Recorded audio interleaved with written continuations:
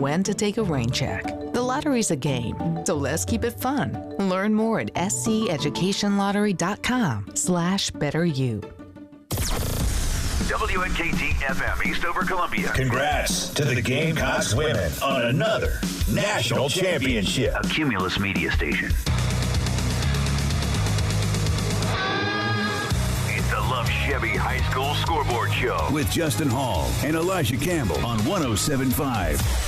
The Game. A cold mid-October night with region football games, playoff implications, rivalries, and so much more. It is a loaded slate for us to get to tonight on the Love Chevy High School Football Scoreboard Show. I'm Elijah Campbell. He's Justin Hall, our man Ed Bird behind the glass, making sure we don't violate any FCC rules and that I keep myself out of trouble. Easier said than done.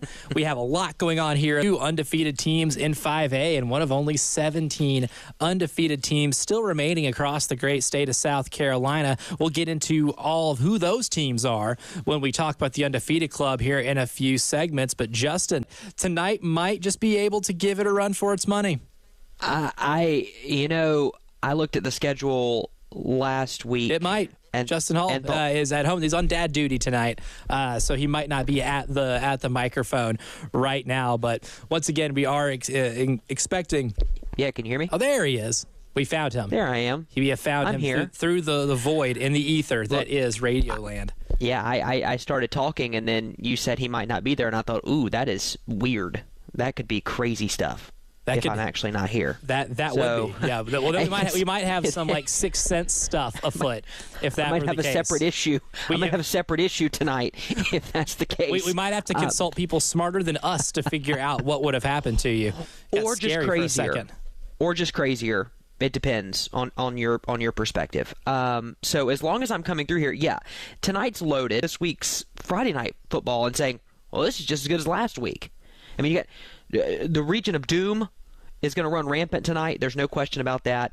Not only that, but we're in the upstate. We got Riverside, Gaffney. We've got Boiling Springs, Spartanburg. Down in the low country, you've got Ashley Ridge taking on the Fighting Preston Thorns of Somerville. And you got a loaded Midland slate all thrown in there into one, Elijah. And we have the possibility of Gaffney playing in their 3rd straight overtime game of the season, which would be so Gaffney and so phenomenal all at the same time. We've got a great game, a good rivalry game in Richland 1 over at Memorial Stadium between AC Flora and Drea. You got Dutch Fork and Lexington, Dustin Curtis against Tom Nance. You got Irmo at White Knoll. That's where Uncle Lou Bajak is tonight. Ridgeview's over at West Florence. Gilbert and BC. I mentioned this at 1:30 on the halftime show. If you'd have told me that Gilbert and BC playing last year for a region title, that the following year both teams would be under 500, I wouldn't have believed you. Yet here we are. They're both coming off of wins. BC played on Monday and got a win. Now they got to turn around and play on a Friday night against Gilbert. That massive implications for the region there because North Augusta buzzsawed through airport last night, and they're well on their way to probably another region championship. So you got to keep pace with them at this point. A lot of really good football is what I'm trying to get across to you.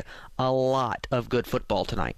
Yeah, I want to circle back to that Gaffney Riverside game, and we'll have athletic director for Riverside Robbie Hardy on in just a bit. But this is a game, a 4-1 versus 5-0 matchup. The football in the upstate, they're just getting back into play. You go ahead and you look at Riverside's schedule. I mean, they've gotten some good wins, some good skins on the wall there. I mean, they won at Greenville.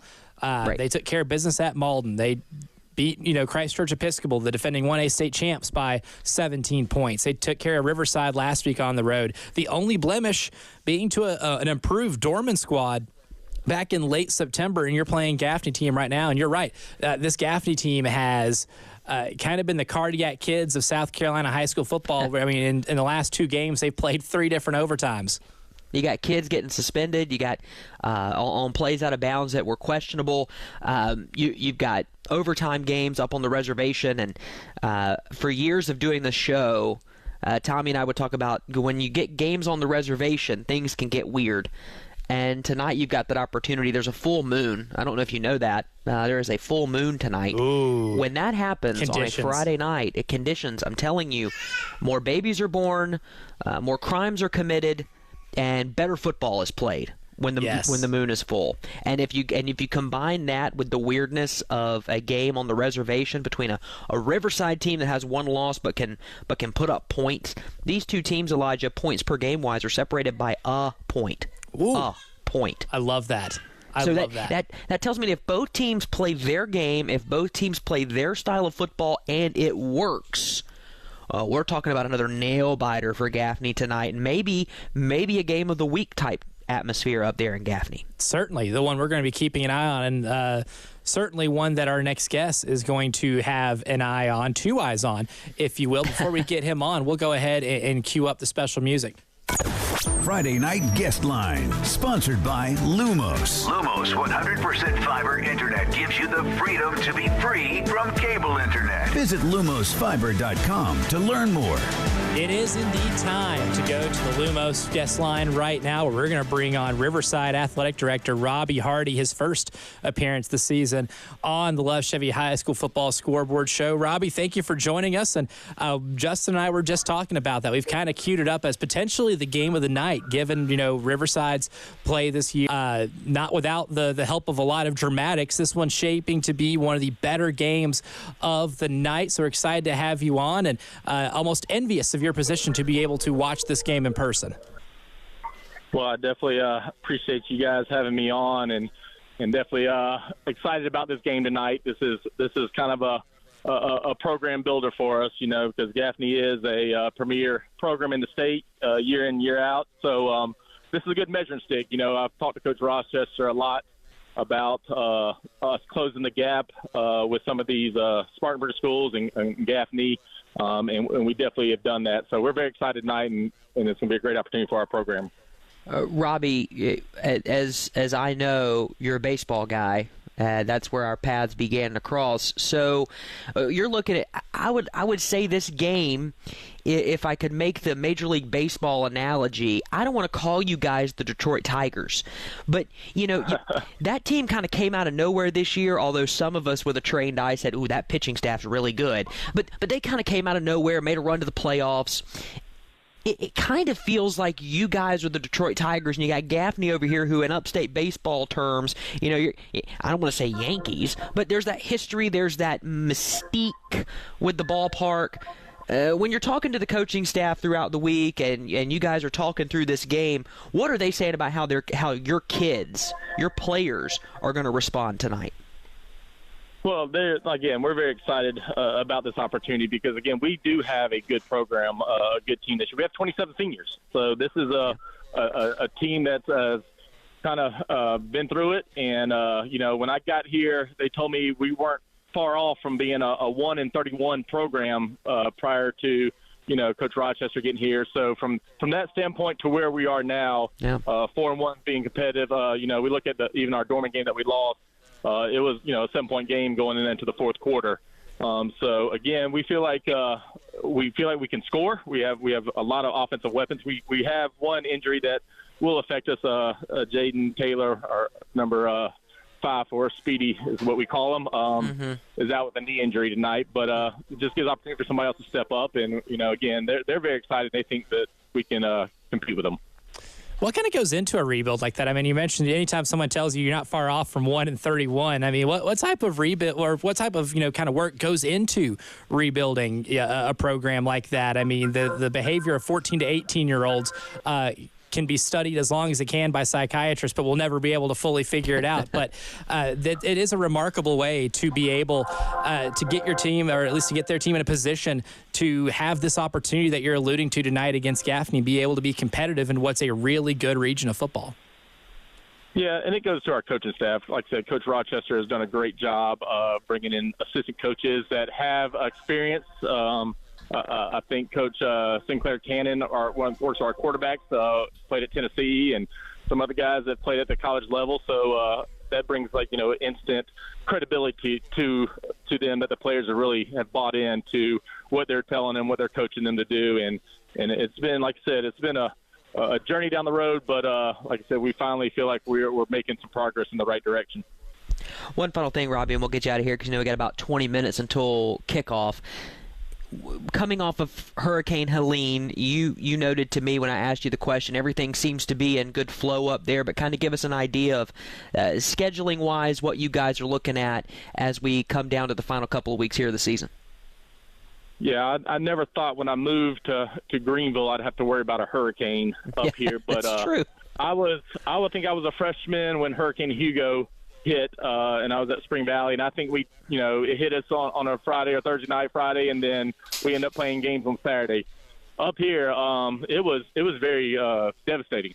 We had a lot of damage around our area. We still have several kids at our school, and even a couple of players that are without their house was destroyed by trees falling on it and all that. And so our community did a great job. Coach Rochester really rallied the troops and took care of each other. But it was unbelievable the amount of destruction that hurricane did up in this area. And like I said, we had a short week last week. We came back to school. We were out of school for 8 days, and then had a short week before we had to turn around and play Eastside last Friday. So they're now just kind of getting back into it. But it's something that, like we said, we talked about these kids now that they've, experienced a year with COVID and now dealing with hurricanes. So they've been through a lot and a lot of adversity, but the way they responded, we're very proud of them.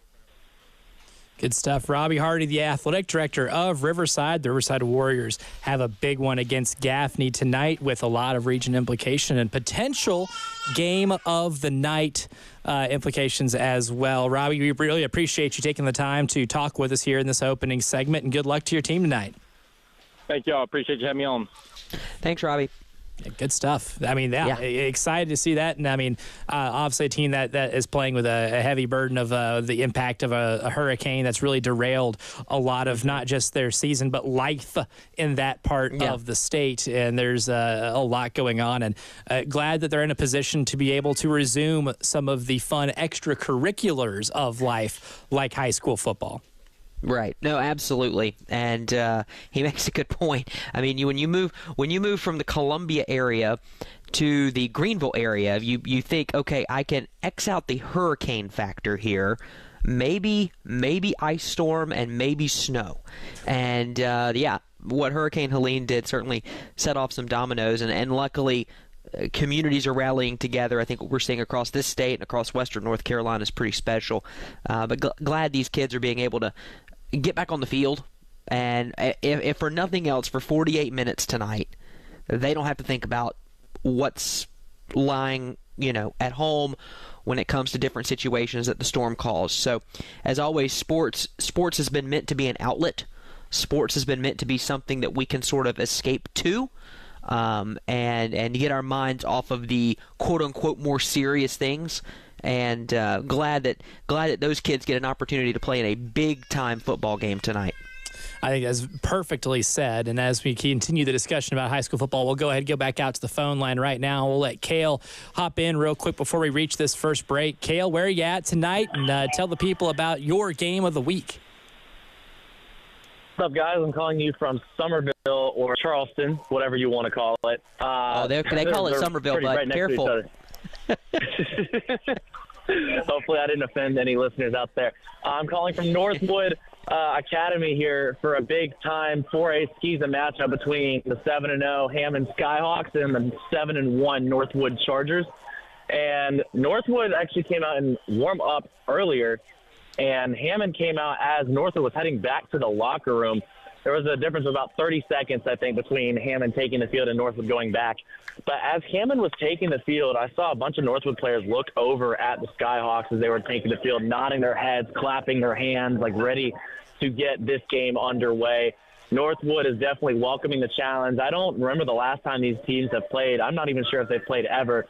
But despite coming off of a 16-point loss to Porter Gowneck last week, Northwood is ready. At least it seems that they're ready for the challenge that the Skyhawks are bringing tonight. Yeah, I mean, you told me today, Kale, when we were talking about this game, that Hammond hadn't lost a game in their league since 2020. That was 4 years ago. So beating Hammond is much easier said than done. I have gotten many jobs and have stopped working many jobs since the year of our Lord 2020. But so a lot of stuff has happened since then. I've moved states. A lot of everybody listening to this right now has had a lot of stuff happen in their life from 2020 to now. And in that time span, no one has beaten Hammond in their league. So what's it going to take for an upset to be able to happen tonight? So that one loss that Hammond had in 2020, that was on the road against First Baptist, and it was 7-6. And Hammond ended up beating them later that year in the postseason by a lot. As for tonight for Northwood, so one of the things that's going to really come down to it is how are they going to do against the Skyhawk defense. The Skyhawk defense is sensational, and I think by the scores of the final scores of the past games, I think you and I both know that. Just seeing how this team has performed as the season has progressed. So the people that are really going to stand out, at least for Northwood, number one, Ty Washington, wide receiver, also plays corner. He's a senior, so he's going to be one of the leaders of this defense. Number 8, Austin Grady. This Hammond defense is stingy and loves to force turnovers. Austin Grady, if he wants to have a chance to have an upset tonight and lead his Chargers to an upset, he cannot throw many interceptions, or maybe any, if you will. And also, you need to shut down the guy that's committed to LSU, Michael Tyler, number 1, the tight end, who's the biggest guy on the field. I mean, he came out with LSU towel in his pants. He's repping the Cajuns, the Bayou Bengals out here. But it's going to come down to how this Northwood defense can do against the Hammond offense, and also just how the defense does against how their offense does against this Hammond defense, because this defense for Hammond is very, very difficult to get past. Absolutely. Last thing before I let you go, Cale, where can people watch this game? Thank you for asking. You can watch this game on Savage College Football on Instagram Live. I am starting the live stream in about 5 or 6 minutes for the entrances, and then for each quarter, I will be calling in with quarterly updates. So come watch the stream and listen to the show while you're at it. Fantastic stuff. Cale Wilson. Cale, thank you very much, good sir. We look forward to hearing from you after quarter number 1. Thank you, guys. Good stuff. Well, turn my mic off. Don't do that. We'll go ahead and take a break here real quick, but when we come back, there are 17 undefeated teams in the great state of South Carolina going into tonight. We'll tell you who all is left in the undefeated club as we reach the midway point of October. I'm Elijah Campbell. He's Justin Hall. The Love Chevy High School Football Scoreboard Show. We'll be back in just a bit. Hey guys, Jay Phillips here for Integrated Media. You know they've been the Midland's leader in home theater for the past 2 decades. From installation of amazing 4K televisions and surround sound systems to Wi-Fi that works everywhere, no one else compares to their customer service and quality. And now the guys at Integrated Media have expanded their brand to provide a state-of-the-art golf simulator experience next to their offices in Chapin. Pro Swing is what it's called. The golf simulators by Golf Zone have automatic tees. You don't have to bend over to set up your next shot. Amazing swing plate moving up to 24 different directions for a truly lifelike experience. The playing surface has simulated greenside and fairway bunkers, even 2 different cuts of rough to bring a real-life experience inside with 68 degrees of air conditioning every day. One golfer can play 18 holes in about an hour, 2 in 2, with selections of non-alcoholic drinks, domestic and craft beer. It's fun for the entire family. To book a tee time or to get golf lesson packages, visit ProSwingColumbia.com or call 803-948-8327. Have a blast with Pro Swing and Integrated Media. Want to get lucky? It's your lucky day, Gamecocks, because Lucky's Pine Straw now offers mulch, in addition to our quality longleaf pine straw. Hosting the big games watch party? Why not invite us over first? We'll help you get your yard ready for the big game. Give us a call at 803-360-4850 or stop by 3119 Sunset Boulevard in West Columbia. This season, score a touchdown with Lucky's. Luckies, Lucky's Pine Straw. Hey guys, Jay Phillips here for Minuteman Press. As a business owner, it can be tough to get all of your office items and needs in one place, whether it's printing, signs, promotional products, or logoed apparel. The goal of Minuteman Press is to become your trusted partner and make promoting and marketing your business easy and less time consuming, which is exactly why our offices and radio stations here at Cumulus Media trust their services. They can handle it all in one place, saving you time and money. At Minuteman Press, they design, print, and promote you. Learn more at mmpcolumbia.com. I'm here with the mortgage guru, Jacob Crowder of First Palmetto Bank. Jacob, tell me more about this 4.99% 30-year fixed product you are offering in Richland County. We have a community reinvestment product in the areas of Richland County. Blythewood, Northeast, Southeast, and the I-20 corridor are areas that we're offering the 4.99% interest with a 5.075 APR on a 30-year fixed mortgage. We are underserving these areas, so the bank is offering 100% purchase loans at 4.99% on a 30-year fixed. No points, no mortgage insurance, no gimmicks, just lower payments. 4.99% is awesome. What's a payment look like? Yes, Bill. A payment on $200,000 at that APR is at $1,072 a month for 360 months. A payment on $300,000 is at $1,608. These estimates do not include taxes and insurance. These loans are only for primary residences, and the loan amounts are capped at $300,000. Call me today. A number is 803-719-1005, or you can email me at jcrowder@firstpalmetto.com. All loans are subject to credit approval and property appraisal. First Palmetto Bank is a member of the FDIC and an equal housing lender. My NMLS number is 198432. It's the Love Chevy High School Scoreboard Show with Justin Hall and Elijah Campbell on 107.5 The Game. It's the Love Chevy High School Football Scoreboard Show right here on The Game. Welcome back in. I'm Elijah Campbell. He's Justin Hall. Ed Bird behind the glass. And before we go ahead and break down some of the big matchups tonight, there are 17 teams remaining who have yet to suffer a loss, which means they're in the club, baby. They're ITC. After all of these weeks, some of these teams have played 8 games, so 80% of their season. For some of them, still hanging out in the club. No visit from Ed Bird for an escort just yet. We'll go ahead and start with one team. That's one of our games of the night. That's Gaffney. And they're at 4-1 Riverside. Again, this team's played 3 overtimes in the last 2 weeks. So with a full moon out tonight, I have a high anticipation that things get a little bit funky in that game. Northwestern still yet to take a loss. They're hosting 5-3 Rock Hill tonight. Justin, get this. They're scoring 62 points per game over the last 4. 62. Good gracious. They're playing football, dude. 62 points over the course of the last 4 games. Or Tecmo Bowl. That's about the rate that they're scoring at, or Tecmo Bowl numbers. All video game numbers. Just ridiculous stuff from Northwestern. Irmo still have yet to take a loss. They're at 4-3. White Knoll tonight, always a good chance to test how good your offense is against a Nick Pelham coach defense. Dutch Fork at 5-2 Lexington tonight. Speaking of defenses, Coach Dustin Curtis has been playing the defense and ball control game all season. We'll see if that throws Dutch Fork for a loop. The TV game tonight, Sumter hosting 6-2 Blythewood. Sumter still yet to take a loss. This is a good chance for them to win this game and increase their cushion in that region. And then Somerville tonight, the Fighting Preston Thorns taking on 6-1 Ashley Ridge. Every single one of these teams that are in the 5A undefeated club, all 6 of them facing pretty tough tests tonight.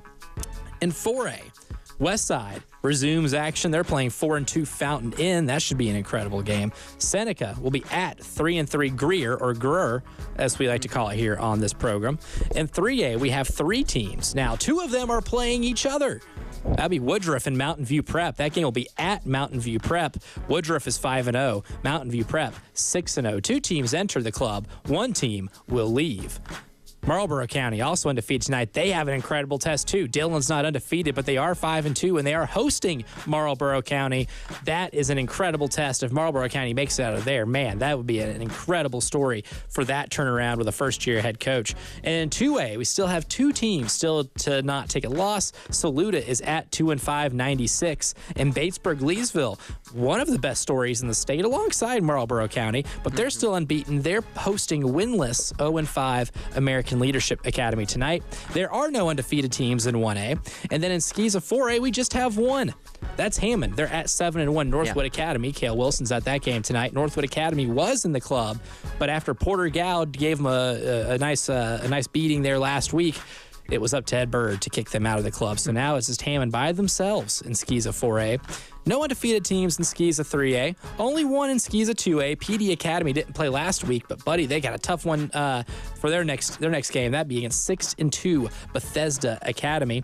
Skeeza 1A, there's 1 undefeated team left. That's Dorchester Academy. They'll be in this next week because they're off tonight. Their next game is going to be against 5-3 Carlton Prep Academy next week. In the Skeeza 8-man Region 1, there's only 1 undefeated team left, and that would be Richard Wynn Academy. They're also going to be in the club next week, so they are happily seated in the level they're at right now. But their next game, like Dorchester Academy, a tough test. They'll be at 5-2 Lawrence Academy. There are no more undefeated teams in 8-man Region 2, so all in all, Justin Hall, that rhymed. South Carolina Undefeated Club has only 17 members remaining. Okay, so buy or sell. My first buy or sell of the night. Buy or sell, that number drops to less than 12 tonight. I want to sell. Okay. The Blythewood Sumter game can get a little freaky, but I'm really high on that Sumter team. Ashley Ridge, I think, can scare Somerville a lot. I like Irmo and Dutch Fork take care of business. Northwestern can't stop scoring. Right. I don't know if the Fighting Can't stop, won't stop. Yeah, can't stop, won't stop. Don't know if the Fighting Jake Bentley's, who is the quarterbacks coach for Rock Hill. I don't know if they can stop them. And you know what? I'll say Riverside's our upset tonight. Riverside upsets Gaffney. So Woodruff and Mountain View Prep will have to knock each other out. Let's say Marlboro County gets beat by Dillon, and that's the only one I see. So that's what, 3 teams losing? That leaves us 14. Yeah. So I'd go sell. Okay, that's a fair one. I'll have more of these peppered in throughout the night. I think that one might have been the easiest lift, but I'll fit a few more in here. Before we go any further, Elijah, I do want to mention this. I mentioned this on the halftime show, and I don't want to get too much further into this show before I mention it. Yes. Look, this is week 9 of the season, week 10 overall of us doing this show this year. It's been a blast. I'm not leaving.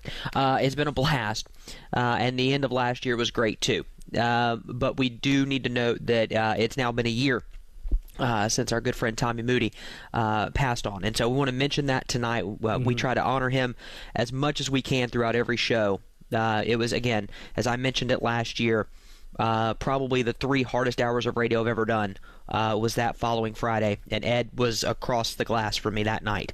There are a few people who encapsulate the spirit of not only Gamecock athletics, but high school athletics, specifically high school football and baseball in this state, like our friend Tommy Moody. And I think about him often on Friday nights when we're doing this show. I think about him when I saw the mic'd up segment from Paul Maneri for Gamecock baseball and how excited he would be for this upcoming baseball season with a coach like Paul Maneri there. So I just want to mention that it's been a year since that rocked this show quite a bit, and hopefully and prayerfully we are living up to the standard that he set doing this show for so many years before my arrival on the show, and then for about 4 years of us doing the show together. So I want to mention that tonight, and that's why we'll not only are we watching out for this AC Flora Dreher game because of how good it can be, but we are selfishly hoping that the Fighting Tommy Moody's do a great job tonight on the field. Absolutely. We don't cheer for a lot of teams. We love everybody here on this show, right. But tonight we're single extra love for AC Flora and the Fighting Tommy Moody's. And look, it's wild to think that it's been a year, but man, if there's anybody to aspire to want to be in this business, it's Tommy Moody. It doesn't matter awards you win in this thing. When you get in sports media, it really doesn't matter like the awards you win or ratings or anything like that. That all is gravy. But one thing Tommy Moody would teach anybody is that to be at his age, he was still more enthusiastic than a lot of people that are our age about this. Right? Absolutely. Like that's one thing I never hope I lose my love for all of this and do it the same way he did, because that guy was a wealth of knowledge, and you only become a wealth of knowledge because you love what you do so much. And I think everybody should aspire to find something in life that they love that much to where even in their last days they're as incredibly sharp about that, and they're still every bit as passionate. And he was the same. He kept that same passion for his family, his daughters, his grandkids. He talked about them all the time. I didn't get to work with Tommy a ton. I worked here, started working here full time only a couple weeks or so before he passed, but I got to experience a lot of him on the days when I was coming in on part-time and get to talk to him and pick his brain about a lot of stuff. And a remarkable human being, a remarkable broadcaster. Everything that he did, he put his full effort into, and he did it with the most most passion that you'll ever see anybody in this industry. You only know what Tommy Moody knew if you loved it and cared about it enough to know it and retain it and be able to talk about it like he did. And I shared this last year, my first experience in person with him, because I listened to him on the radio calling baseball games my entire life, basically, calling Gamecock baseball, because that's how you consumed college baseball for much of our childhoods, right? It was mostly radio, even in the 2000s, which is so strange. My first experience with him was as a high school junior, getting to shadow them, and so thinking about him as always, thinking about his family as well. We just want to mark that here as we continue on with the show. Absolutely. We'll talk about AC Florida in the game. They have the Fighting Tommy Moody's, if you will, and so much more. We'll get into everything that's going on around the state when the Love Chevy High School Football Scoreboard Show continues. 10 years ago, who could have predicted what the internet would bring? Streaming videos, voice assistants, smartphones, smart homes, work from home. But here we are, wondering what the next 10 years will bring. Whatever it brings, Lumos 100% fiber optic internet is ready with incredible speeds and reliability. So you can do more and be more than you ever thought possible on the internet built for the future. See your future at lumosfiber.com/future. Palmetto Citizens Federal Credit Union wants to reward you for saving more of your hard-earned money, and they can't think of a better way to do it than with more cash. When you participate in Palmetto Citizens Save to Win program, every time you make a savings deposit of just $25, you'll be entered into a monthly and quarterly prize drawing for a chance to win up to $5,000. All the money that piles up in your Save to Win account is yours to keep, along with the interest you earned, so there's never been a better time to get the ball rolling on your savings plan. With a Save to Win account, there's nothing to lose and everything to win. Open your 12-month Save to Win term certificate account and start saving today by visiting any of Palmetto Citizens' 14 branches across the Midlands, or go to palmettocitizens.org to learn more. Palmetto Citizens, proudly serving the Midlands since 1936. Account may be subject to penalty for early withdrawal. This credit union is federally insured by the NCUA. Hey guys, it's Jay Phillips for AAA Heating and Air. You know, for many years, AAA has been your year-round ally against changing weather across the Midlands, whether it's the hot summers or those cool winters. Let their expert team make sure that your home is always an oasis of comfort. And now, Roy and Dana Finley have a spectacular offer to make it even better for you and your family for years to come. How about 12 months, no payments or interest in 2024, plus guaranteed financing, a $1,500 system buyback rebate, and their 15-year parts and labor guarantee that speaks volumes of the trust in their service and in their products. AAA has done things at my house that make my family nice and comfortable all year long. They can do it for you too. Get a free quote today. Call AAAtoday.com. That's call AAAtoday.com, or give them a shout at 803-677-1500. Tell them Jay Phillips sent you to AAA Heating and Air. AAA Air when you need us. AAA Heating and Air. Get ready to smile because Herndon Chevrolet, your hometown Chevy dealer, is offering an amazing deal right now. Get up to $20,000 off new Silverados. Yes, you heard that right. Up to $20,000 off. Don't wait. Head over to HerndonChevy.com today and drive home in the truck of your dreams. Chevy, together let's drive. Herndon Chevrolet, Herndon makes you wanna smile. Call 803-510-5447 for complete details. It's the Love Chevy High School Scoreboard Show with Justin Hall and Elijah Campbell on 107.5 The Game. We are back and ready to roll. It is the Love Chevy High School Football Scoreboard Show. I'm Elijah Campbell. He's Justin Hall. Behind the glass is the one and only Ed Bird. A lot of games to get into tonight. We did break down Gaffney and Riverside a little bit, but I want to move us into the Midlands here, where we go back to that region of doom, and a lot of two undefeated teams still sitting there with Irmo and Dutch Fork. It does kind of feel like we're in that collision course to see those two teams play in the final week of the regular season for the region title. But we'll go ahead in the honor of some of the questions we're asking ourselves with buy or sell. I'll twist it a little bit. Maybe not a buy or sell question, but the team tonight with the best chance to pull off a shocker in that region, is it White Knoll or Lexington?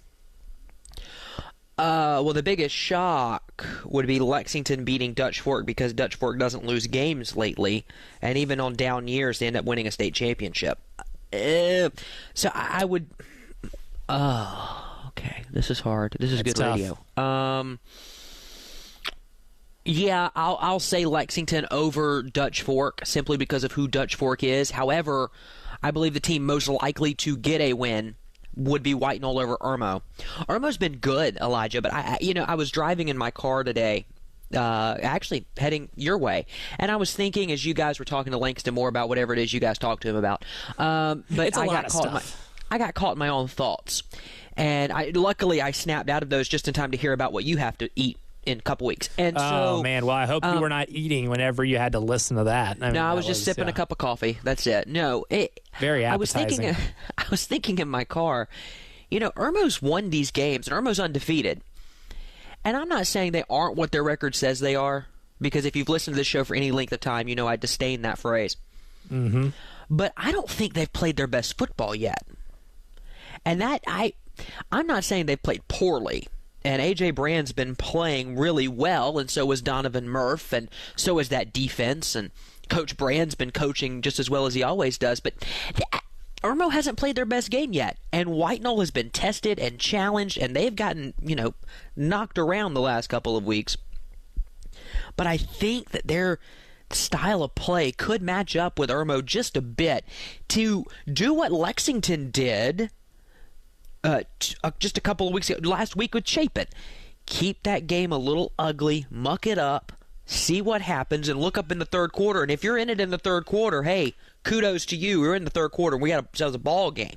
So I think White Knoll has the better chance to win their game tonight, but it wouldn't be as big of a shock if Lexington were to upend Dutch Fork, if that makes sense. Yes, certainly. But would it surprise you that if I told you Lexington has taken a lead on Dutch Fork? Yes, it would surprise me. And has a chance to they have a decision to make. So they just drilled. It looks like around a 40-yard field goal Lexington did. I guess this would be on the first drive of the game. The kicker got drilled as he kicked it, got undercut, and still, made that thing. You could have made that thing from 50. He absolutely put a boot into it. But it was on 4th and 15, so I guess if there's a flag that Lexington would have a chance to take the points off the board and continue the drive. So we'll see exactly what Coach Dustin Curtis decides to do here. But if he declines the penalty, then it does appear that the Lexington Wildcats will start off. They are taking the penalty, so they are moving it up, and that's going to move it up to the Dutch Fork 10-yard or 12-yard line. Just kidding. Yeah. It's the Dutch Fork 12. So, Lexington being able to move the ball a little bit on Dutch Fork here early. Yeah, it looks that way. They didn't move the ball there. No, here's what I like. At all. Here's what I like about this situation with high school football that we have now, Mr. Campbell. You can stream us, by the way, on the Game TV on YouTube, and I would encourage you to do that because obviously some of us are on a different kind of duty tonight and doing this from a different place. But you can see Elijah's face. But not only that, you just go quad view. Like last Saturday night, I was watching 4 games at one time, because college football is amazing. Tonight, that's the best. You can legitimately watch as many games as you want. I'm watching Lexington and Dutch Fork and Gilbert and Brooklyn Casey all at the same time. You didn't get this. And Sumter and Blythewood.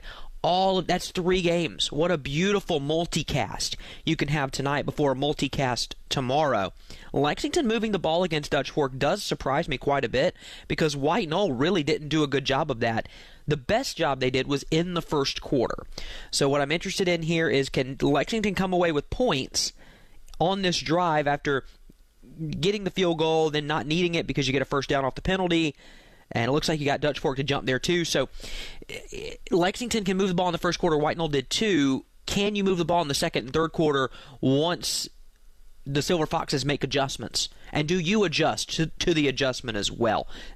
That's where these Midlands games tonight, this one, the Irmo White Knoll game, the AC Flora Dreher game, these 3 are going to be adjustment games in the second and third quarter because all 6, I believe I mentioned 3 games, all 6 of those teams, high quality coaching amongst those 6 ball clubs. So you got to adjust to the adjustment throughout the night.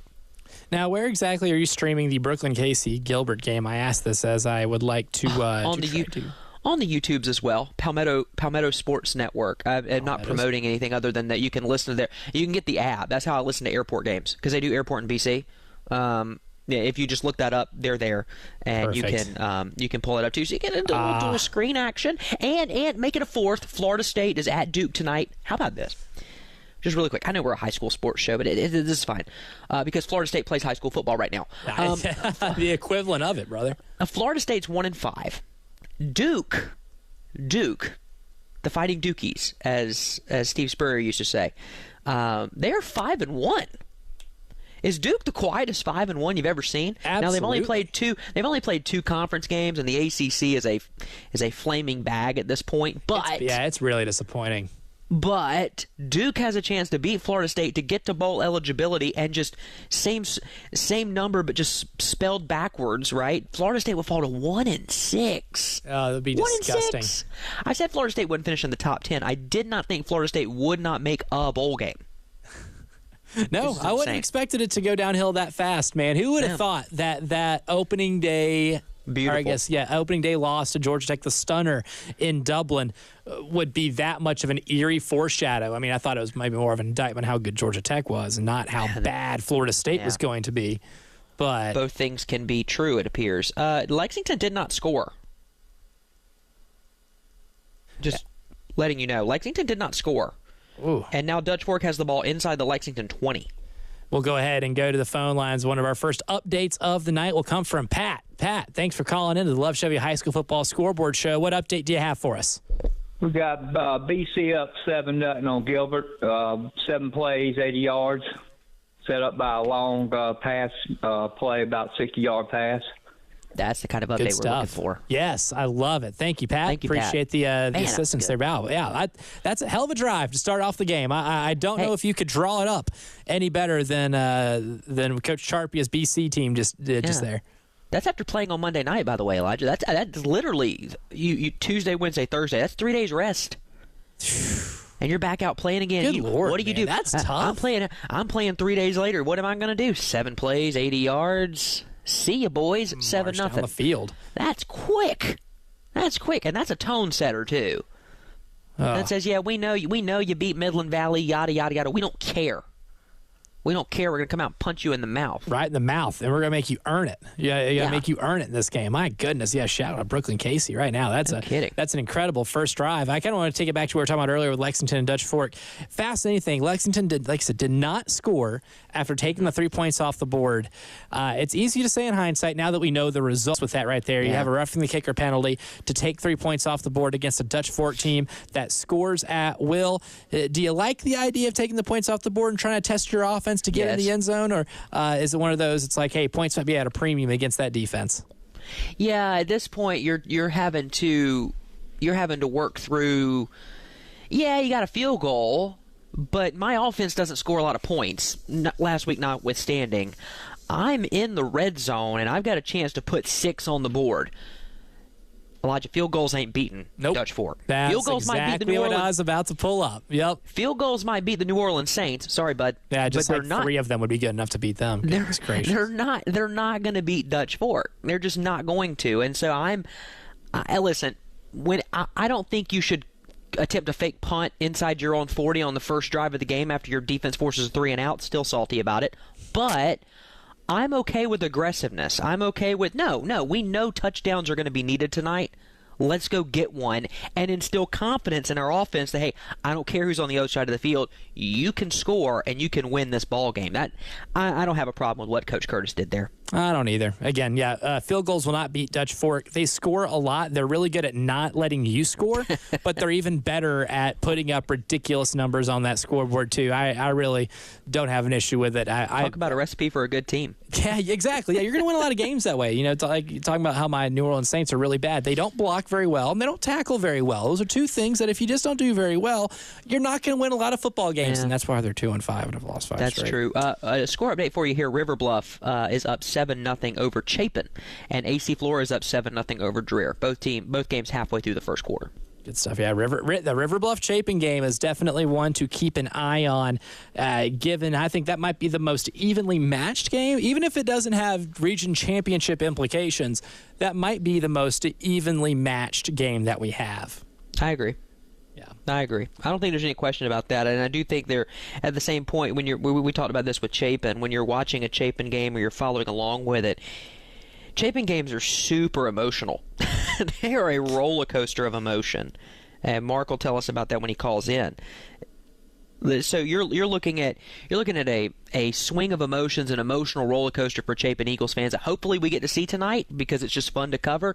You know what else has been a roller coaster, Elijah? It's been the flow of information, and specifically how we gain access to that information. And it used to be by carrier pigeon or smoke signal. Not very efficient. I guess not very efficient. I'll tell you what is efficient: internet. Yes, internet. And not just internet, because when I say the internet, when you say the internet, Justin Hall, people might be thinking the internet of the past. But look, Lumos is not the internet of the past. They asked the question, why reboot the internet when you can rebuild it? Let that question ponder a little bit, because the internet as we know it has only been built for the last 50 years, back when landlines ruled a long time ago, and cable TV was the future. Well, that's the past, my friends, because it's time for the internet as we do not know it. Where small cities will have internet as fast as the big cities, where these uploads are as fast as the downloads, where your digital life is never interrupted, and the metaverse isn't just a concept, but get this, it is a part of life. It's time for 100% fiber optic internet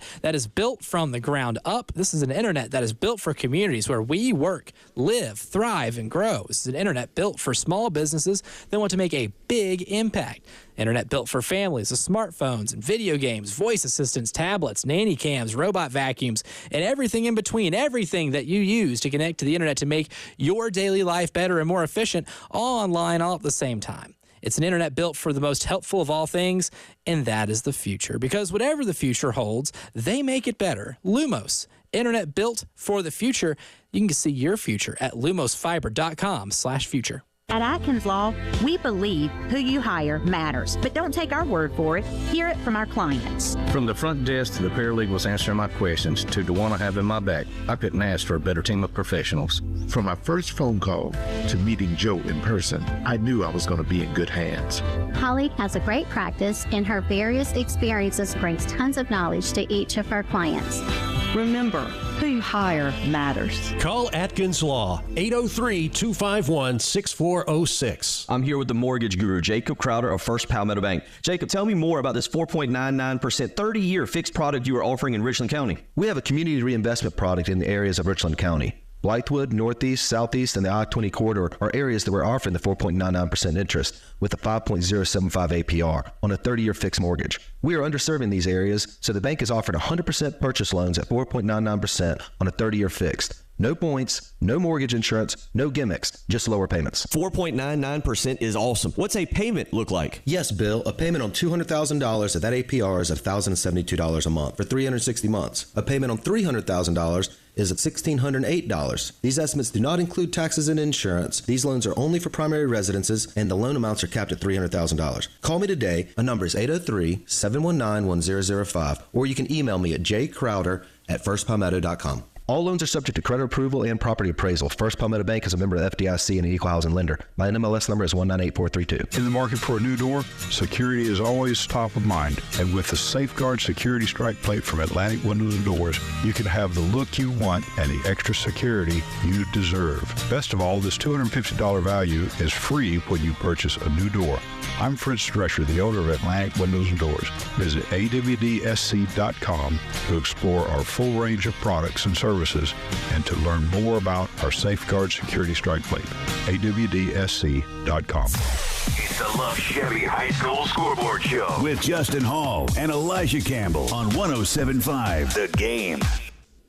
Got some scores rolling in here on the Love Chevy High School Football Scoreboard Show. And just a short commercial break, we already have some scores. We talked about Brooklyn Casey taking the opening drive of the game and scoring in 6 plays. Well, Gilbert really reciprocated that energy and scored on the ensuing possession. That one again is tied at 7, 4:50 to go in the first quarter.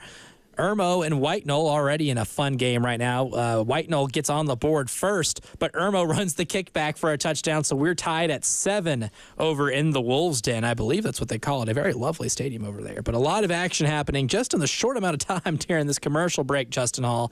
It's starting to get fun already. It certainly is. Another one for you. I will see you and raise you. Irmo with the kick return to tie the game with White Knoll at 7. Ooh, careful. And Gaffney was up 7-0 on Riverside. Riverside touchdown after an interception return to the 3. Oof. So 7-7 ball game with 3.5 left to go there. You mentioned that BC Gilbert game is tied as well. I had another one that was worth mentioning, but I just lost it, and I'll have to try to ascertain that again. But you're right. Very quickly, this evening has gotten into all kinds of weirdness levels. Oh, Ashley Ridge is up 14-7 on the Fighting Preston Thorns of that's Somerville. another one. There's what I was looking for. Yes, that's another one where it might get really interesting in terms of if we want to start like projecting what is a possible game of the night. That could very well be it. As Brooklyn Casey breaks off a long run, is he in the end zone? Not quite. I think the referee is ruling him down at about the 3-yard line. The Bearcats of BC looking like they are about to march into the end zone here. That was a big play right there. This one going back and forth like a game of ping pong right now. A lot's happening right now. We're kind of drinking information through a fire hose, but so much is going on. I kind of want to go back to that Ashley Ridge Somerville game. Not just big implications for region play, but I mean that's a big local rivalry too. I mean that's one where both communities put their hearts and souls into these games here. This one not only will be competitive from, like we mentioned, a region play standpoint, but this one has some cultural significance to it in that part of the state. Oh, yeah, I would say so. That my chuckle there would tell you that I completely agree with you. I do want to mention this too before we go any further. Roper-Winsky, 14-0. Oof. Lead now for the AC Flora Falcons. Terry Ford's favorite high school football player? I think so. Mr. Campbell, he had a 56-yard touchdown pass to Kendall Bird to open the scoring 2 minutes and 10 seconds into the ball game. And with 7 minutes left to go in the first quarter, so just 2 minutes later, Roper-Winsky had an 84-yard pitch and catch to Trip Van Vleek. He threw it from the 15. It was caught at around the 35 or 40, and then Van Vleek did the rest. 14-0 AC Flora in, get this, you ready? Powder blue helmets, powder blue jerseys, beautiful. Powder blue pants, white numerals outlined in red. Yes. The AC Flora Falcons, the Fighting Tommy Moody's, have a 14-0 lead over the Blue Devils of Drea. Yes, on a night in which we are honoring the 1-year anniversary of the passing of our friend Tommy Moody, it is very fitting that they, A, wear the sickest uniforms you could possibly imagine, and B, have that offense humming early and often against a local rival. Things that, Tommy would love to see is AC Flora jumping out over Dreer 14-0. We have Pat on the line again with another update. Pat, thanks for calling back in. What's the latest, sir? We got BC up 14-7, and it looks like a shootout tonight. Gilbert went down the field and scored a 32-yard touchdown pass, and then BC had the ball at the 20 and one play, 80-yard touchdown pass. Wow. The boy, he ran. I don't know who he was. He ran. He caught it about 60 yards down the field, and then he ran all the way across the other side of the field. So he run 100. He run near 120 yards. Wow! On that play. It looks like it's a shootout right now. Oh, but man. yeah, it's 3:52 left in the first quarter, 14-7 BC. Good stuff. Thank you for the call in, Pat. Wow. I mean, so they did end up calling it a touchdown. Okay, from the stream, I looked at it. I thought the referee called him short. I think I might have been looking at the wrong stripes. But, yeah, I mean, that was a massive, massive play. And it might be, I don't know, first team to get a stop wins. But Brooklyn Casey, a touchdown pass, of which we said traveled, about 80 yards or so? And he probably ran about $120 for it. Nobody said it was going to be easy. But they made it look pretty good. I got an update for you here as well, Elijah. Dorman up 16-0 over Wade Hampton of the Upstate. Oof. How about this? A 30-yard touchdown pass off of a flea flicker. Oh, now we're talking. Beautiful. Now we're talking. That's my language, man. My love language is trick plays. Well, this isn't a trick play, but Aiden Myers has a 7-yard touchdown run. 1:28 left to go in the first quarter. The Gators of River Bluff lead Chapin 14-0. And I know what you mentioned. About region. I mean, region title implications are in that region are going to come down to November 8th, Dutch Fork and Irma. Yes. But River Bluff is now playing for really good playoff seeding. Mm-hmm. Really good playoff seeding. And that's just me saying that they continue to win, they're going to be playing at home for a couple of weeks. I mean, look, if you're River Bluff, that is, I hate to say anybody is, especially when you're in a region that's that good, right, is just destined to be playing for third place. But like playing for third place in that region is awesome. I mean, like being able to get third place out of that region, because I think we all, me and you both have kind of established that Dutch Fork and Irmo are kind of in the collision course to be able to play for a region championship. But River Bluff, I mean, considering the year they had last year, there was a lot of struggles. If they're able to come out of this region third, I don't believe they'd be hosting a playoff game. But, I mean, that would be a lot more advantageous positioning in a bracket than they would otherwise. But that would be leaps and bounds impressive compared to just where the program's been. They're 1-1 in region play right now, still to play. They have Dutch Fork, so you got to take advantage of this game against Chapin right here. And then you're ending the season at Lexington. The Irmo loss is the only one they've had. They came away with the overtime win against White Knoll back on the 4th. You take care of business here against Chapin. Even if you lose against Dutch Fork, you beat Lexington, you have a tiebreaker over Chapin, Lexington, White Knoll, whoever might end up having also just 2 losses in this region and finishing with third. That would be a fantastic season for Coach Blair Harden and this River Bluff Gator team. It certainly would be, and that's what you're shooting for at this point, Elijah. You're just trying to position yourself. You do have that loss. You're not going to win the region unless crazy things happen, and crazy things could happen, but you're trying to win one game after another and set yourself up for playing at home. Playoff games are much more winnable at home than they are on the road in this state. Significantly. They just are, because it is crazy where you might have to end up going. I watched my high school team, our Airport Eagles, my freshman year of high school, go undefeated, and they got their first game at home. Their second playoff game, they had to go to Hartsville. I mean, not an easy place to go play. Regardless of how good how good or bad they are, I don't want to play a playoff game in Hartsville. No one wants to go to Kellytown. No one gets out of Kellytown alive. So you just want to play at home as long as you possibly can, and then roll the dice whenever you do have to go on the road, and hopefully you see some upsets in some other places. But River Bluff's positioning themselves well. They play good offense. They got a lot of returning starters on both sides of the ball, but they play really good defense under Blair Harden. Really good defense, and they're showing it tonight, holding Chapin scoreless. Before we end this hour, let's go to Roger real quick for a score update. Roger, what's up? At the end of the first quarter, Denmark Old leading LFF 12-0. All right, Denmark Ola are up to a 12-0 start. We'll go ahead and take a quick break. We'll wrap up hour number 1 here. Wrapping up hour number 1. Hour number 2, many games going on in the second quarter. We'll give you the latest from around the state of South Carolina as the Love Chevy High School Football Scoreboard Show continues. I'm with Jason Reynolds of the Samuels Reynolds Law Firm. Jason, what makes your firm different? I think the way we present ourselves and treat our clients makes us different. We don't show injured workers, horrible vehicle accidents, or stacks of cash in our advertising. That's because injuries really affect people's lives, and we take that seriously. Our clients come to us in their toughest times, and we're truly committed to helping them in every way possible. Samuels Reynolds. True injuries, true lawyers. 803-779-4000. It's back. The 49th running of the Colonial Cup returns Sunday to Camden on November 17th. Considered the greatest steeplechase event in horse racing, presented by Mulliken Law, with special thanks to the city of Camden and Kershaw County. Don't miss the pinnacle event of steeplechase at the Springdale Racecourse in Camden. Family fun, shopping, unique entertainment, and incredible tailgating. Reserve tickets now at carolinacup.org.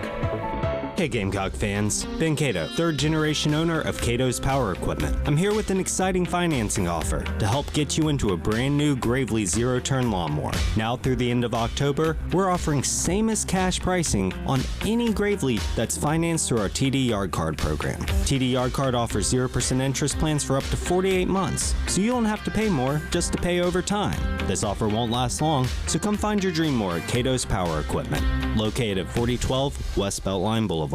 Get ready to smile because Herndon Chevrolet, your hometown Chevy dealer, is offering an amazing deal right now. Get up to $20,000 off new Silverados. Yes, you heard that right. Up to $20,000 off. Don't wait. Head over to HerndonChevy.com today and drive home in the truck of your dreams. Chevy, together let's drive. Herndon Chevrolet. different and makes you wanna smile. Smile. Call 803-510-5447 for complete details. WNKT FM, Eastover, Columbia. The home of the national champion Gamecocks women's basketball team. Congrats, y'all. A Cumulus media station.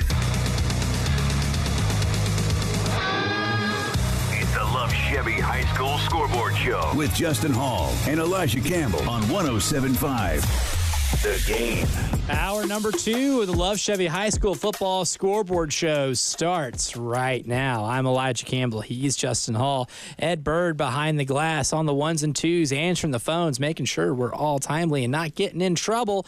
And he also was answering the phone for our man, Cale Wilson, who joins us right now with an update. Cale, what is the latest in the game you were at? We are in a defensive showdown so far. As the second quarter, it is 0-0 here. What was really surprising to me, Hammond was forced on a 3-and-out their opening drive. Their next drive, they had a 27-yard completion to Jack Croft on 1st and 20 to get it in Northwood territory, and then they were not able to get another first down after that. Michael Tyler has only had one reception so far for a loss of 2, and he just had a target a moment ago. And it was knocked out of his hands by Ty Washington, number 1. So this Northwood defense is doing a fantastic job. On one of their drives, they've also had trouble moving the ball. They actually decided to go for it on 4th and 1 on their own 31-yard line, and it paid off with a 35-yard run by Keyshawn Singleton, number 4, the running back for Northwood. But unfortunately for the Chargers, as I said, turnovers were going to be a big factor in this game. It looked like they were going to have a chance to maybe score some points, and they fumbled the ball. And defensive lineman for Hammond, John Stokes, jumped on top of it. Luckily for the Chargers, Hammond wasn't able to score on that drive, but it is still 0-0 as the Chargers are inside their own 5-yard line right now on second down with 10 minutes and 30 seconds to go in the quarter. 10 minutes and 30 seconds to go, and we still have a pair of donuts on the scoreboard over there between Hammond and Northwood Academy. Cale, thank you for calling in. We'll look forward to hearing your next update. All right, thank you guys so much. Again, at Savage College Football on Instagram is where you can watch that game live. Cale is streaming that as well as calling in and giving us updates. So that one gets kind of wild towards the end. We'll have to tune in ourselves there, Justin Hall. But yeah. Hammond, a team has not lost a game in their league since 2020. Got a really big test against Northwood tonight. I remember that game. We were actually on the air for that game happening in 2020, the COVID year. I was actually sitting in about the same place I'm sitting right now. That team is built so differently now than it was back in 2020 and certainly before that. Defense is where Coach Wheeler and that team make their bones. They can score with the best of them, there's no question, but defense is where they're hanging their hat. We'll see if they can get some points on the board. I'm looking, by the way, Uncle Lou Bejak is covering the game between White Knoll and Irmo, which appears to be a really good football game right now. I got to shout out Caleb Geronimi, White Knoll. I'm looking at a clip that Lou just posted at Lou at the State, by the way, on Twitter. You need to follow him. Yes. You just need to. A must follow. Put the updates on if you have to. Yes. Get them sent directly to your phone. This pass breakup, A.J. Bray was looking at a deep ball down the left sideline for Donovan Murph. You might know him. That was a easy pitching catch, and Geronimi just catches up lightning speed. The ball was kind of underthrown, but he caught up, and just a beautiful pass break up there for Geronimi, and that's the kind of defense White Knoll's going to have to play tonight. Again, it's a close ball game right now, but you're going to want to get Irmo into a situation where you're really frustrating them, and you're getting into the third quarter and late second into the third quarter, that 8-minute gap right there, where you're looking up at the scoreboard saying, wow, we're in this ball game. You need to be at that point. In defense like that, man coverage there for Geronimi, that's the kind of play you got to make if you're going to keep yourself in this ball game. Absolutely. I mean, and so far, defensive, they're making those plays. Can they just get enough points to be able to contend with Irmo? Because, even if Irmo starts off slow offensively, they just have the horsepower to be able to get back in it or be able to turn that light switch on and be able to get that offense humming like they normally do at any given time. This is a big drive offensively for White Knoll to be able to put some points on the board, get Irmo behind, and make them play from behind for a long, extended amount of time. Some more updates right now. now. We were talking about that back and forth going on between Brooklyn Casey and Gilbert. Well, Gilbert got the ball back after that explosive 80-yard touchdown from Brooklyn Casey and answered with another touchdown drive. So we're tied at 14 with 11 and a half minutes to go in the second quarter. Brooklyn Casey now driving onto the Gilbert side of the field. First down run, it looks like, or it'll be second in inches. But they have the ball second in inches on the Gilbert 39-yard line right now. So it looks like Brooklyn Casey might score another one right here, barring any turnover or 3 and out here. But exciting stuff going on right there. And one game we haven't talked about tonight, and I think this score will be pretty indicative of the rest of the game. Batesburg-Leesville all up on American Leadership Academy, 28-0 right now. Something about this game has me believing, Justin Hall, that the Panthers of Batesburg-Leesville will not be getting a visit from our own Ed Bird to eject them out of the undefeated club. I think they're safe for the week. Have we talked enough about how good that team has been this year? Absolutely. I feel like we have, but at the same time, I feel like we haven't. But what's happened down at Batesburg-Leesville is nothing short of darn near miraculous. Yeah. And it's an awesome turnaround. It's awesome. It's exactly what you want in high school football in an area of the state that just lives and breathes that team. I am just super impressed with the job they're doing and just continuing to win, right? It's not like it's not like they started 4-0. R&E did this a couple years ago, start 4-0, and then you look up at the end of the year and you're like 4-7, and no. They're still undefeated. They're still winning ball games. That's impressive stuff to me. And for a team like Batesburg-Leesville, again, that community, I love that area of the state. Great barbecue. It's shout out Sheely's. It's special. Shout out Sheely's. It's special. And I again, there are a lot of teams. We don't have favorites on this show. We want everyone to win. But at the end of the day, it doesn't happen. And so you're getting good stories like this. A couple years ago, it was R&E. A couple years ago, it was Dreer, Pillion. This year, it's Swansea. And it's Batesburg-Leesville, and it's really special each week to go. Could the pixie dust and the fairy dust run out here? No. Tinkerbell is still flying around and sprinkling the dust. Kind of in the same way, like in college football, you feel really good to see teams like Nebraska, who are historic powers or have awesome tradition-rich programs, be able to figure it out and get it together. It almost makes you nostalgic in a way to see some of those teams be really good after not being good for a while. To me, that's kind of like how I feel a lot of people in the Midlands would feel about Batesburg, Leesville, and Swansea, because they have fantastic traditions, right? When learning about a lot of the history of high school football here in the state of South Carolina, when I was working over at the Lexington County Chronicle, shout out, great publication, was a lot about the history of those two programs and being in really small communities, what those football teams mean to their communities and how much pride they take whenever their teams are really good, and having that pass and then kind of being down for a while. I mean, Swansea, it was down to being as bad as being winless last year, 0-10 last season, and now they have legit region championship aspirations this year. It would mean a ton for that town for them to get back in the playoffs, be able to maybe win a region championship and maybe flirt with making a run even far into the playoffs. Same thing for Batesburg-Leesville, too. And Batesburg-Leesville in 2A, I mean, if you beat Abbeville, you can beat anybody in that classification, right? So I don't think I think they fear no man right now. And so they have more than maybe just region title applications. They can flirt with finding themselves playing in the last game of the year, if you're catching my drift.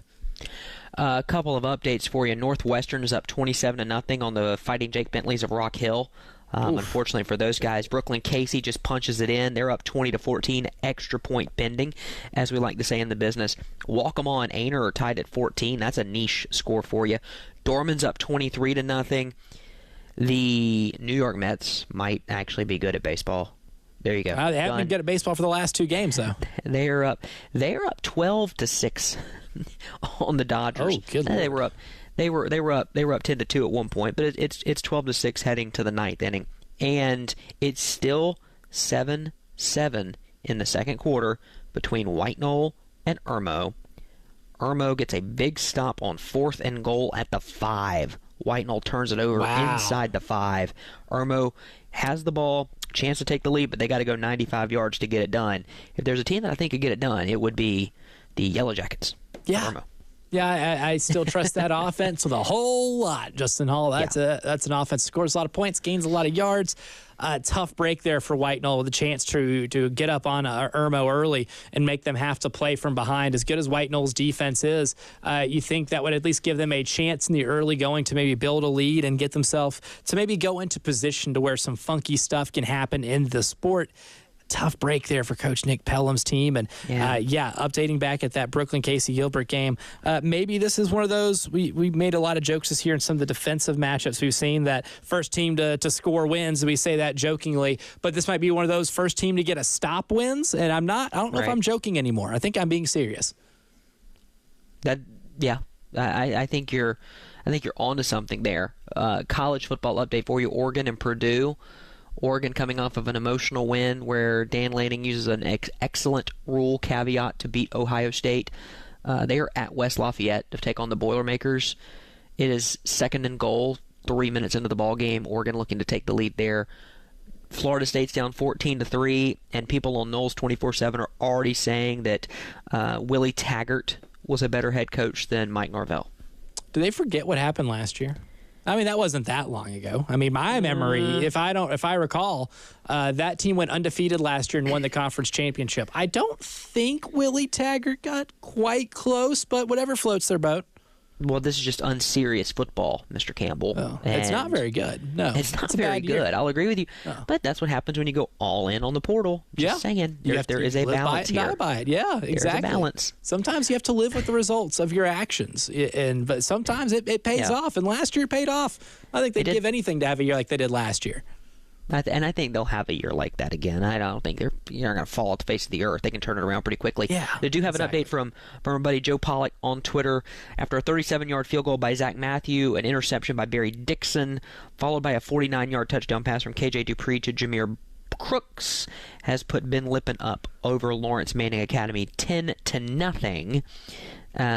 I mad respect to him. I heard Joe was out at the fair today doing his normal 9 to 5 gig, and then so he fills up on fair food, then has the gumption to tweet updates to us, and then is also doing PA at the same time. So mad respect to Joe, because he's probably ready to keel over from the corn dogs and the elephant ears if he's doing it right. Oh, maybe some of those fried mushrooms too. Yeah. Who knows what else was consumed? Not a big fried mushroom guy. My wife loves them, but I can't get into them. I don't like mushrooms in general, so deep frying them in oil doesn't really appeal to me. Oh man, I am quite the Portobello fellow. I am more of a fish fry guy. All for it. Also very good. Fair food's just great in general. That's so true. Yeah, it's hard to go wrong. Anything out of a truck, I feel like tastes really good. Careful. There's a lot of that there. Yeah, be careful with that logic though. I think that could land you in some trouble. I said truck. Dietarily. Or dietarily. Yeah. Also very true. Dietarily, it could land you into a bit of trouble. South Florence leads Wilson 27-0 after the first quarter. And Gaffney, 1-yard touchdown run. They lead Riverside 14-7. And A.J. Brand just ripped off a run, and Irmo is in White Knoll territory. Ooh, so is that says score for Gaffney is 14-7 Gaffney. Yes. And South Florence 27-0 over Wilson. Yes. That is. The South Florence is one of those teams, too, that, they got bounced in the undefeated club early. They've been kind of back of mind, but you can't completely ignore them because of, the run they made to the 4A state championship game and the legit Division I FBS talent that is on that roster, including, according to 24/7 Sports, the number one player in the state, Amari Adams, who is a Clemson commit. They also have Jaden Sellers, their younger brother of Lenora Sellers, who's also committed to be playing at South Carolina next year. That's a loaded roster. They had a little bit of a slow start because they scheduled insanely tough, so maybe some of those losses might have gotten them out of the minds of high school football fans here in the state of South Carolina, but they have been an absolute buzzsaw here in these last 4 or 5 weeks. And I've got another update for you here, a 27-yard fumble recovery. It is a scoop and score for Elia Montague. The AC Flora Falcons now lead their crosstown rival Drea 28-7. Still 1 minute to go in the first quarter. See, yeah, Dreyer's already in trouble. You can't let that AC Flora offense hum. You can't let them score anything outside of the offense because the offense scores enough points to where your margin for error is already pretty slim. The last thing you need to do is give them scores, and that's exactly what just happened right there. So AC Flora, the Fighting Tommy Moody's, all over the Fighting Alex Englishes of Drea, 28-7. Looking forward to seeing how that score ends up evolving over the course of the night. We'll go ahead and take a quick break, and we come back. We'll give you more scores and updates. Maybe talk a little bit about the big game tomorrow going on in Norman, Oklahoma, because for the first time, the Gamecocks and Sooners will play as conference foes. We'll get into all that and more as the Love Chevy High School Football Scoreboard show continues. 10 years ago, who could have predicted what the internet would bring?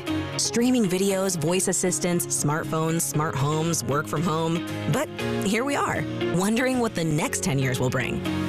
Whatever it brings, Lumos 100% fiber optic internet is ready with incredible speeds and reliability. So you can do more and be more than you ever thought possible on the internet built for the future. Plans start at $50 per month. Learn more at lumosfiber.com/next. Twin Peaks is the best in the game. Here, your favorite drafts are poured at a frosty 29 degrees, and rare barrel-aged whiskeys are served just the way you want them. It's bigger game days and bolder fight nights. I mean, where else can you find a scratch kitchen that always comes in clutch every day from lunch to late night? Only at Twin Peaks, the #1 sports bar. Twin Peaks Scratch Kitchen scores every time. Dig into hand-smashed burgers, chef-inspired flatbreads, and more at your local lodge.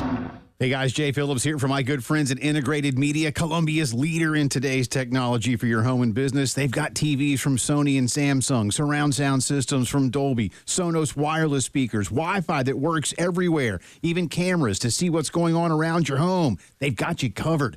Call Integrated Media at 803-948-8327. Set up a time for them to come out to your house and talk with you about your wants and your needs. You want to cut the cord? They can help. Want one of those beautiful Samsung frame TVs that looks like art when it's not turned on? They do that too. Plus fantastic outdoor systems that let you enjoy your favorite team, movie, TV show, or music while you also enjoy our beautiful South Carolina weather. You can even stop in and see them at the Experience Center, 105 Snapdragon Court and Chapin, and get a real idea of what these things look like in your home. Do what I've done, and many of your friends and neighbors. Call 803-948-8327 and get home theater like never before from Integrated Media.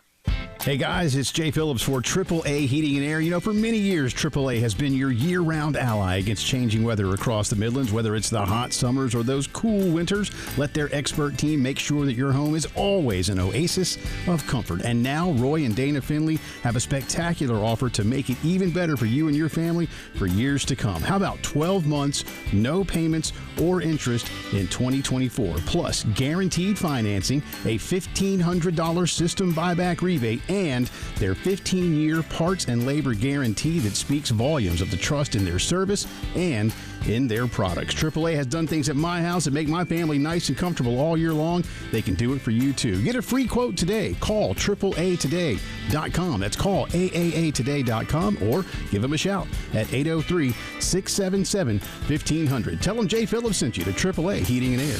AAA Air when you need us. AAA Heating and Air. The Love Chevy High School Scoreboard Show with Justin Hall and Elijah Campbell on 107.5 The Game. Love Chevy High School Football Scoreboard Show keeps rolling along here on The Game. I'm Elijah Campbell. He's Justin Hall. Ed Bird behind the glass, screening the calls, pressing the buttons, doing the important stuff that makes radio go. And right now, it looks like we have Bill on the line with an Abbeville score. Bill, what you got for us, good sir? Hey, what's going on, guys? Haven't talked to y'all in about a month now. Yeah, no kidding. Been out. Abbeville's up 40-0 on Whitmire. 8 minutes left. Now, this is the thing right here. I was telling Ed. Abbeville has had to run 8 plays for 222 yards. Oh, my God. 8 plays for 222 yards. Roughly, yeah, that's rough, give or take, because I'm listening to it on the radio. If I'm not at the game because I was driving. So, yeah, I'm listening to them on the radio. Oh, man. Bill, I just did the math right there. Not in my head, of course, using the assistance of a calculator. But that is over 27.75 yards per play. Can confirm I did that as well. My goodness. I don't think you're going to lose any games picking up 27 yards a pop. And if you don't give up any points, I like that recipe to win every single time. That's why they call us experts around here. Bill, thank you so much for calling in. All right, guys. Y'all have a good one. I'll talk to you on the 1st of November because we play Tuesday. Greenwood plays Tuesday, and then they play Saturday. Gracious. So we'll talk to y'all to the first against when we play Hillcrest. Oh, quick in-week turnaround. Goodness gracious. Yeah. Greenwood's trying to catch up. Yeah. Well, right. You know, we won last night. Yes, you did. Beat Woodmont. Last night. We beat Woodmont. I'm going to tell you real quick, Ezekiel Belcher, the running back number 7 for Woodmont, I'm going to give him props. He had all-purpose for 241 yards. He scored all their points. Jeez. Last night for Woodmont. So, goodness. But our boys, but the Eagles won. That's a good thing. So there you go. There you go. That's the most important thing. Doesn't hurt. Yeah. You give up however many yards you want, just win, right? That's right. Exactly. I think it was it's great to hear y'all. Yeah. So, appreciate it, Bill. Thank you, sir. Always appreciate you calling us. All righty. Bye-bye. Good stuff. Yeah, I think it's Kirk Ferentz who said his least favorite stats are total yards. Very fitting. That's because his total yards never eclipses 100. Also very true. that is also very true. If you don't put up a lot of total yards, you're probably not going to be fond of the metric. I mean, Kirk Ferentz doesn't give up a lot of yards, but they also don't gain a lot of yards. He does not like participating in games in which a lot of yards are gained. I want to go back really quick because that makes me think about something, Elijah, and I've got to think about it because now I have to addendum it with football. South Carolina and Iowa played in the Outback Bowl in Tampa on Thursday, January 1st, 2009. That Iowa Hawkeye team was 9-4. They scored 31 points that day, and they had shut out South Carolina 31-0 until the fourth quarter when Chris Smelley threw a touchdown pass to Jared Cook. As a team, Iowa had 22 first downs, and they gained 201 yards. 22 first downs, 201 yards. South Carolina outgained them 270 to 147. And they lost by 21. Good Lord. That is the most Iowa score or most Iowa type game I think you could ever draw up. And I think that's exactly how Kirk Ferentz prefers it.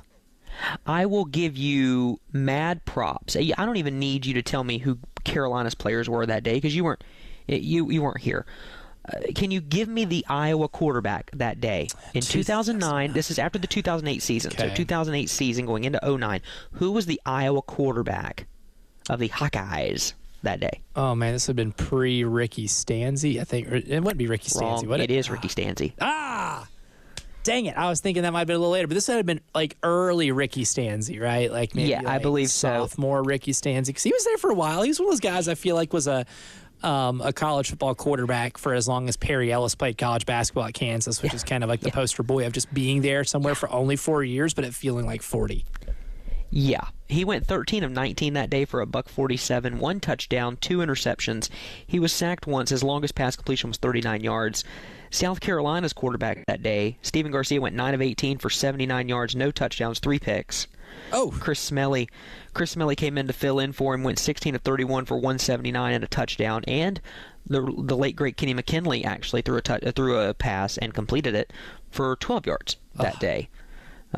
Wow. Stephen Garcia was the leading rusher for the Gamecocks that day with 29 yards gained on the ground. Ooh. Meanwhile, the leading rusher for the Iowa Hawkeyes that day was Sean Green. 29 Titans carries, legend. 125 yards on the ground, and 3 touchdowns, averaged 4 yards per touch. So, again, when we're talking about total yards, I think that game proves total yards don't matter. Yeah, at least not. That's my long, rambling answer. Yeah, if you're Kirk Ferentz, they don't matter. It works for some. Right. It will not work for many others. There are some people that can pull off certain stuff, certain jokes, certain things, and it do really well. And for some, it will not land the same. And I think the football equivalent of that is Kirk Ferentz neglecting to pick up yards on offense and neglecting one side of the field, and still managing to win 8 to 10 games on a yearly basis. What other show do you know on a Friday night in the year of our Lord 2024 in the month of October? Elijah is going to give you box score stats from Iowa and South Carolina in 2009 and wrap it into high school football. You don't find that anywhere else. Nowhere else. You don't find that quality. Absolutely not, my brother in Christ. Absolutely not. As we also give some more college football updates too. Duke up 17-3 on Florida State. Brock Glenn no longer in at quarterback for Florida State. Backups come in. He throws an absolute dime in the end zone that was dropped. So it's that type of night for Florida State. They're still, they got 3rd and 7 right now, I believe, near midfield. I would not expect that to be happening. And Oregon's up 7-0 on Purdue. That is 1-5 Purdue. Suffice to say, Drew Brees ain't walking through that door. That's true. The Mets have forced Game 6. Officially now. Officially. The Yankees have a 2-run homer from Juan Soto in the first inning. They are trying to close the book on the Guardians of Cleveland, and I'm tired of calling them the Guardians already. But with the Mets forcing Game 6, sir, that means that Game 1 of the World Series, regardless of what happens, will take place next Friday, October 25th. Oh, man. We're going to be on air as Game 1, same time as Game 1 of the World Series. I am amped for that. We were on the air for Game 3 of the World Series in 2021. For those of you who are living right in Major League Baseball, remember that is the day that Ian Anderson pitched to Jim in a foggy very foggy field. My goodness, very foggy. And Travis d'Arnaud hit a home run in the 8th inning to extend the lead to 2-0, and the Braves would take a 2-1 series lead on the Stros. Oh, remarkable stuff. Great year. Fantastic year. Great series. Good year. Yeah. Good year. It worked out well. Not even talking about the tires. Before we end up going to the break, too, I mean, South Carolina going to Norman tomorrow. What are your expectations for this game? I mean, I'm at this point, I'm expecting a win. Based off what you did in the Alabama game, you showed me the offense can be fixed and can at least move the ball. And if you take the turnovers out of the equation, you should beat Oklahoma, I feel like that, and I never thought I would say that in this market, that at South Carolina, I expect you to beat Oklahoma in Norman, but here we are, October 18th, 2024, and I am confidently saying I think you should beat Oklahoma on the road. Yeah, I think you should. I don't think this is your granddad's Oklahoma. I don't think this is your dad's Oklahoma. I don't think this is my Oklahoma from a couple years ago. Nope. They're missing a lot of wide receivers. Look, if you're South Carolina, you came very close last week, and I don't believe in moral victories. I don't believe those are things. I do believe that you can show progress in a loss. Yes. And when you looked at the stretch, and I think you and I have talked about this for a couple of weeks, months now, you looked at the schedule and you said, okay, you've got the 3 games on the road. Or a couple of games on the road. You've got Alabama, Oklahoma, Kentucky, and Clemson. That's just 4. You need 2 of them, right, to feel good. Mm-hmm. And then at home, you've got a mixed bag of LSU, Ole Miss, Mizzou, A&M. You have to win tomorrow. Right? You have to. 4-3 with a win over Oklahoma gets you the good vibes going into the bye week, and then you look up and you're like, okay, we got A&M, Mizzou, Vandy, not in that order, Wofford, and Clemson. Run the ball well. Lenore Sellers is playing well. I miss me, Mr. Campbell, with this Lenore Sellers ain't the answer. The kid's playing out of his mind right now. He's making mistakes. I can't help but remember when South Carolina fans were clamoring for freshmen to play quarterback here at Carolina for years when the starter wasn't playing well, and said, quote, we'll live with the mistakes. They just need the experience. Well, Lenore Sellers has played a full game against Old Dominion, a full game against Kentucky, and then that first half of LSU, you were like, oh, he's figured it out. Then he got hurt, didn't play against Akron. Now you got about a 2.5-week break before he plays Ole Miss. You see what happens there. And then look what he did against Alabama on the road. Mm-hmm. Remarkable. He outplayed Jalen Milroe. And again, my thing is, he threw a dime to Nick Harbor in the end zone. That was a dime. There's not many quarterbacks making that throw. And to be fair, that throw lady had a guy underneath him. He didn't take him, went Nick Harbor deep, and it looked like Nick kind of stopped running a little bit. He absolutely stopped running. Yeah, Nick Harbor had no idea the ball was in the air. So to that point, you've got your guy. Mm-hmm. Go win one with your guy. Be 4-3, and look up at the score. Look up at your schedule and go, okay, we need to find 2 wins between A&M at home, Mizzou at home, at Vandy, the Fighting Pavias, the Kill Zone, Wofford at home, and Clemson on the road. You got to get 2 of those. Yes. Because you just need to get to bowl eligibility. 6-6 is a good year. And if you look up at the end of the year and you're 6-6 or 7-5 and you had close losses to Alabama and LSU, games you probably should have won, I think the vibes are really good going into 2025, y'all. Carolina should win tomorrow. They can score 14 points and feel good about a win tomorrow, the way that defense plays and the way Oklahoma's offense plays. Now, if you're partaking in that game and you're not in Norman, Oklahoma, if you are and you're listening to us right now, I respect the game. Yes. But if you're not, you're probably going to have to consume that game via the internet, I would think. Is that correct? What?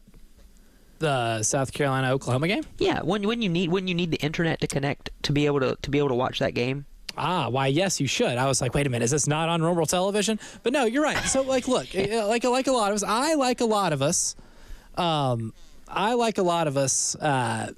consume football via the internet. And not just, like a lot of people have cut the cord on cable. I know many people who have cut the cord on cable. I definitely am one of those. And one thing that can make it a whole lot faster is our friends over at Lumos. And they ask you this question. That's why reboot the internet when you can rebuild it? Right? The internet, as we know, it was built for the last 50 years when landlines ruled and cable TV was the future. Now we've cut a lot of our cable cords. We've going to streaming like I have, where now watching a football game on the internet isn't just watching it an obscure game, but watching big games like the Carolina game. You can watch on the internet and need the assistance of fast internet, but it's time for the internet as we don't know it. Where small cities have internet as fast as big cities, where these uploads are as fast as downloads, where your digital life is never interrupted, and the metaverse isn't just a concept, but a part of life. It is time for 100% fiber optic internet that is built from the ground up. An internet built for communities where we live, work, thrive, and grow. It's an internet built for small businesses that want to make a big impact. An internet built for families with smartphones, video games, voice assistants, tablets, nanny cams, robot vacuums, watching college football, and everything in between, all online, all at the same time. An internet built for the most hopeful of all things. That's the future. Because whatever the future holds, they make it faster. Lumos, internet built for the future. See your future at lumosfiber.com/future.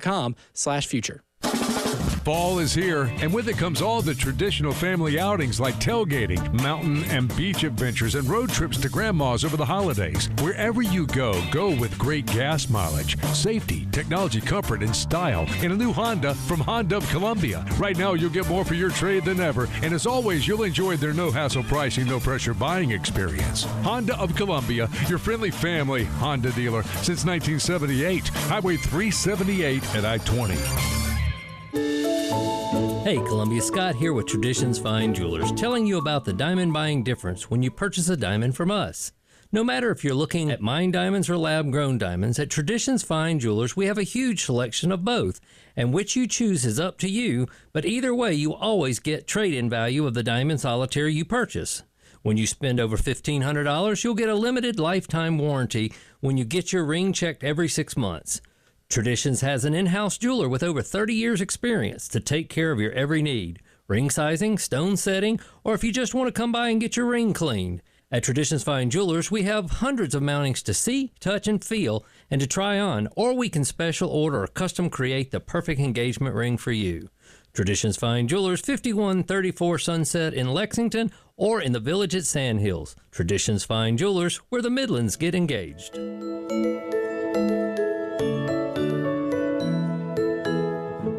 Bill Gunner for Dr. Dan Balknight and the Men's Clinic. Getting older is never fun. You start experiencing some symptoms that you're not accustomed to. Maybe it's brain fog. Maybe it's low energy level. Maybe it's lack of drive and motivation. But at the Men's Clinic, Dr. Dan Balknight is ready to help you with an individualized treatment that will treat your needs. So give them a phone call today, 803-875-MENS. Again, that's 803-875-MENS, or visit them on the web for more information, mensclinicsc.com. It's the Love Chevy High School Scoreboard Show with Justin Hall and Elijah Campbell on 107.5 The Game.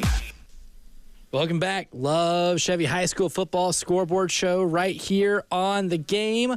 I'm Elijah Campbell. He's Justin Hall. Ed Bird behind the glass, and I am just getting word that there is a solo home run from Wells. The Yankees are up on the Guardians 3-1 in the top of the second to the evil empire of sports. Yuck. Has taken a lead. I've got no real dog in the fight. My bandwagon team for the playoffs was the San Diego Padres. As a Cincinnati Reds fan, it'd be cool to get to experience one of these eventually. Baseball, they're fun. Playoff baseball looks fun. I would sure like to know. You got Tito. Tito. You're fine. Yeah, well, we'll be back. We'll be there. Yeah. I will say, though, Justin Hall, you'll get a kick out of this. The first time I ever got to watch a playoff baseball game with my favorite team in it was when the Reds made the playoffs in 2010. No, it's been 2009. I was a freshman in high school. 2009 is right before our basketball season started because we were on fall break, and my mom took me and my siblings onto a Disney cruise where I got violently seasick, right? Violently. It was a miserable experience. I was ill the entire time. But I remember the second night that we were there, I was like, well, I'm just going to take a bunch of Dramamine. I want to stay in the hotel room. My brother, my sister, and my mom are going to go, do a lot of the fun cruise festivities. And I'm just going to stay in the room, and I want to watch my favorite baseball team play a playoff game for the first time in my life against the Philadelphia Phillies. And guess what happened? Roy Halladay no-hits them. So not only am I violently ill on a boat, am I all medicined up, and I'm missing out on all the fun stuff my family's getting to do without me. I am painfully watching all 27 outs of my team fail to get a hit on Roy Halladay in the first ever playoff game I get to watch them play. There have been very few more long, agonizing sports viewing experiences in my lifetime. I will say that. There's not many times. Like, I've had some heartbreaking losses as a fan of many teams, but never a drawn-out, hopeless sports viewing experience like I experienced on that Disney cruise while vomiting all along the way. It was terrible. We'll get to the high school scores in just a second because I got a few updates for you. What would you rather have, though? Let's take out the ancillary seasickness and Dramamine and all that. Would you rather get no hit in the playoffs, or would you rather lose Game 5 at home, giving up 11 runs in the first inning? Oh, man. Because I've experienced that. I think maybe the 11 runs in the first inning. Or would you rather have the infield fly rule called on you in 2013 in a one-game wild card game when the ball was in left field? Or, Mr. Campbell, would you rather lose to the Dodgers in the Disney series in Game 7 because Luke Jackson can't do anything but pitch breaking balls that hang? Yeah. I can go round and round. Yeah, I don't know. I still think, when you're starved for a playoff berth, true. And the first one is one where you are ill yourself, and then the performance on the field makes you even more ill. That's tough to top, but those would be on that list. I could say what's really fun, though, those would be on that list. I do remember a Reds-Braves playoff series from 2020, I believe. Was that? Am I not? That is right. Yeah, the Reds did make the playoffs, and that was like Trevor Bauer game was fun. An extended playoff where the Reds also, for the entire series, did not hit at all. Yeah, they didn't. They did not. The Braves had a really good pitching staff. Yeah, and the Reds had the Cy Young winner, and it didn't matter because you know what? In order to win baseball games, Justin Hall, you must score more runs than the other team. Notice I put the emphasis on the word score right there. I have heard. They did. Speaking of scores, River Bluff is up 17-0 on Chapin. Barnwell is up 13-7 on Hampton at the half. That game, according to my buddy Chris on Twitter, tells me that is for a region title. And I have an update here from Robbie Hardy, who we heard from earlier, the AD at Riverside. Gaffney and Riverside tied up at 14 at the half. Ooh, okay. A TD reception as time expires gives you a 14-14 ball game at the half between those two rivals. Before the game, we really put some heavy emphasis on this game tonight. That this could be the result that that we end up looking back on, and we talk about our drive of the week every week. it could come from this game. There's a lot that could come out of this, and with all the region implications and Gaffney still being undefeated while also fighting off the course of 3 overtimes over the last 2 games, that there's a heavy emphasis on this game tonight, and so far it's delivering through one half of football. Speaking of scores, we'll go ahead and take it over to the phone lines right now, and Cale Wilson is back on the line with us for an update from Northwood Academy and Hammond. Hey, guys. Can you guys hear me okay? Oh, you sound wonderful. Okay. All right. Just making sure. So at halftime, Hammond leads Northwood 13-0. I know I told you that turnovers were going to be a big part in this game in the first quarter. I know I said that Hammond forced a fumble recovered by John Stokes. Northwood actually ended up getting the ball, and they stopped Hammond on that drive. They ended up getting the ball at their own 2-yard line. They had a 29-yard pass complete to Ty Washington. It looked like a Northwood drive was going to end in a score as they started driving down the field. But then the turnover monster got them as Austin Grady threw an interception to number 11, Jackson Ross, the Hammond linebacker, for a 66-yard pick six. Oh, goodness. And after that, Northwood went 3 and out. And unfortunately for them, they punted it. And on 3rd down and 19 for Hammond, a jump ball was caught by Dalen Haltewanger in the end zone over DeJuan Henderson. And Hammond ended up taking a 13-0 lead. Will Watts for Northwood blocked the extra point. But Northwood is -2 in the turnover margin side against Hammond. And you can't go -2 against a team like Hammond in the turnover margin.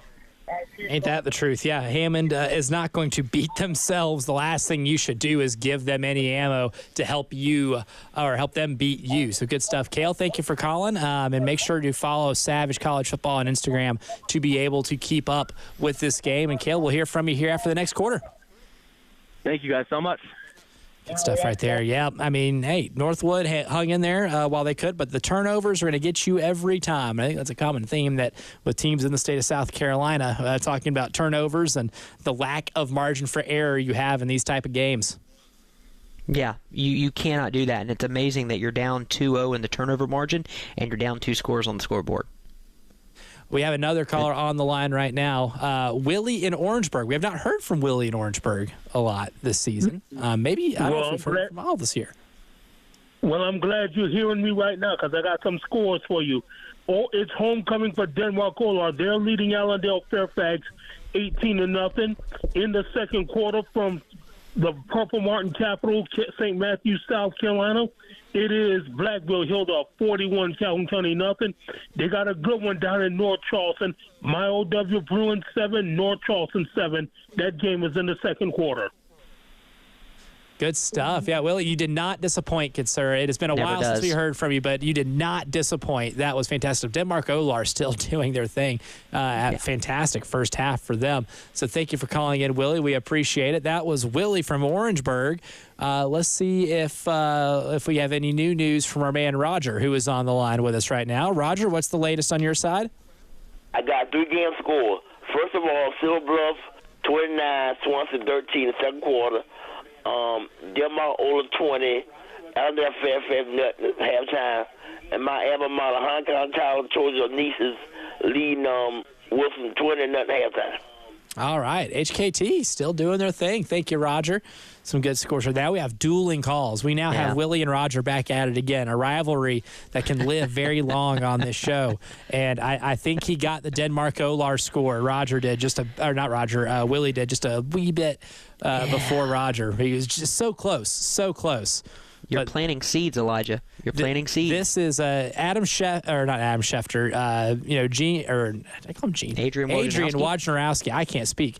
Adrian Wojnarowski and Sham Sharania has nothing on the rivalry of insider info between Willie and Orangeburg and Roger. Nothing. That's true.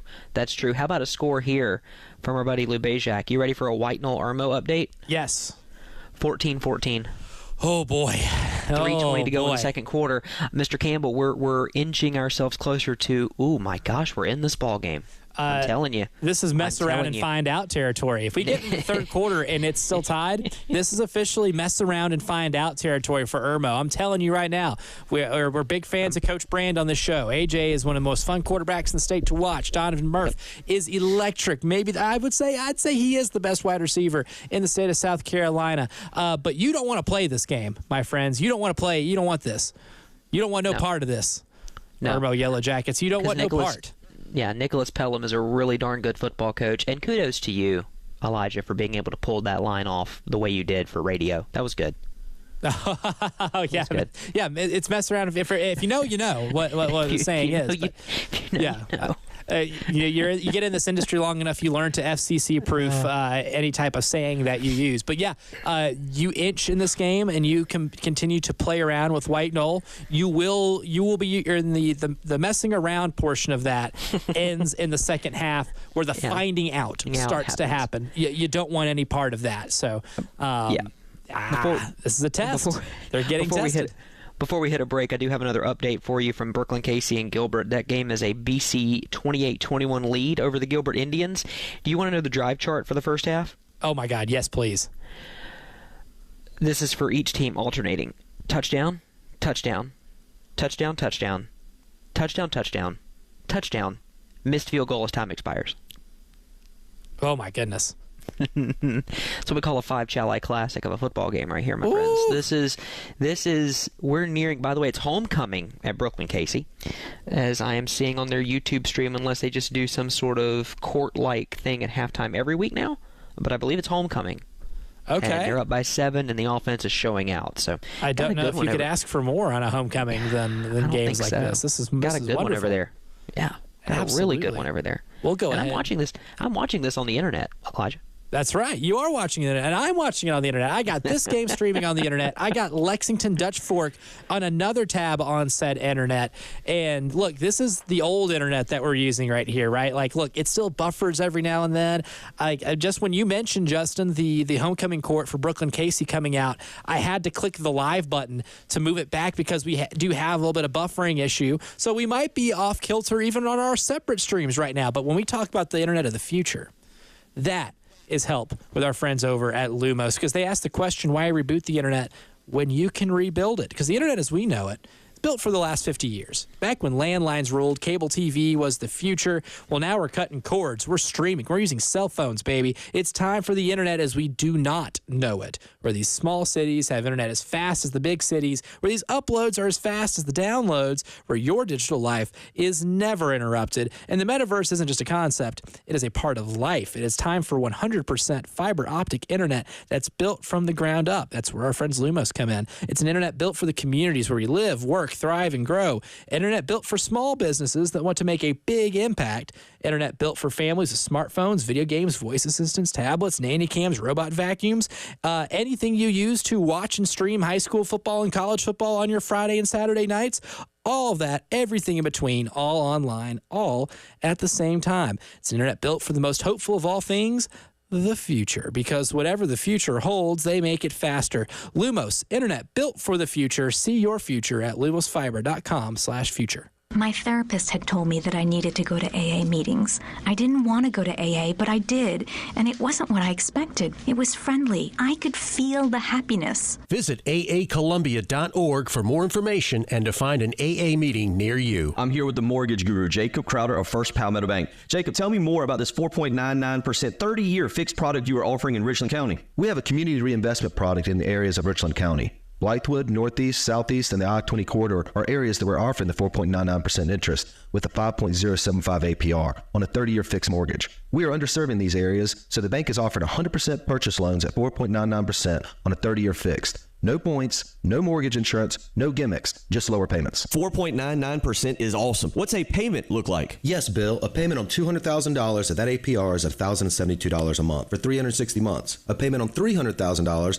is at $1,608. These estimates do not include taxes and insurance. These loans are only for primary residences, and the loan amounts are capped at $300,000. Call me today. My number is 803-719-1005, or you can email me at jcrowder@firstpalmetto.com. All loans are subject to credit approval and property appraisal. First Palmetto Bank is a member of the FDIC and an equal housing lender. My NMLS number is 198432. AAA Heating and Air is on the hunt to find the oldest AC unit in our Midland service area. Do you think it could be yours? If you do, it could pay off. AAA Heating and Air and My Oldest AC contest is kicking off, and you have a chance to win a new HVAC system for your home. Just head over to their website, myoldair.com, and complete the online entry form. AAA Heating and Air will draw a winner at random for every 100 entries. It really is that easy. Contest is limited time only. Residents in the AAA Heating and Air service area are eligible to enter. See the terms and rules on their website for a full list of contest rules. Hey guys, Jay Phillips and Grayson Griner here for our friends at Integrated Media. Grayson, now that you and the family have settled into life after years in the bigs, I hear you've added to what Integrated Media had already done around the house. Tell us what makes your system so much fun to use. Yeah, Jay, Integrated Media has taken care of us from day one. Everything they do looks fantastic, everything they do sounds fantastic, and everything runs seamlessly when it comes to our smart home. In today's day and age of streaming everything, having a strong Wi-Fi connection throughout the house is critical, and Integrated Media is the best in the business at setting you and your family up with everything you could ever need. Now, I don't know about you, but having an outdoor system that looks and sounds like the indoors is better than I could have imagined. Yeah, one of the perks of living in the Midlands of South Carolina is enjoying time outdoors virtually year-round. From weatherproof mounted televisions to outdoor speaker systems, Integrated Media is the standard when it comes to outdoor entertainment. They're the only people I would ever recommend when it comes to outfitting your smart home indoors or out. Work with the best in the business, and that's our friends at Integrated Media. Grayson and I can't recommend them highly enough. See their work on Facebook and Instagram, then call them up at 803-948-8327 and get Integrated Media into your home today. Quietest dishwasher in the land. Like a Bosch. Dishes drier than the desert sand. Like a Bosch. Wash the dishes like a Bosch. Clean like a Bosch. Check out the selection of Bosch dishwashers at the Nest in the Vista. It's the Love Chevy High School Scoreboard Show with Justin Hall and Elijah Campbell on 107.5 The Game. Welcome back to the Love Chevy High School Football Scoreboard Show right here on The Game. And before we get to the total rundown, because most of these games are now at the halftime break, we'll go ahead and get one more update from Willie. Willie, thank you for joining us, sir. And the rivalry goes on to my after my radio buddy just called. Bamberg Gerhardt 28, Ridgeland nothing, and HKT's 20-0 over Willis and Elko. I wish his HKT Trojans the best luck, even though they got lucky against my Bruins a couple of weeks ago. But I want to see him at Oliver C. Dawson Stadium for the championship. Yes, hey, that's not out of the realm of possibility, Willie. It's not. It's not out of the realm of possibility. OW and HKT playing really well this year. I think we might be possibly a collision course game. I would like to see it. Yep. All of Orangeburg County will be there, too, because I know my good friends coming out of Norway, South Carolina, the Norway Nices area, Nices Highway number 4, and, of course, myself, Highway 601. Let's go get it. Absolutely. Yes. Willie, thank you so much. Good, sir. Good stuff. Willie bringing it, as always. Willie from Orangeburg. And with that being said, Willie gave us some scores. Now it's time to run down the first half of a lot of the games that we have going on in the state. Hit it, Edinburgh. Oh, that feels good. That feels good. All right, so we got a lot of scores here to get to, ladies and gents. Most of these games are in the halftime, but I'll note if otherwise. The Warhawks of Colleton Prep lead the Lee Cavaliers 17-14 over in Bishopville. The Chester Cyclones of Chester lead the Caps of Columbia 34-0. That is homecoming for the Chester Cyclones, and they are doing a number on the Capitals. One of our games of the night, Mr. Campbell, Somerville, the Green Wave, the Fighting Preston Thorns, they lead Ashley Ridge 28-20 in the second quarter. Really good ball game there. Points. 48 points in total right now. Both of those teams are averaging anywhere from 42 to 45 points per game. We are on pace. No score showing between Newberry Academy and Lawrence Academy. If you're at that game or know of that score, give us a shout on the Love Chevy phone lines, 803-404-6100. Branding. Hammond leads Northwood 13-0 at the half. Trinity Collegiate over Northside Christian 14-7 at the half. No score showing between Cardinal Newman and Augusta Christian. If you got that one, let us know. Powdersville, the Patriots of Powdersville up in Greenville lead the Mustangs of Palmetto 26-14. No one waltzes into Kellytown and comes out unscathed, including our Darlington Falcons. It is 27-0. Hartsville Red Foxes over the Darlington Falcons. The Hilton Head Prep Dolphins are tied at 14 with the St. John's Christian Cavaliers. That one's in the third quarter. Batesburg-Leesville up 35-0 over American Leadership Academy over in Lexington. The Patriots trail the Panthers there. That wouldn't happen in the NFL. The Latta Vikings lead the Lakeview. Panthers. True. The Lakeview Wild Gators trailed the Latta Vikings 12-7 in the third quarter. Johnsonville Flashes lead the Green Sea Floyd's Trojans 7-0. Sorry about that, Phillips household. 7-0 in the first quarter. The Carvers Bay Bears lead the Hemingway Tigers 54-0 in the second quarter. Running clock. The Ridge Spring Minetta Trojans have doubled up the Wagner Sally War Eagles. It's 16-8 there at the half. The Fighting Rogers of Hunter Kinder Tyler lead Williston Elko 20-0. The Louisville Lions just traveled up to McBee and said, we'll take on you and we'll take your peaches as we leave. It is 43-7. Lions over the Fighting Rick Henrys of McBee at the half, 43-7. Lamar, the Silver Foxes, the Fighting Tommy Suggses, they're tied with Lee Central, the Stallions, 6-6 in the first quarter. That's got to be further along than that. Give us a score update on that one. Abbeville leads Whitmire 53-0 at the half. At the half, ring the bell. It's over. The Panthers of Abbeville in command. Running clock. How about this one? The Mountain View Prep Stars lead the Woodruff Wolverines 17-10. The battle of the unbeatens. Oh, Woodruff might be getting escorted out here soon. Silver Bluff, the Bulldogs lead Swansea 9-0. Loris over Georgetown. The Bulldogs trailed that one 38-0. Keenan, the Raiders, lead Fox Creek 14-0. The Dillon Wildcats lead the Marlboro County Bulldogs 7-6, while the Union County Yellow Jackets trail the Chapman Panthers 22-7. Good vibes for Panthers here tonight, folks. Maybe that'll spell something for the team in Charlotte. Yeah, probably not. The Waccamaw Warriors lead the Aner Blue, or tied with the Aner Blue Jackets 22 all at the half. The Woodland Wood Wolverines are leading the Burke Bulldogs 28-6 down in Dorchester County. The Warhorses of Barnwell lead the Hampton County Hurricanes 13-7 in the third quarter. The Braves of Sherall, that's right, at least one Braves team is winning and still playing. They lead the North Central Knights 28-0 at the half, while the Golden Rams of Chesterfield lead the Yellow Jackets of Beaufort 24-7. The Pageland Central Eagles lead the Andrew Jackson Volunteers 12-0 at the half, while BHP, the Bears of Belton Honeypath, lead the Crescent Tigers over in Honeypath, South Carolina 28-7. The Tigers of Saluda have scored 19 points. They lead 96-19-7. The Red Devils of Clinton lead the Cardinals of Landrum 14-10 in the second quarter. Chesney is eking out over Liberty right now. The Red Devils trailing that one 14-13. The Bobcats of Bluffton lead the Collin County Cougars 7-3 in the second quarter. There's a cougar in the car. Beaufort and Bishop England are tied at 14. All the battling Bishops hanging tough with the Eagles. Oh, ring the bell. Running clock over in Florence. In the PD, it is a splattering. Wilson trails South Florence 55-8. Oh, heavens. We mentioned that Brooklyn Casey score. It's 28-21. The kickers are on the field. We're getting ready to start the third quarter there. Running clock over in Midland Valley, over in Graniteville. 42-0. Midland Valley leads the Fighting Green Hornets of Aiken. The Camden Bulldogs in a region matchup lead the York Cougars 14-7. AC Flora, the Fighting Tommy Moody's, all over the Drea Blue Devils. Yeah.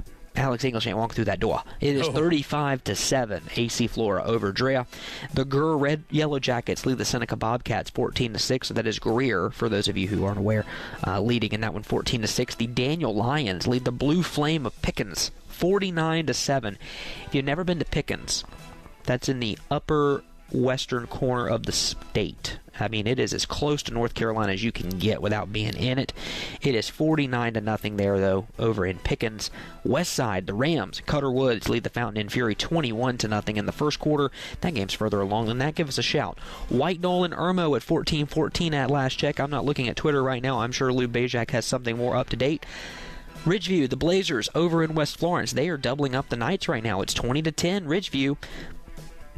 The Burns Rebels lead the Eastside Eagles 7-0 at the half, and Goose Creek leading Lucy Beckham 17-0 in the first quarter, and the Gaffney Riverside game tied at the half 14-14, and I'm going to take a sip of water.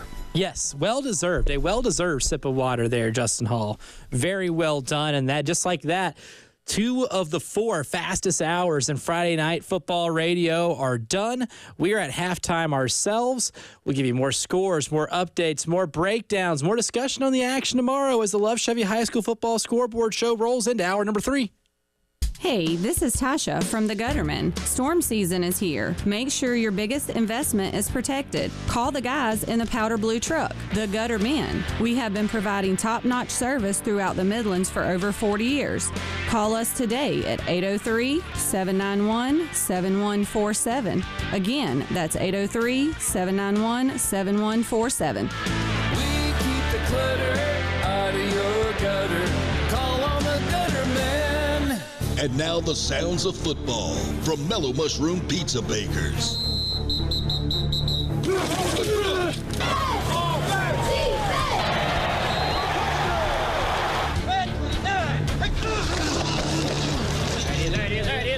Enjoy the taste of football, too, with hand-tossed pies, hoagies, wings, meatballs, hot pretzels, and over 100 beers from around the world. Mellow Mushroom, in the Vista and on Sunset in Lexington.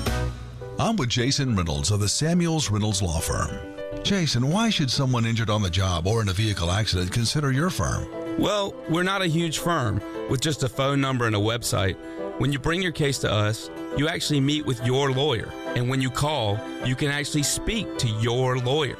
We also have a diverse team that understands you and where you're coming from. Samuels Reynolds. True injuries, true lawyers. 803-779-4000. Fall is here, and with it comes all the traditional family outings like tailgating, mountain and beach adventures, and road trips to grandma's over the holidays. Wherever you go, go with great gas mileage, safety, technology, comfort, and style in a new Honda from Honda of Columbia. Right now, you'll get more for your trade than ever, and as always, you'll enjoy their no-hassle pricing, no-pressure buying experience. Honda of Columbia, your friendly family Honda dealer since 1978. Highway 378 at I-20. WNKT FM, Eastover, Columbia. Congrats to the Gamecocks women on another national championship. A Cumulus media station. It's the Love Chevy High School Scoreboard Show. With Justin Hall and Elijah Campbell on 107.5. The Game. Rolling into hour number 3, the Love Chevy High School Football Scoreboard Show right here on The Game. A lot of games here at halftime right now. And as Justin said, as I'm looking at Gilbert, Brooklyn, Casey, have the kickers out getting ready for their second half. We're getting the second half of our show right here. A lot of results that we just ran through in the last segment. A lot of exciting games. I think they're going to go down to the wire. Some blowouts, some surprising games so far. I mean, out of all the scores that we've been able to sift through here, Justin Hall, is there any that have been really surprising to you, or one that you maybe didn't think was going to be an interesting game tonight, but the way the course of 2 quarters have gone maybe have commanded your attention? That River Bluff game is intriguing to me, River Bluff and Chapin. That BC Gilbert game's another one. Again, maybe it's because I got my eyes on it. It's been a pretty solid football game to this point. If you like explosive plays, that's the game for you. If you like offense, if that's your thing, I mean, I guess. No, it's been a really entertaining game to say the least. Those are a few. That Riverside Gaffney game, I thought it would be good. I didn't know if it'd necessarily be that close, 14-14 at the half. That Somerville Ashley Ridge game is another one. I thought Ashley Ridge would be out in front by this point, and again, it's halftime, so that's neither here nor there. That was just being uber shocking, other than White Knoll and Irma. Yeah. Maybe would be the one, now that I'm thinking clearly with my brain. And that game being tied is, well, just a little shocking. I thought White Knoll could stay in it for a quarter and a half, but we're now 24 minutes of action in here, and they're putting up a pretty good ball game against A.J. Brandon, that offense. They are. That's one of those games. So when Lexington and Irmo played, recently, we figured, Dustin Curtis and the Wildcats would have a game plan where they would try to limit possessions as much as possible. Do whatever you can to shrink the football game. And they were able to do it successfully for like a quarter and a half. I think White-Knoll's been able to do that successfully for 2 halves, but the difference is, too, White-Knoll's been able to actually put up some more points on the board, making this a 14-all game. Like, look, we mentioned it in the last hour. This is mess around and find out territory if you're Irmo, right? When you're a favorite on the road like that against a team that is well coached and refuses to quit, refuses to go away, and you don't bury them in the opportunities that you might have in the first half, that's the messing around stage. In the second half, if the game gets close late in the game, you open the door for luck to happen, for Lady Luck to poke her eerie head out and be able to have an impact on this game, and that's when you reach the find out stage. Right, exactly. And you have to be careful when you're at this point too, because if you're Irmo, you know what happens, Mr. Campbell. When you're a heavy favorite, I mean, there aren't betting favorites in high school football, at least there shouldn't be. No, if there is, then the number calls you. Actually, you don't call the hotline. The hotline will call you. That's correct. But when you're a heavy favorite and you're the more talented team, can we say that?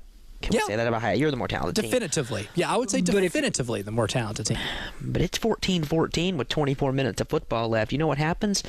Things get a little tight, and you start playing tight. And when that happens, shockingly enough, when you play loose, you're less likely to make mistakes sometimes. When you play tight, you're overthinking it.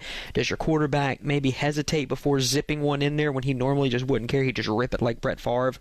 Which probably is a bad example because he would just make mistakes regardless. But you're in a situation where you don't need to play tight in the second half, because if you do, you're going to find yourself with a loss. Mm-hmm. And then your goals are still in front of you. You can still win the region with a loss. You're just going to need to play flawlessly, and you're just going to need to go beat Dutch Fork at this point. So it can be quite crazy if this game continues to play out the way it does. By the way, Brooklyn Casey just opened up the half with an onside kick. Holy Sean Payton, man. Oh, my God. I just watched it. That bounced off the chest of a Gilbert player, and I think this isn't really hyperbole. That ball might have popped out like 10 yards ahead of him.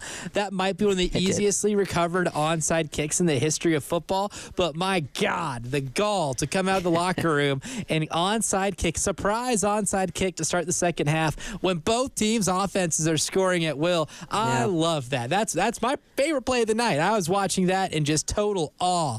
Love that from Brooklyn Casey. Play of the night so far. Way to start the half. That football is such a romantic sport in that way, and then immediately you get tackled for a loss for like -8. These two teams just know each other so well, and we're getting caught in one on one game here, but these teams have played each other. They went into the same region after being in the same region previously. So these two clubs know each other, and they know each other intimately, very well. They play every year, and it's usually for a region championship. This has turned itself into a really good rivalry matchup, and I think that when you're looking at this coming down the stretch, again, as I said off the top of the show, these teams aren't playing for a region championship. I think that's probably going to go to North Augusta at this point, or Gray, depending. You're playing to make the playoffs. And B, it might come down to some tiebreakers as to whether you play one game at home in the playoffs. Because again, for many of these players, they're going to go pro in something other than sports, and they're not going to play at the next level. They're just not. They might not have prospects to play in the next level. They might not want to play at the next level. Mm-hmm. But after playing 4 years of varsity football, for some of them, wouldn't you want your last home game to be a playoff game? Absolutely. So you were a high school basketball player. You know it. Mm-hmm. You want that last game to be a playoff game. Mean something beyond just a win and a loss. That's kind of I think as we're looking to late October, and we would have Chris Deering on, but he's in China. He talks about this a lot, where you're getting into late October, early November, and we're wrapping up the regular season here in a couple of weeks. You want to be practicing on Thanksgiving. Mm-hmm. That's where you're at. That's the goal. Now. Yeah, that's where you're at. You're now thinking in that manner. And when you talk about region matchups against teams that you know very well, you're there in your head. You're already thinking, how do we play How are we playing in the 3rd or 4th week of November or the 2nd week of December at this point? And so that's what makes this matchup. BC and Gilbert, you look at, they're 2-2-4 teams. Who cares? No, this game means something. Yeah, it absolutely does. And I do love the games that have some extra cultural oomph to it as well. We love talking standings, we love talking playoffs as we do on this show, but just watching Brooklyn, Casey, and Gilbert right now, 2 teams in the same county, there's a lot of good cultural oomph to a game quite like that. So we'll definitely keep you posted. And it looks like Brooklyn Casey's driving down the field right now, past the Gilbert 30.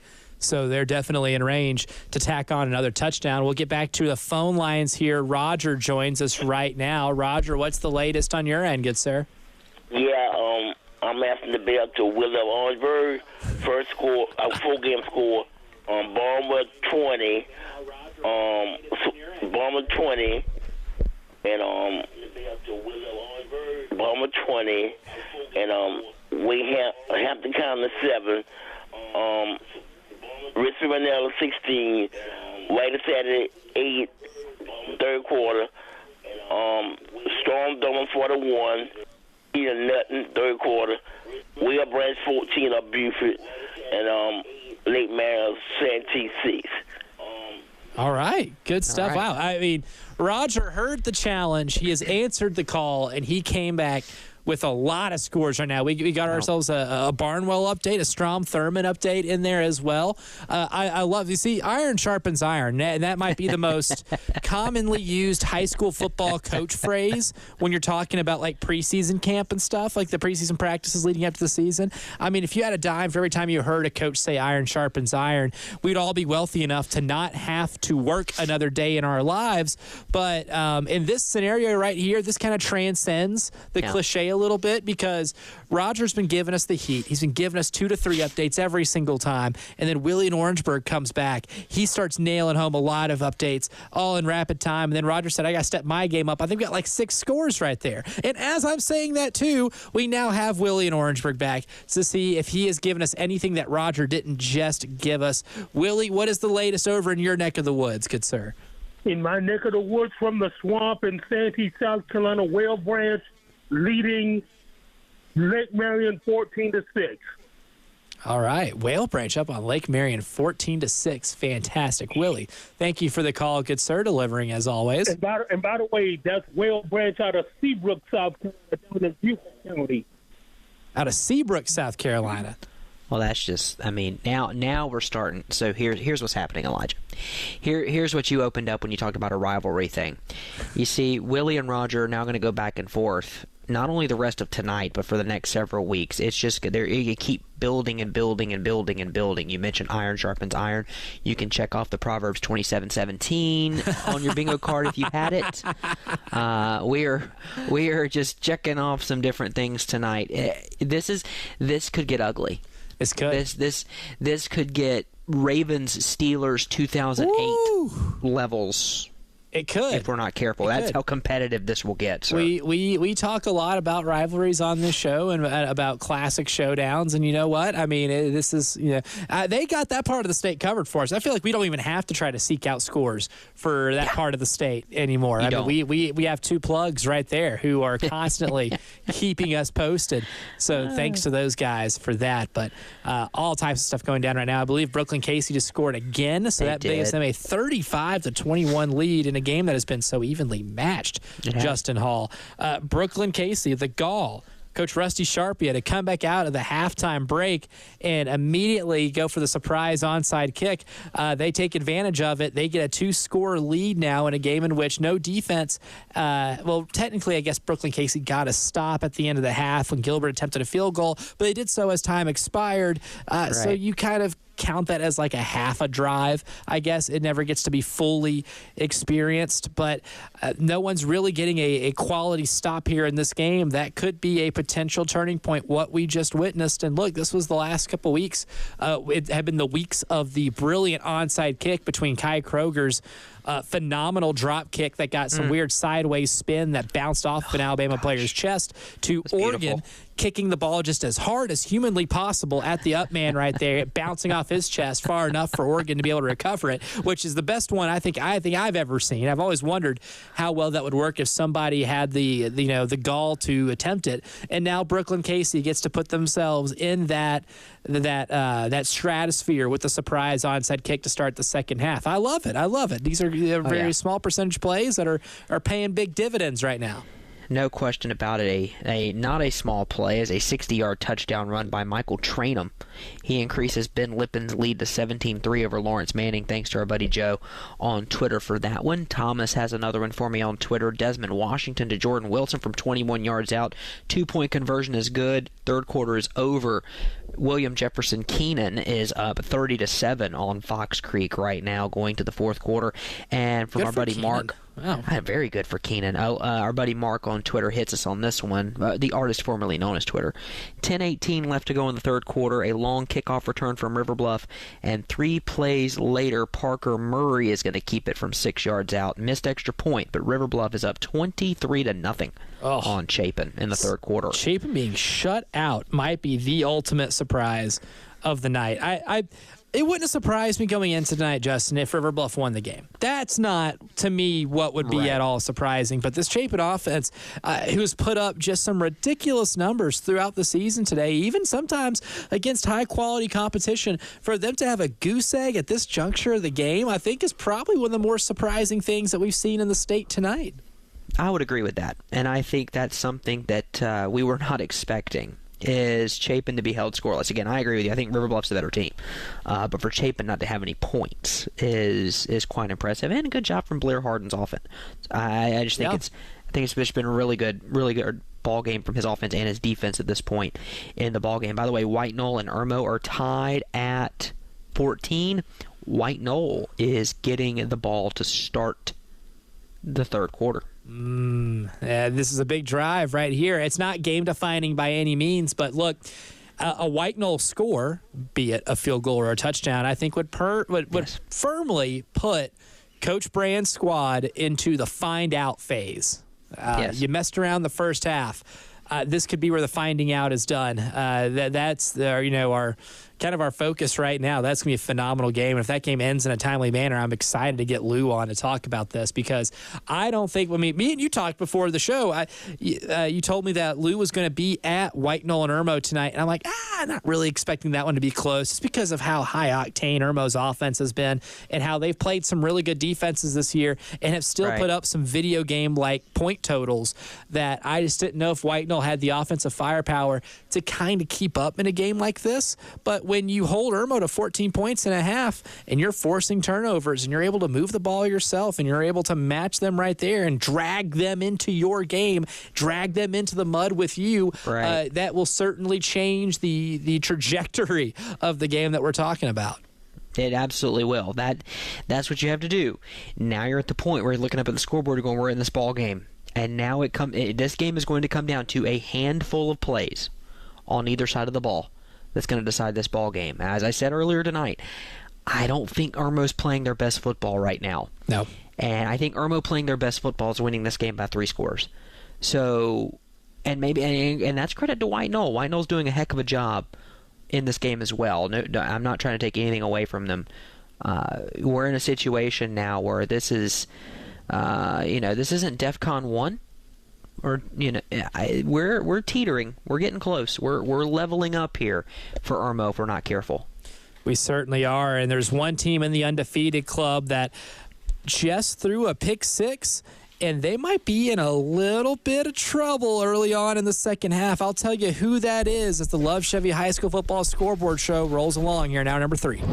Hey guys, Jay Phillips here for Integrated Media. You know they've been the Midland's leader in home theater for the past 2 decades. From installation of amazing 4K televisions and surround sound systems to Wi-Fi that works everywhere, no one else compares to their customer service and quality. And now the guys at Integrated Media have expanded their brand to provide a state-of-the-art golf simulator experience next to their offices in Chapin. Pro Swing is what it's called. The golf simulators by Golf Zone have automatic tees. You don't have to bend over to set up your next shot. Amazing swing plate moving up to 24 different directions selections for a truly lifelike experience. The playing surface has simulated greenside and fairway bunkers, even 2 different cuts of rough to bring a real-life experience inside with 68 degrees of air conditioning every day. One golfer can play 18 holes in about an hour, 2 in 2. With selections of non-alcoholic drinks, domestic, and craft beer, it's fun for the entire family. To book a tee time or to get golf lesson packages, visit ProSwingColumbia.com or call 803-948-8327. Have a blast with Pro Swing and Integrated Media. Voting is not a privilege, it's your right. A person with a disability deserves full access to the voting process. Disability Rights South Carolina encourages you to head to the polls on November 5th. From curbside voting to tabletop placement for wheelchair accessibility and audio ballot via headphones, voting is for everyone. If you have a disability-related voting problem in South Carolina, call 866-275-7273 or visit disabilityrightssc.com/voting.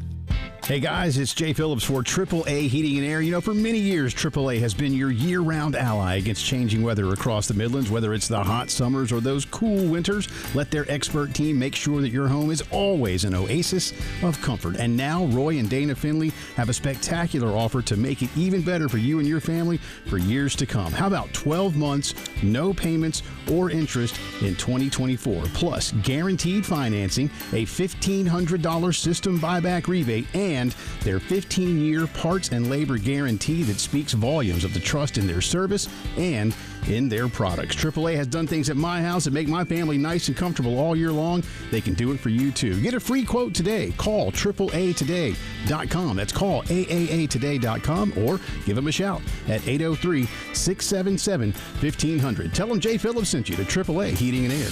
AAA Air when you need us. AAA Heating and Air. Hey Gamecock fans, Ben Cato, third generation owner of Cato's Power Equipment. I'm here with an exciting financing offer to help get you into a brand new Gravely zero-turn lawnmower. Now through the end of October, we're offering same as cash pricing on any Gravely that's financed through our TD Yard Card program. TD Yard Card offers 0% interest plans for up to 48 months, so you don't have to pay more just to pay over time. This offer won't last long, so come find your dream mower at Cato's Power Equipment, located at 4012 West Beltline Boulevard. It's the Love Chevy High School Scoreboard Show with Justin Hall and Elijah Campbell on 107.5 The Game. It's the Love Chevy High School Football Scoreboard Show right here on The Game. I'm Elijah Campbell. He's Justin Hall. And behind the glass is the one and only Ed Bird, who is having a field day on the phones right now, helping reel in all of the updates that we get throughout the course of this 4-hour program. We run from 7 to 11 each night. And reminder for tomorrow to get you ready for the South Carolina-Oklahoma game. For the first time in the history of these schools in SEC play, they'll be facing off against each other. Excited about that, but Tyler Head and Terry Ford will have you set starting at 7:30 tomorrow, leading up into network coverage. Kickoff expected to be at 12:45 in Norman. You can hear that here on The Game and all across the state on the Gamecock Sports Network. So before the break, I teased it. There's one undefeated team right now of the 17 that in the last quarter just threw a pick six. And that was the Gaffney Indians. Gaffney and Riverside tied at 14 in the third quarter. Gaffney throws a pick six, and Riverside, with 4:54 left in quarter number 3, have taken a 21-14 lead. I think we can officially put Gaffney on upset alert right now, because now they have to come from behind in the second half. They are reaching in, we talked about Irmo being in mess around, find out territory. I think Gaffney is firmly supplanted themselves in the find out portion of this, especially on the road. I think they have. That game could get sideways. If they're not careful, that game can get sideways, and you're at home, and that game could get out of hand for you. You know, when you're looking at Gaffney, that offense is not stellar. Defensively, you're really good. You cannot give away free points. You got a pick six earlier today. You can't even that back up by giving one away yourself, too, especially in the third quarter. Again, we get into the last 2 quarters of games, handful of plays decides this thing, and you're playing with an oblong-shaped ball that takes weird bounces. You cannot give your opponent any window of possibility of scoring other than driving the ball anywhere between 60 and 80 yards down the field. You can't do it. No. Absolutely not. And as we say that, Gilbert just puts a touchdown on the board right now. Gilbert's in an interesting spot right now here too, Justin. They were going tit for tat in that first half, and just the way the possessions ran out, Gilbert had to attempt a long field goal at the end of the first half despite driving. Couldn't make it, but still down 7. Coming out to start the second half, Brooklyn Casey gets the surprise onside kick. That makes Gilbert now have to play 2 possessions behind. They make up for one of those scores with a touchdown right here. I don't think they go for a surprise onside kick here, but at some point, Gilbert's going to have to get the stop. Yeah. That's when things are really going to start getting interesting. The minute Gilbert or Brooklyn Casey get a stop, Brooklyn Casey gets a stop here in the next drive or two, that could spell pending doom for Gilbert. But if Gilbert was to be the one to get the stop, we have ourselves quite the concoction available to make for a freaky finish. That's how you steal a possession, though, and make it count, right? To start the half, you're up already by 7. You escaped on that missed field goal. Why? I mean, your thoughts there are, well, if they get the ball, they're probably going to score on us anyway. So why don't we just take a shot, and if they get a short field, then okay. But you end up stealing a possession, you cash it in. Now you're up by 14, and you're right, Elijah. You got a shot now. You've stretched it.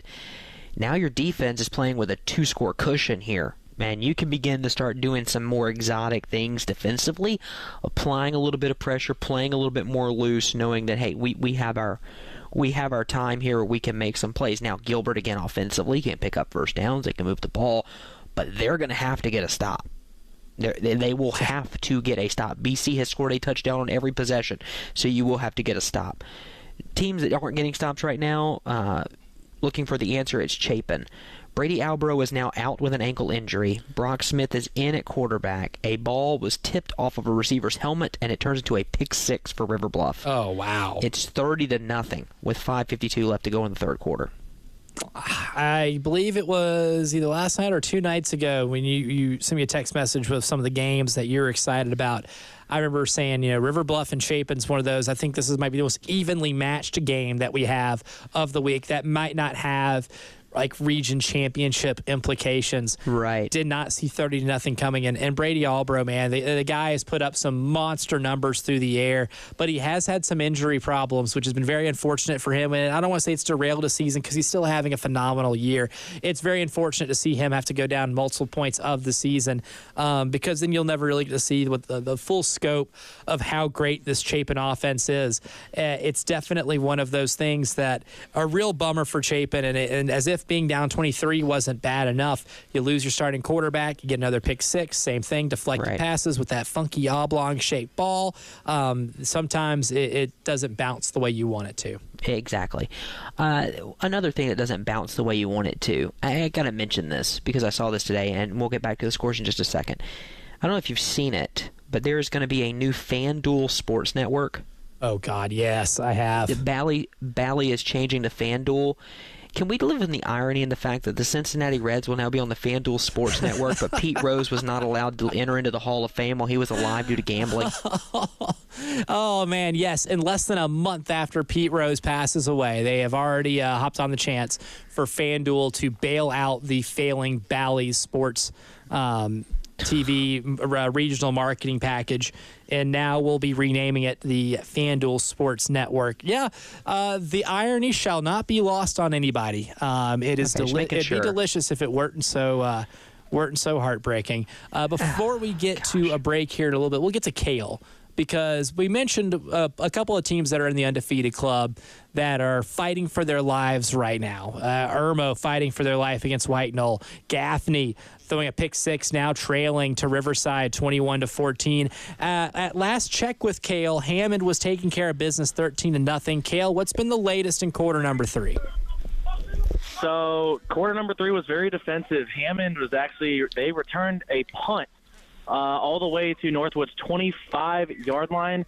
They may have gotten 1 first down, and it looked like they were going to get another score, but that turned into a sack on Andrew Turner by Northwood. Will Watts and Cody McCleary on the sack, so it forced them to kick a field goal. So with 10 minutes and 37 seconds in this fourth quarter, Hammond leads 16-0. So Northwood's still only down by 2 possessions, but they are holding on to their hope by a thread as they just had to punt the ball away. And also, really happy to hear that my alma mater, River Bluff Gators, are up 30-0. Just unrelated note.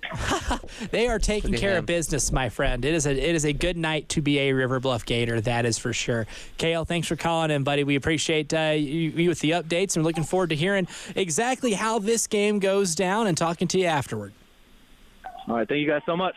Good stuff. And, of course, if you would like to follow along with Hammond and Northwood, you can just hit him up on his Instagram, at Savage College Football, and you will be able to watch that game live as well as hear his reports here on the game on the Love Chevy High School Football Scoreboard Show. So, Hammond, still pretty good. That is not news that that is news that I was not trying to think of a good way to say this without making it double negative, because my mom, she listens, and if she hears me pull out double negative, she will rear me a new one. But yeah, Hammond being really good is an update that I firmly expected coming into tonight. Yes, good job. You worked for that one. Yes, that was miserable.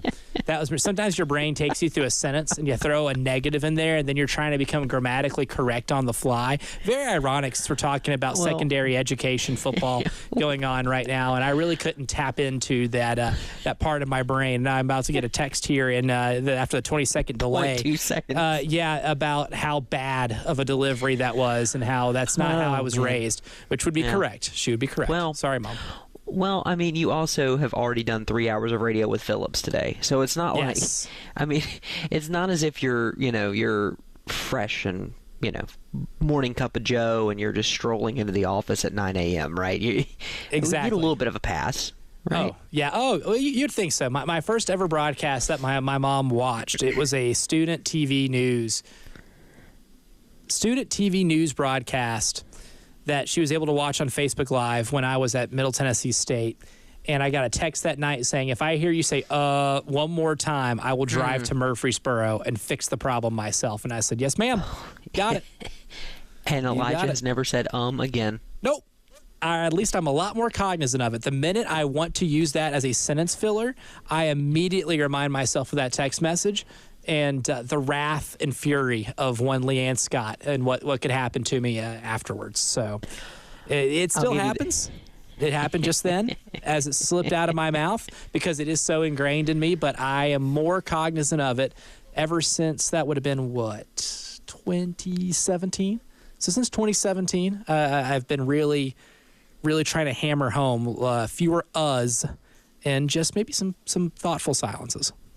That thoughtful silence, one might call it a pregnant pause, if you will. Those are important. Before we go to break, I do want to mention this: Riverside and Gaffney are now tied at 21 after the third quarter. So, it's a full moon.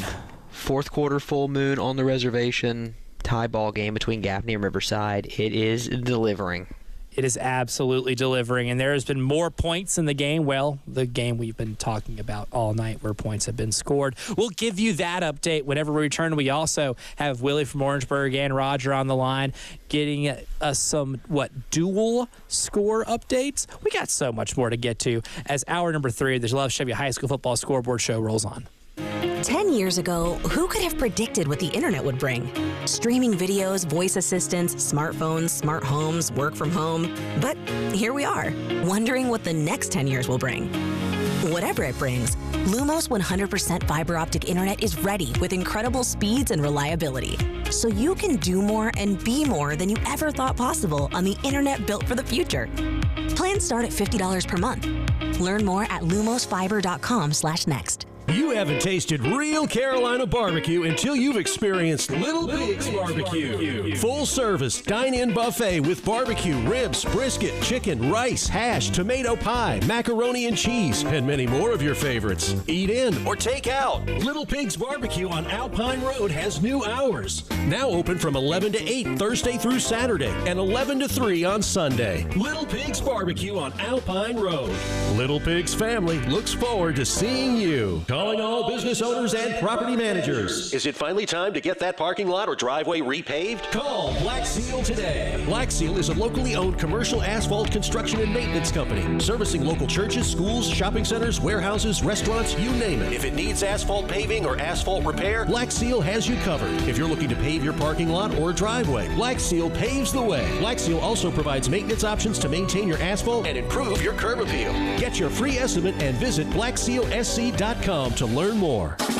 Fall is here, and with it comes all the traditional family outings like tailgating, mountain and beach adventures, and road trips to grandma's over the holidays. Wherever you go, go with great gas mileage, safety, technology, comfort, and style in a new Honda from Honda of Columbia. Right now, you'll get more for your trade than ever, and as always, you'll enjoy their no-hassle pricing, no-pressure buying experience. Honda of Columbia, your friendly family Honda dealer since 1978. Highway 378 at I-20.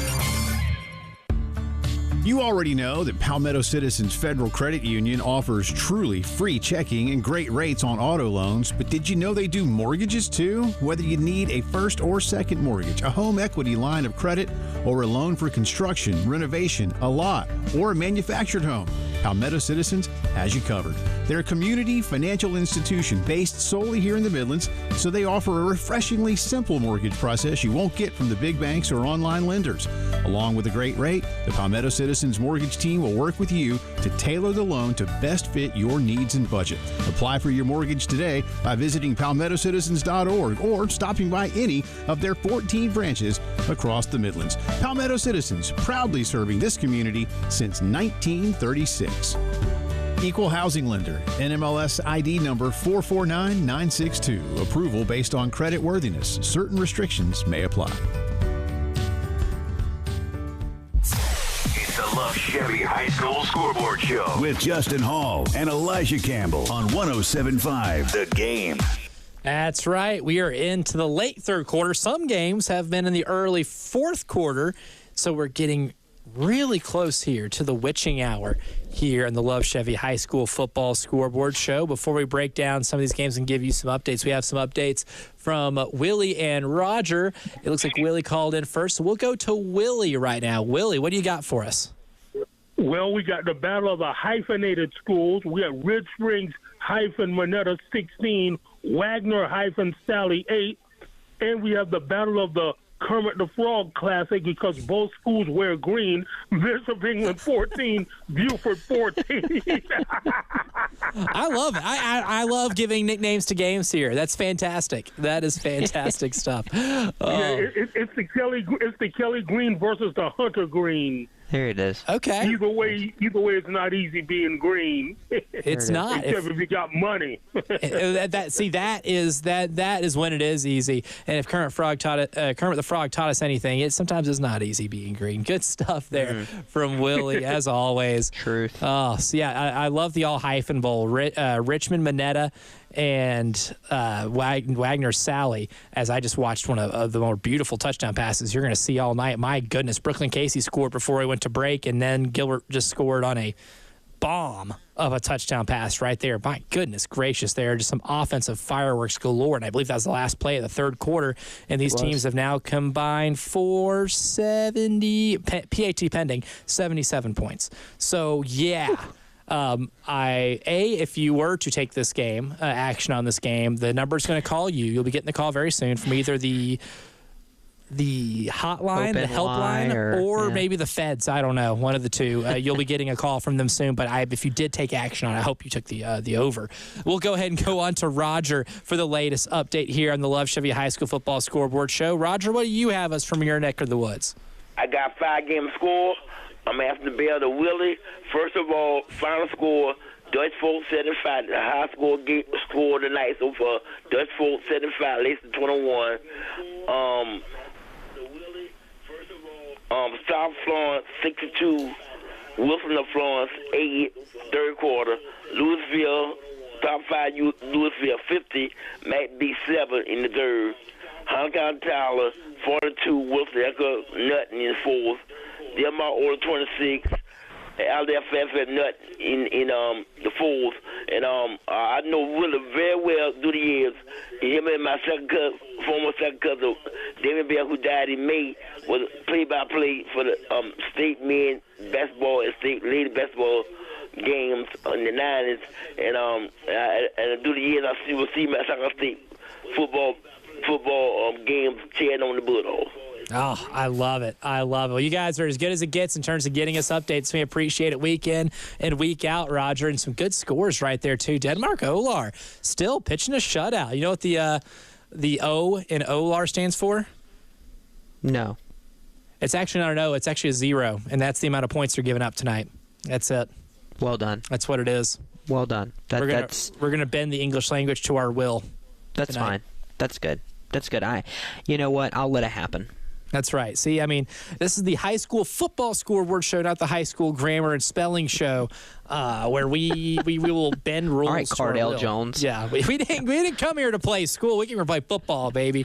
To play football and beat kids in the hospital playing NCAA football and just run up the score on them, which is still one of the all-time funniest stories in the history of this awesome sport itself. So we had a tie ball game between Riverside and Gaffney at 21 after 3 quarters. Warriors had the ball 2nd and 5 of their own 22. They couldn't get anything going. They go 3 and out. Gaffney gets the ball back and 54-yard touchdown run. It's 28-21 Gaffney with 9.5 to play in the ball game. Wow. Talk about the momentum pendulum swinging back and forth. Gaffney was... Let's see what it was, tied 14-all. Riverside gets the pick 6, and then Gaffney, bam, 2 straight touchdowns after that. That one's going back and forth. We have a surprise onside kick from Gilbert. We do. And it was not recovered by Gilbert, recovered by Brooklyn Casey. My goodness, they tried it. It looks like they tried it, Justin Hall. They waved it off. They waved it off. They waved it off for a penalty. Are they re-kicking? They're re-kicking. Now having to re-kick from, that would be what, their own 20? Yeah, there's no way. Yeah, no that's way you their do own it again, 20-ish. Right? Yeah, no way you do it again. Right. Element of surprise is gone. Kai Kroger ain't walking through that door. But, I mean, would the element of surprise still be there? No one thinks you're going to do it again. But would you be crazy enough to try this bad boy one more time? They did. They did! Please don't. Oh, my God. That ball's still on the ground. No one's recovering it. Somebody jump on that football. Gilbert recovered it. They did it again. Twice. There's nothing like this is the first time in my life I've seen this, Justin Hall, that somebody did the surprise onside kick, had to try it again because he didn't get it the first time. There's a penalty. And you know what? No one in the building thinks you're going to do it twice in a row. As Homer Simpson would say, yeah, I'm crazy like a fox. And Coach O at Gilbert might be crazy like a fox. He said, boys, let's do it again. Yeah, the referees are huddling. That ball bounced off at least 8 different players. I don't think that's hyperbole. I think that ball did bounce off 8 different players. I've got a personal foul penalty coming against Gilbert. That's in the process of the play. So your question then becomes, does it just move the possession back, or do they have to... Nope, it just moves the possession back. So instead of getting the ball at the BC 48, they are going to look at that referee with some moves, got some speed. They get the ball on their own 38. Here's the thing. Oh, is that more than 15 yards? No, that's 15. Here's the thing now. Let's set the stage for you. 11:50 to go in the fourth quarter. Gilbert just kicked back-to-back onside kicks and recovered both of them due to penalty, which made Elijah Campbell literally have an absolute cow in the studio. This is the moment where I really wish I was there. And then they pick up nearly a first down there. Oh, I'm sure it's great because I don't have the stream pulled up, unfortunately. I could be adding to our viewer count by 1. But Gilbert now trailing 42-35. They have stolen a possession here. Can they make it count? They're trailing by 7, 11.5 to go. Clock is moving. Gilbert's got a chance to tie this ball game up on this possession. They were down 42-28 about 2 minutes ago. I think the funniest thing about this, and oh my God, that's a big run right there on first or second down. I think the funniest thing about this, Justin Hall, is that they had to try the second onside kick from like their own 20, and it was recovered in Brooklyn Casey territory. That's how many times the ball was bouncing off players, that it was from your own 20 where you kicked it off, meaning you had to get the ball to at least the 30 on your end just for it to be a legal onside kick. But not only did it get to that 30, it bounced off so many Brooklyn, Casey, and Gilbert players that it found itself going across the Brooklyn, Casey 50 or the 50-yard line, past midfield. Just remarkable stuff right there. I've never seen an onside kick played like that in my life, let alone having to do it again and having the, let's say, the bravery to be able to do it a second time. Some would say onions. Onions. Shout out Bill Raftery. College basketball. Oh, we're so close, man. I just tagged you in a clip on Twitter as well. This Gaffney Riverside game getting wild. Mikel Skinner, the number 1 tight end in the state of South Carolina, just made an absolute moss of a catch over a defender. And the Warriors of Riverside have the ball at the Gaffney 25 with 6 minutes to go. They trail by 7. Oh, my goodness. All right, I'm looking at the pass right now. The pass, it's a wobbly, high arcing pass. It's wobbly, Woo! But it's a catch. That's a mossing. Yeah, that qualifies as a mossing. By the way, first time I've seen the score tonight. Thank you to Uncle Lou Bajak for this one. Camden leads 14-7 over York at the end of the third quarter, and Gilbert just scored. It is 42. It is 42-41 with 10 minutes to go in the ball game. How about this? We've had back-to-back weeks with a game that has just captivated our attention with just insanity. Lexington and Chapin last week, Gilbert and Brooklyn Casey this week. A.J. Brand caps the drive with a touchdown. 1 minute to go in the third quarter. Irmo now leads White Knoll 21-14. Ooh, that's a big development right there. That was. I mean, this is one. Look, when you were facing the adversity that Irmo was in this game, playing a good defensive team on the road, White Knoll team that has a really good home field advantage. Right. Got to cover a few games there, and it's a really solid environment, a really solid venue for high school football, and your back's against the wall. That's how you respond. Is this the touchdown that maybe sparks the Irmo offense? We saw this at times this year. And at the end of the year last year in their playoff game against Myrtle Beach, where they started really slow against a good defensive team like Myrtle Beach, but then they finally got a couple of scoring drives strung together. And next thing you know, you blink, there's 50 points on the board. Is this that scenario right here? Or can White Knoll maybe milk up enough time off the clock and give them a chance to score to maybe make this thing really interesting in the waning minutes? Nah, they could, but they're going to have to put something together right now. That's got to be put together now if they're going to do it. By the way, I never want to be one to correct Roger, but I'm going to. That Max Prep score that he gave us is all sorts of wrong. Dutch Fork is up 28-0 on Lexington. Max Preps, for some unforeseen reason, someone has decided to update Max Preps and say that Dutch Fork won the game 75-21. That has not happened. No. Dutch Fork is up 28-0 in the third quarter, actually going to the fourth now. So just wanted to make that point. And Somerville leads Ashley Ridge 35-28. That one's going to come down the wire too. In the fourth quarter. With some region implications, some region and regional and cultural implications here. That's, you could hear, I don't know if you listened to Lou Bajak with the early game this morning, and when Lou mentioned Somerville and Ashley Ridge, there was an audible noise made from one Preston Thorne Somerville alum. I believe he said Ashley who? Yeah, Ashley who. That's it. Yeah, he goes Ashley who. So that gives you a good insight into a nice rivalry that Preston still hasn't let go of. So, but the Fighting Preston Thorns still holding on to a one-score lead, and holding on they do. They are one of those 17 teams that we alluded to at the beginning of the show, still in the Love Chevy High School Football Scoreboard Show Undefeated Club. So yeah, and you're going to hang on to those. By the way, Stratford falls tonight. Cane Bay 28, Stratford 14. It is the first win of the season for Cane Bay. Hey, congrats to Cane Bay. But they're 10th straight against Stratford. So if they were going to beat somebody, it was going to be Stratford. It was going to be Stratford. Ain't that the truth? We have a whole lot more updates from around the state, including a final from a Skeeza school in Lexington County. We'll tell you exactly what happened with Northside Christian and Trinity Collegiate as the Love Chevy High School Football Scoreboard Show rolls along. This is Larry Leitner, owner and founder of Midstate Roofing, and for nearly 30 years, we've continued to be the proven leader in the roofing and waterproofing industry. Midstate Roofing's proven history is your assurance that our professionals at Midstate Roofing will provide the proper advice, service, and results to the needs of your facility in a manner both safe and pleasing to your operation. From high-rise to hospitals, manufacturing to industrial, Midstate Roofing designs and installs bonded systems with a protective guarantee that will keep your operation dry and running long into the future. 24 hours a day, 7 days a week. And this is Blake Leitner, reminding you to protect that roof with a maintenance contract. Call me today at 803-356-1919 or online at midstateroofing.com. That's midstateroofing.com. You'll speak to an on-call technician after hours or a Midstate Roofing staff member during hours at 803-356-1919 or online at midstateroofing.com. And as always, tell them Midstate Twins. If you have a leak, let Midstate Roofing take a peek. Hey guys, Jay Phillips here for my good friends at Integrated Media, Columbia's leader in today's technology for your home and business. They've got TVs from Sony and Samsung, surround sound systems from Dolby, Sonos wireless speakers, Wi-Fi that works everywhere,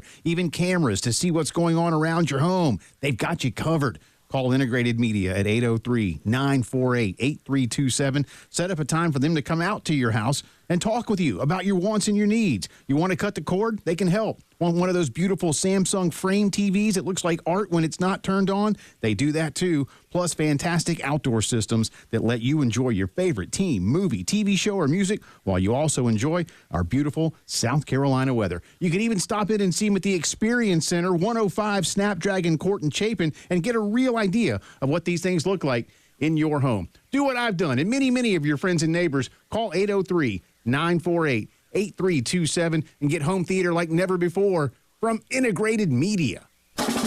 Fall is here, and with it comes all the traditional family outings like tailgating, mountain and beach adventures, and road trips to grandma's over the holidays. Wherever you go, go with great gas mileage, safety, technology, comfort, and style in a new Honda from Honda of Columbia. Right now, you'll get more for your trade than ever, and as always, you'll enjoy their no-hassle pricing, no-pressure buying experience. Honda of Columbia, your friendly family Honda dealer since 1978. Highway 378 at I-20. Since 1963, Takeuchi has been a pioneer in the compact construction industry, having developed the world's first compact excavator in 1971 and the world's first compact rubber track loader in 1986. Takeuchi continues to revolutionize the industry through innovative technology and listening to customer needs. Now you can partner with a truly global leader by contacting TEC Rental Equipment in West Columbia, Orangeburg, and Somerville. From world first to world leader, Takeuchi. It's the Love Chevy High School Scoreboard Show with Justin Hall and Elijah Campbell on 107.5 The Game. Welcome back in. Love Chevy High School Football Scoreboard Show here on The Game. I'm Elijah Campbell. He's Justin Hall. We, along with Ed Bird behind the glass, have just gotten a final across the desk. And by the desk, I just mean Twitter. That's my desk. Take you behind the curtain here. That's all I got for my desk. Putting his finger up to his ear. That's right. Yeah, you may know that news is breaking. I might touch my earpiece like this, but I'm touching my earpiece like this. And Northside Christian as a final, they beat Trinity Collegiate 28-20. That was a final that has just come across Lou Bajek's Twitter. So shout out to Lou for retweeting that. So. How about a couple of updates for you? It's still 42-42, 6:40 to go. BC's got the ball. They're driving. They're at the Gilbert 35. We're keeping an eye on that one. Riverside has turned the ball over on downs at the Gaffney 5, according to Robbie Hardy, who joined us earlier, and he's texting me right now, the AD up at Riverside. 2:45 left to go in that ball game, though. Gaffney up 7 in that one. That game appears to be heading toward its completion. Irmo had taken a 21-14 lead at the end of the third quarter. White Knoll had a 4th and 2. They went for it. Oh, yes. They got the 2 yards and then an additional 48 and 6 points. It's 21-21 after Landon Sharp keeps it for 48 yards on 4th and 2. I'm looking at the play right now. And shout out to that White Knoll offensive line because that parted like the Red Sea, brother. That is a second biblical reference tonight from Mr. Elijah Campbell. That's two. It's my name, and it's my name by itself is a biblical reference. It is only. It is only fitting, very apropos, that I drop a few more throughout the course of this 4-hour program. That's great. Yeah, it did part like the Red Sea, though. I'm looking at that clip. As soon as we were coming back in, that's why I was slow to get back on the mic. 'Cause I'm like, this is real. Is Lou trolling me? But no, it was that game, man. 11 minutes to go, and if you're looking around that Irmo sideline, you're going, they're hitting us punch for punch here. Really? Yeah. Like, what did we talk about in that last segment too? Like where Irmo at a few times, maybe not like at the end of last year and some this year too, they might start off a little slow offensively, but they eventually find that one score that kickstarts this chain reaction to where they start scoring in bunches, and then by the time the game's over, you have that quintessential A.J. Brand, Donovan Murph, offense-led, connection that fuels 50-plus points that ultimately ends up on the scoreboard. So I thought maybe that touchdown in the third quarter against White Knoll, that maybe that's the one that kickstarts the run. But White Knoll did exactly what I think you should do on a fourth down near midfield when it's that close. That's make sure that run doesn't start, right? And no better way to maybe dispel that a run's going to come than scoring on your own and going for it on fourth down. I love that call there from Coach Pelham. By the way, I don't know, do you happen to have the Florida State Duke game on in the studio again on Dad Duty tonight? Do you have that game on in the studio? I do, and is that an interception that I just watched? Is that an interception that a Florida State player basically fair caught? Yeah, because it was holding. Did you see what happened before that? It is. Okay, Did you see the camera? Did you see the camera angle before that? It was a shot of somebody in the crowd. It was a Florida State fan who is either living in Durham or made the trip. He is wearing headphones, looks like Beats, and he's shirtless. Yes. And he's holding a Waffle House menu and pretending to be the coach. Oh, that's great. That's great. Fans going to games and cosplaying as the coach. That is the American dream. Yeah, and typical Florida State fashion for 2024, they get an interception called for holding, and then they give up like a 30-yard run to the quarterback. So Florida State doing it nice. W.J. Keenan, William Jefferson Keenan High School, has defeated Fox Creek 44-14. That game has gone final. Congrats to them. It's been a solid year for Keenan. A very solid year. Looks like there's some program growth there. We have gotten to announce a few of those wins this year. And there's something to that because they went through a coaching change at a weird phase abruptly. So very abruptly. So good for W.J. Keenan and the Raiders and that rubber band over there. If you go to a Christmas parade anywhere in town in Columbia in a couple of weeks, you'll be seeing them. 30-yard touchdown run by Braden Mayer for the Falcons of Ben Lippen. Extra point is no good. The Swamp Cats go down the field and score on a 1-yard run, but their 2-point try is no good. Ben Lippen leads Lawrence Manning 30-15 with 2 minutes to go in the ball game. All-name game. We got an all-name game? Ben Lippen and Lawrence Manning. Yeah, okay, I'll give you that one. That counts? Yeah. It counts. Yeah, okay, they are names, so it does count. That's fine. It threw me, though, because I'm like, wait, there is actually a maybe name not game? historical figures, like, because we do occasionally get the Andrew Jackson versus Jefferson Davis. We can occasionally get one like that. And when we say all-name game, that's usually the ones that we end up referring to. But this is a nice, subtle all-name game that I didn't think about until you just mentioned that score, and it then finally occurred to me. Wasn't one that jumped off the page, though. The Andrew Jackson, Jefferson Davis game usually jumps off the page as like the premier all-name game just because of some of the historical significance. What would that be? I'm just kidding. We don't need to get into that. As a history lover myself, I didn't minor in it, but I did a lot of studying of it back in school. And you watched a Cold War documentary last night, so there's that. Oh, I did. I gave myself some light TV viewing after watching my favorite NFL team absolutely puke all over themselves for 2.5 quarters because I did not watch till it's in its entirety. I can tell you that right now. I did not watch that game in its entirety. No, sir. Not everyone can have a team leading the division and being, if the playoffs were to start today, the second seed. By the way, remember when AC Flora was up 28-7?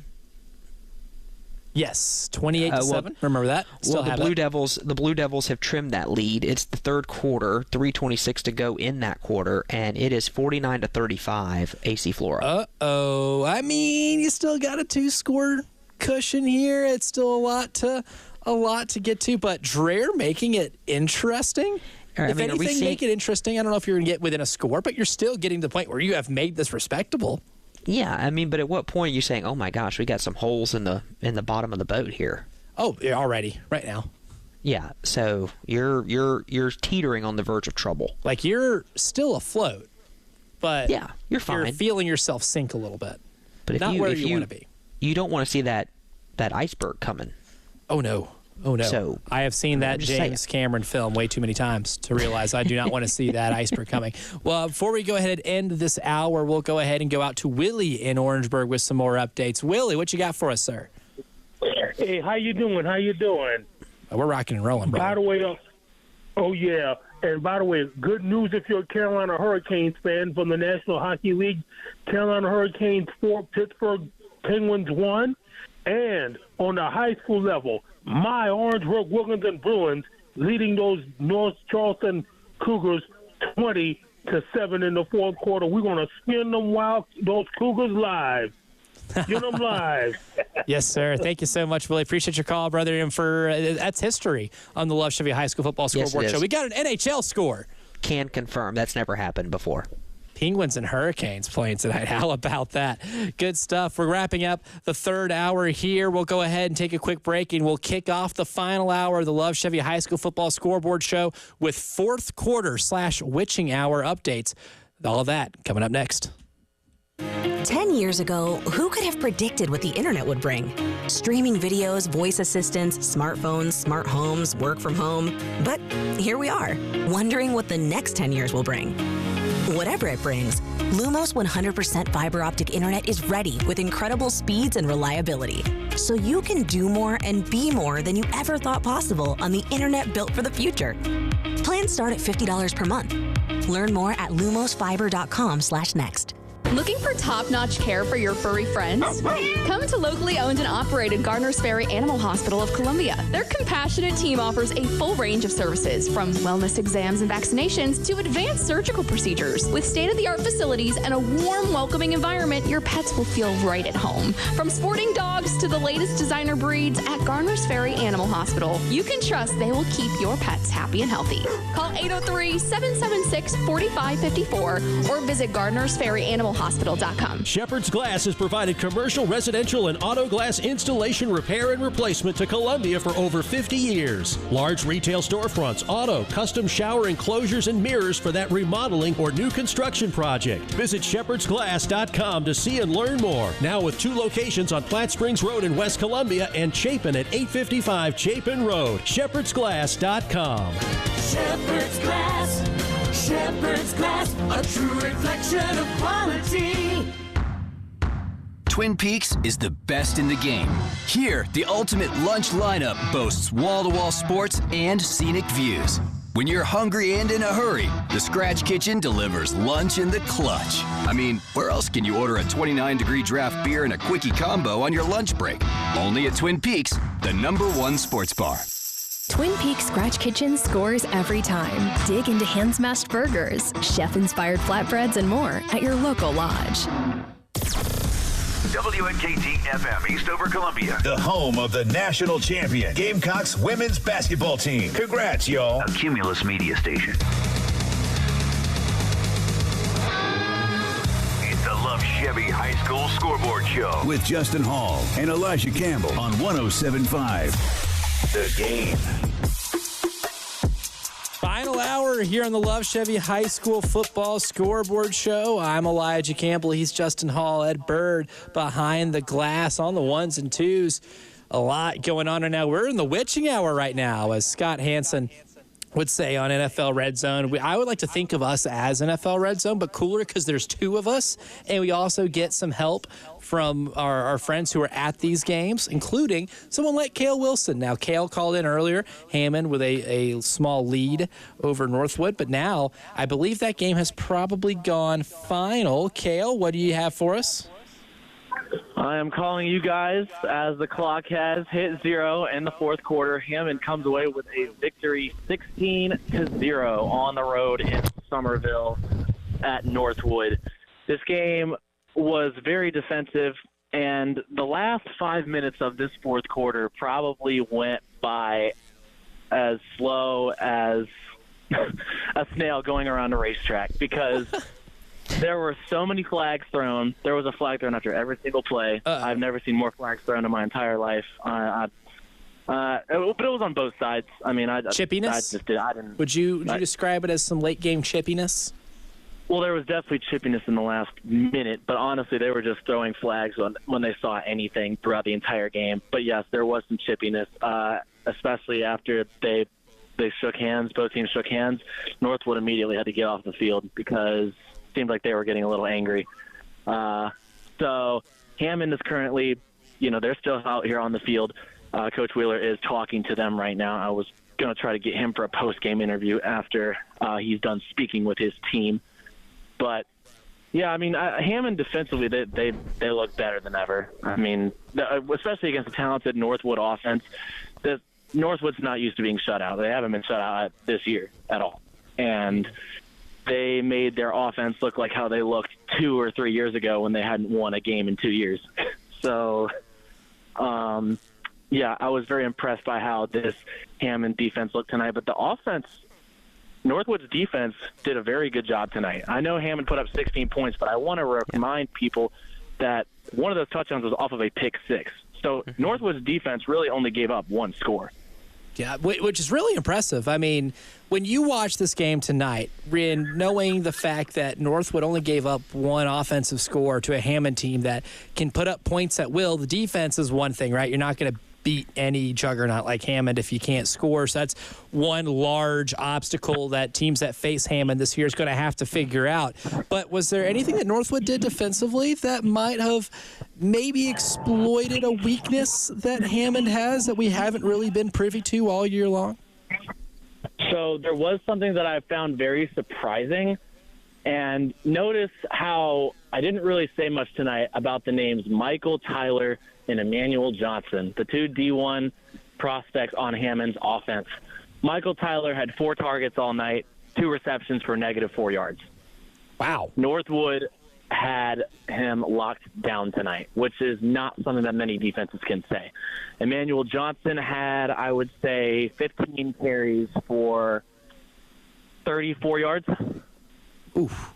So they did a great job of shutting down their impact players. Now, Hammond had a lot of guys step up tonight, make big plays. Obviously, Dalen Haltewanger made the jump ball touchdown grab with a minute left before halftime, which was a huge difference maker in that game. And then Jack Croft had a bunch of nice punt returns on the way to get Hammond into field goal range, getting them to the 25 and getting them to the 30, both being field goal plays. So they had a few people step up, but it was honestly just crazy to see Northwood shut down those two guys, especially Michael Tyler, the LSU commit, being held to negative receiving yards. Yeah, hearing negative receiving yards for a full game isn't something that you normally have on a bingo card going into the game, but maybe if anything that Hammond's opponents get from tonight, it's a key to at least keeping Hammond from scoring a bajillion points in a game, but there's still the whole, you got to score at least at all to be competitive, even in a low-scoring game. Kale, thank you so much for your work tonight. Appreciate the updates, and we look forward to talking to you next week. Would you guys still want that Coach Wheeler interview? I think I have him now.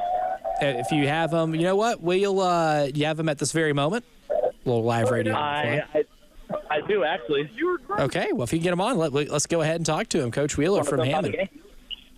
Sure. Here he is, if you want to ask him a couple questions. Look at this. Cale Wilson channeling his inner Holly Rowe, getting an interview live on air. Coach, well, first off, congratulations on the win tonight. Looks like it was a defensive barn burner here, a real rock fight. But look, tough teams win tough games, and it looks like you guys were able to take an opponent who gave you all you could handle defensively. You came away with a win. Don't matter what it says on the scoreboard. As long as you have more points than the opposing team, it's a pretty good night for you.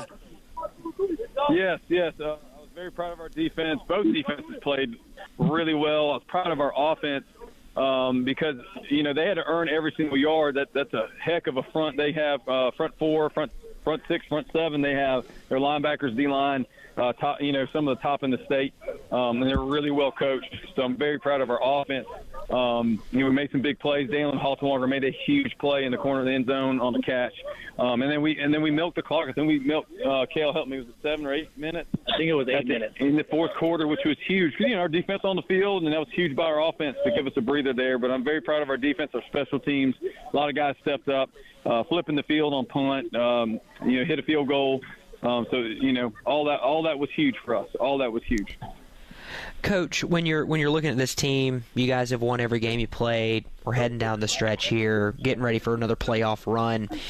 When you're talking to your guys about managing expectations playing at Hammond, because it's expected for you guys to win every game you play. And you expect that of yourselves, but the fans expect it too. And then to make a deep run in the playoffs and win. Unless we're playing Prince Avenue. Right. That's fair. Good point. That's a fair point. That's a fair point. So you expect to win every game and make a deep playoff run and win state championships because that's what Hammond does in football. How are you guys managing expectations here as we get to the end of October? It's great that we have access to great coaches that you learn from. Coach Kimry obviously is number one for me. I just watched him as an assistant coach handle it. And basically, hey, let's just focus on the next play, next practice, next game. And then obviously you watch great coaches on TV and clips and all that stuff of Nick Saban talking about rat poison and hey, we got to stay dialed in and focused because, and then when things like that all the kids watch, like Vanderbilt knocking off Alabama, so those are great examples that we can present to our kids because you're right. I mean, it's tough because not only are they, can feel themselves as 16, 17-year-olds, but they have, all their buddies, even their families are telling them, hey, you guys are going to win out, no big deal, which, can be that tortoise and the hare, type concept. And we don't want to be the hare and fall asleep because any of these teams are well coached and have good enough players to beat us, so.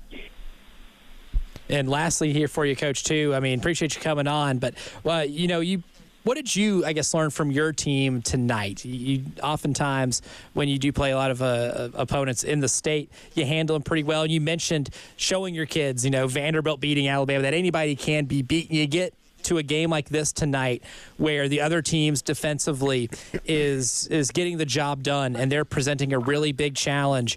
What does this teach you about your team tonight that they can go into this environment and be able to pull out a win in a game that might not be similar to a lot of games that you guys have played this year? Yeah, it was awesome, to come to on the road. Again, really well-coached team. Coach Waters, Johnny Waters, this ain't his first rodeo. He's beaten Hammond before, giving them a run for the money, even during the Birch and Boogie and DJ Stokes, era. So this was huge. And, again, I learned that, hey, I just got to trust the culture here. That was set before me, before I got here, and what I learned from this culture as an assistant coach from Coach Kimry and Coach Barnes and the crew here, Coach Smith and Braylon Bennett, all the guys that were here before I got here. It's awesome to see that play out and just be a part of it. So. Good stuff right there, Coach. Appreciate you joining us. Congrats on the win, and hopefully we can talk to you again down the line. Yes, sir. Thank you so much for having me. Absolutely. Go Skyhawks.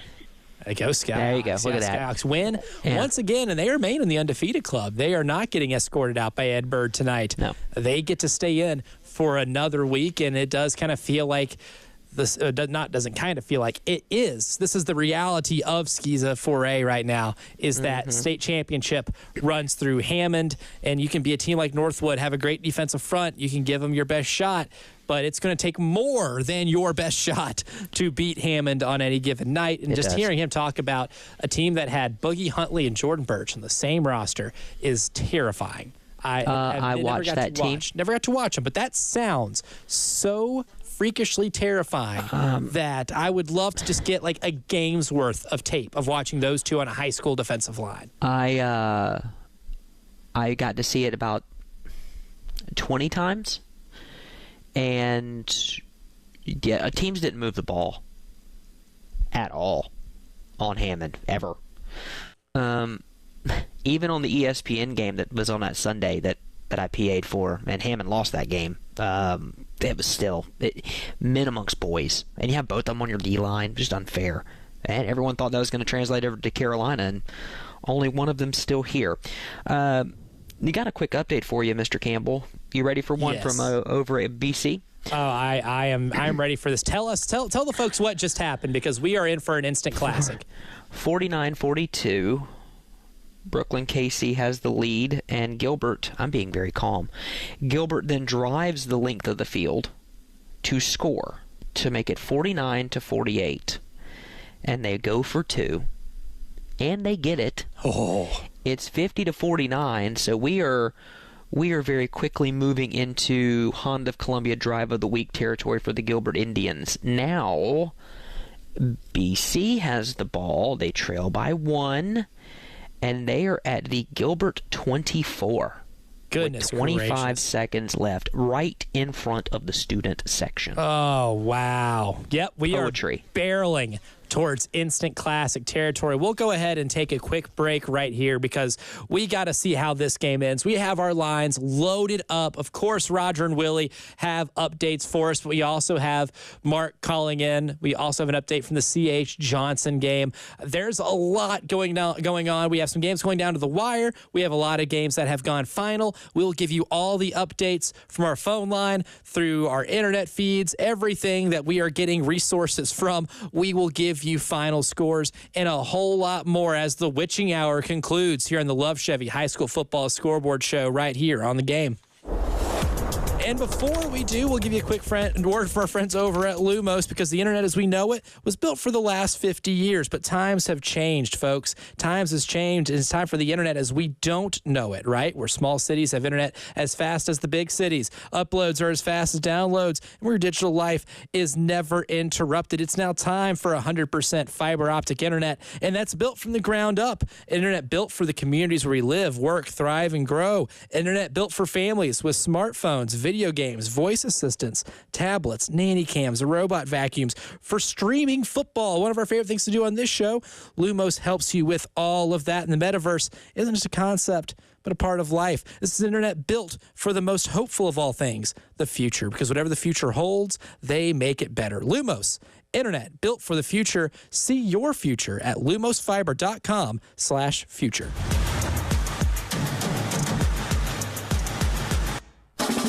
Fall is here, and with it comes all the traditional family outings like tailgating, mountain and beach adventures, and road trips to grandma's over the holidays. Wherever you go, go with great gas mileage, safety, technology, comfort, and style in a new Honda from Honda of Columbia. Right now, you'll get more for your trade than ever, and as always, you'll enjoy their no-hassle pricing, no-pressure buying experience. Honda of Columbia, your friendly family Honda dealer since 1978. Highway 378 at I-20.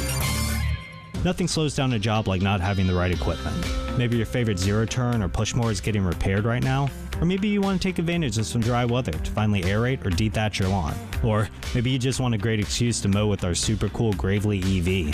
Either way, come to Cato's, where we have a ton of new rental equipment available for daily, weekly, and monthly rentals. Cato's Power Equipment is here to bring you solutions to keep your yard or your customer's yard looking their best. Give us a call at 803-254-3711. You haven't tasted real Carolina barbecue until you've experienced Little Pig's Barbecue. Full service dine-in buffet with barbecue, ribs, brisket, chicken, rice, hash, tomato pie, macaroni and cheese, and many more of your favorites. Eat in or take out. Little Pig's Barbecue on Alpine Road has new hours. Now open from 11 to 8 Thursday through Saturday and 11 to 3 on Sunday. Little Pig's Barbecue on Alpine Road. Little Pig's family looks forward to seeing you. Looking for top-notch care for your furry friends?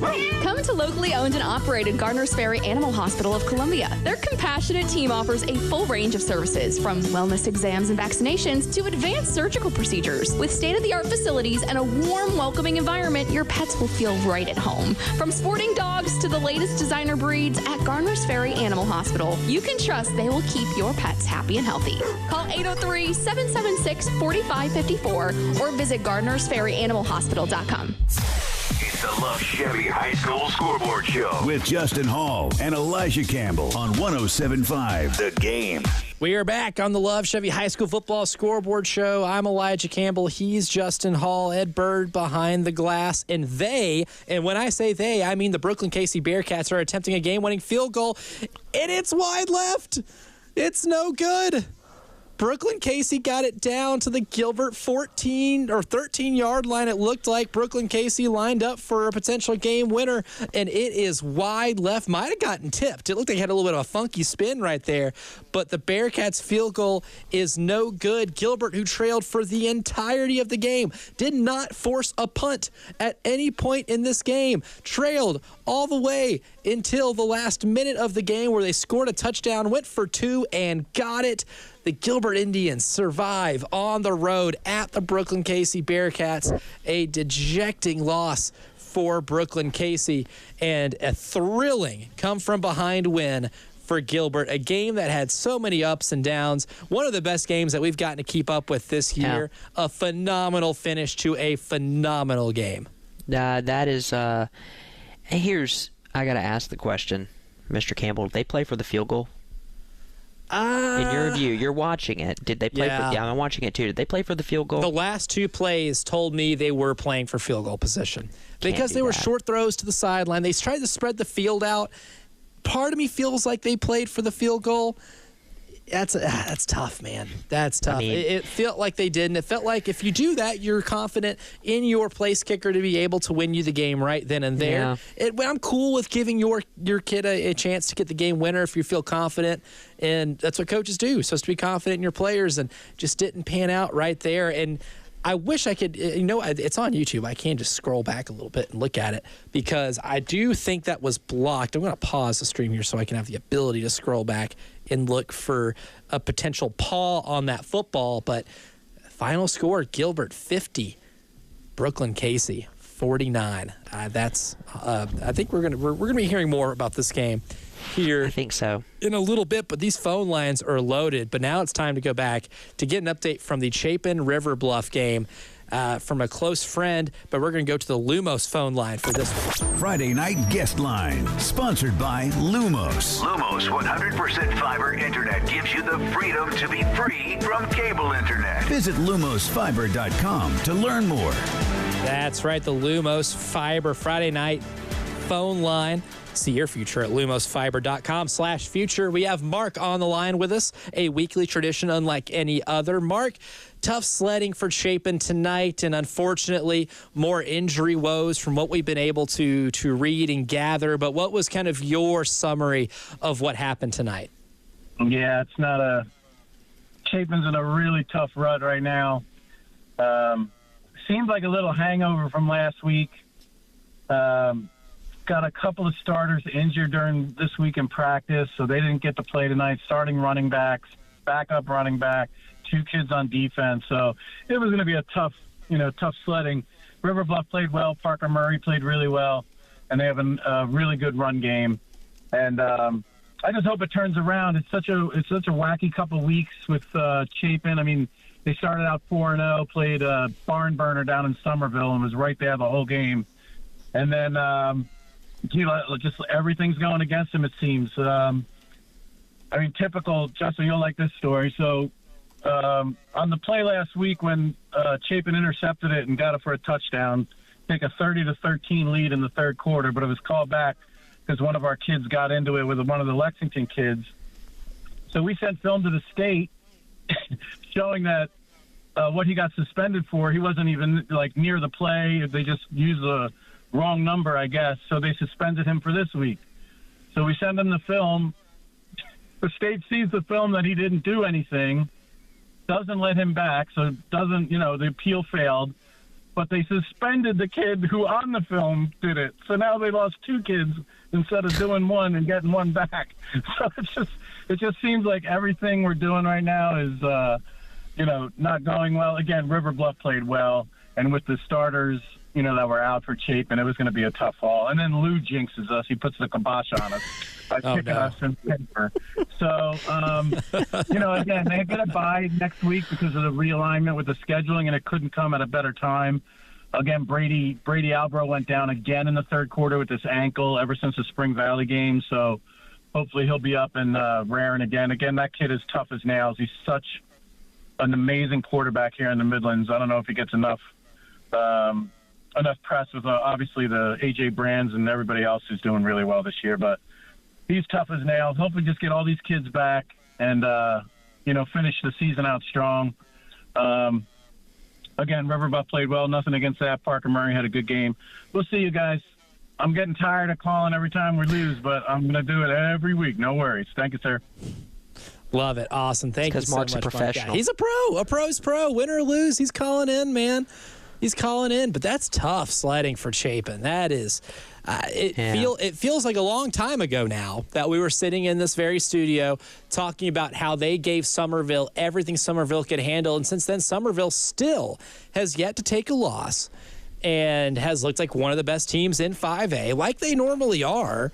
And that game gave us a really good confidence that Chapin can compete in this region of doom with your Dutch Forks and your Irmos, and then the confidence to be able to beat your like-for-like teams like Lexington and River Bluff and White Knoll.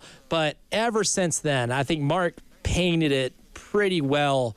It just hasn't come together, and I don't know if there could have been worse football luck for anybody in the state than what's going on with the Chapin Eagles at the moment. Yeah, I'd agree. I'd agree with that. Absolutely brutal stuff. We'll go ahead and stay on the phone lines. Before we get to Willie and Roger, we will go ahead to Jonathan, who's patiently been waiting. It says right here, Jonathan, so the C.H. Johnson game. So our first update from the C.H. Johnson game tonight. Jonathan, what went down tonight, sir? Final score from Bolden Stadium, C.A. Johnson 48, Great Falls 6. C.A. Johnson led 21-0 in the first quarter due to a couple of touchdowns and a block punt for a touchdown. C.A. Johnson led 42-0 at halftime. They employed the running clock. C.A. Johnson got another touchdown in the third quarter to make it 48-0. And then Great Falls got a late touchdown with about 2 minutes left in the game. So that left the final score at 48-6. That is C.A. Johnson's second win on the season and first win in the region. So great win for C.A. Johnson today over at Bolden Stadium. Absolutely. Yeah, good win for them for sure, and appreciate that update there, Jonathan, because C.A. Johnson, the Green Hornets, they got Lamar next week, and then they finish up at Lee Central. So a tough stretch here over the next 2 weeks, trying to get another win here if they can. Yeah, it'll be tough next week on homecoming, like you said, at Bolden against Lamar. But this was a great day, so good day to celebrate. Absolutely. And a really big win for C.A. Johnson today. Absolutely. Great update. Thank you, Jonathan. We appreciate it. Yeah, good stuff from Jonathan there. Celebrate that win. Celebrate all the wins. We'll go ahead and move on to Willie right now. Willie, what's the latest from your neck of the woods, good sir? From my neck of the woods and by the way, before I say something about that game between Gilbert and Brooklyn Casey gets my vote for game of the year. What a game. No doubt about it. Anyway, it was Whale Branch over Lake Marion 14-12. That's a final. Also, Bamberg Earhart smokes Ridgeland by the score 36-0. Still waiting the word on my OW Bruins. They're leading in the fourth quarter against North Charleston 20-7. And just to say some for my good buddy who calls in, Blackville Hilda over Calhoun County 41-12. And by the way, before I get off this phone, go Gamecocks, get those Sooners, go Clemson, whoop Virginia, and go SC State Bulldogs. Let's skin those Wildcats from Fort Valley State live. Oh, I love it. Oh, my God. Yeah, my man Willie covers all the bases there, giving a good shout-out for South Carolina and Clemson and SC State as well. That is fantastic right there. Loaded day of football tomorrow, along with loaded slate tonight. And you know what? I'm with Willie. I think this BC Gilbert game from an aesthetic standpoint was the best football game I've seen all year. I don't want to be prisoner of the moment, but I think Willie might have some concurrence here with me. You're being a little prisoner of the moment, sir. I might be. And that's okay. We've had a lot of those. Yeah, but that one, man, that got my blood flowing. It's a good one. It was a good one. Top 5 easy. Yeah, that one of the best of the year for sure. We'll have to rank this at the end of the year. We need to go back once the season ends. We'll give our ranking for the best games of the year, kind of like an award show type deal. That'd be a fun thing to do, like the Dundies. Yeah, like the Dundies. We call these the Fundies. We're workshopping it live on the air right now. All right, I think the possibilities are endless. The possibilities. Someone go wake up Ford. That's right. So wake him up, and we can maybe have a little fun with this. We'll go ahead and go to Roger, too. It's not a complete scoreboard rundown without our friend Roger. Roger, what do you have for us, sir? I got 6-game score. I'm asking the bell to Willie. First of all, top 5, Louisville beat 52-7. That was a beating. South Florence beat Wilson of Florence 69-14. South Florida had a high score tonight, 69-14 over Wilson of Florence, 69-14. Barnwell 27. Hampton County 14. And also Delmar Ola 32. Alabama Fairfax nothing. And Hunter County Tyler, my alma mater beat Wilson Echo 42-0. Carter Schools. Third quarter, Oregon 21, Purdue nothing. Third quarter, Blue Devil for real. They 6-1, and got a minute left of the game. They lead Florida State 23-16. And shout out to the Carolina fans who had doubted about South Carolina Gamecock quarterback Stanoa Sales and had a good season the rest of the season. I doubt that he's gonna do a 350-yard game sometime this regular season. Okay. And next season, when he's fully healthy, he's gonna be a top 10 player to watch in the Southeast Conference and a top 12 player to watch in the country. I love it. Boom. Roger calling his shot. Calling his shot. That's what I'm talking about. Roger, thank you, sir. Good stuff right there. I mean, that's I love the confidence in our man Lenora Sellers. I think they're going to need him to have a pretty big game tomorrow. And they are. Especially not turning the ball over. I think that's the baseline. I think you just have an average game and don't turn the ball over, you win. I think you have a great game and turn the ball over, you open the door for a little bit of funky stuff to happen. But, he avoids the turnovers tomorrow. I really like their chances of coming away with a win. I do. I do as well. If you, just hang on to the ball, treat it like the golden egg that it is. Don't give it to the other team. Don't give Oklahoma short fields. They only have like 2 wide receivers on the roster that aren't injured. And so when you have that, you should win this ball game.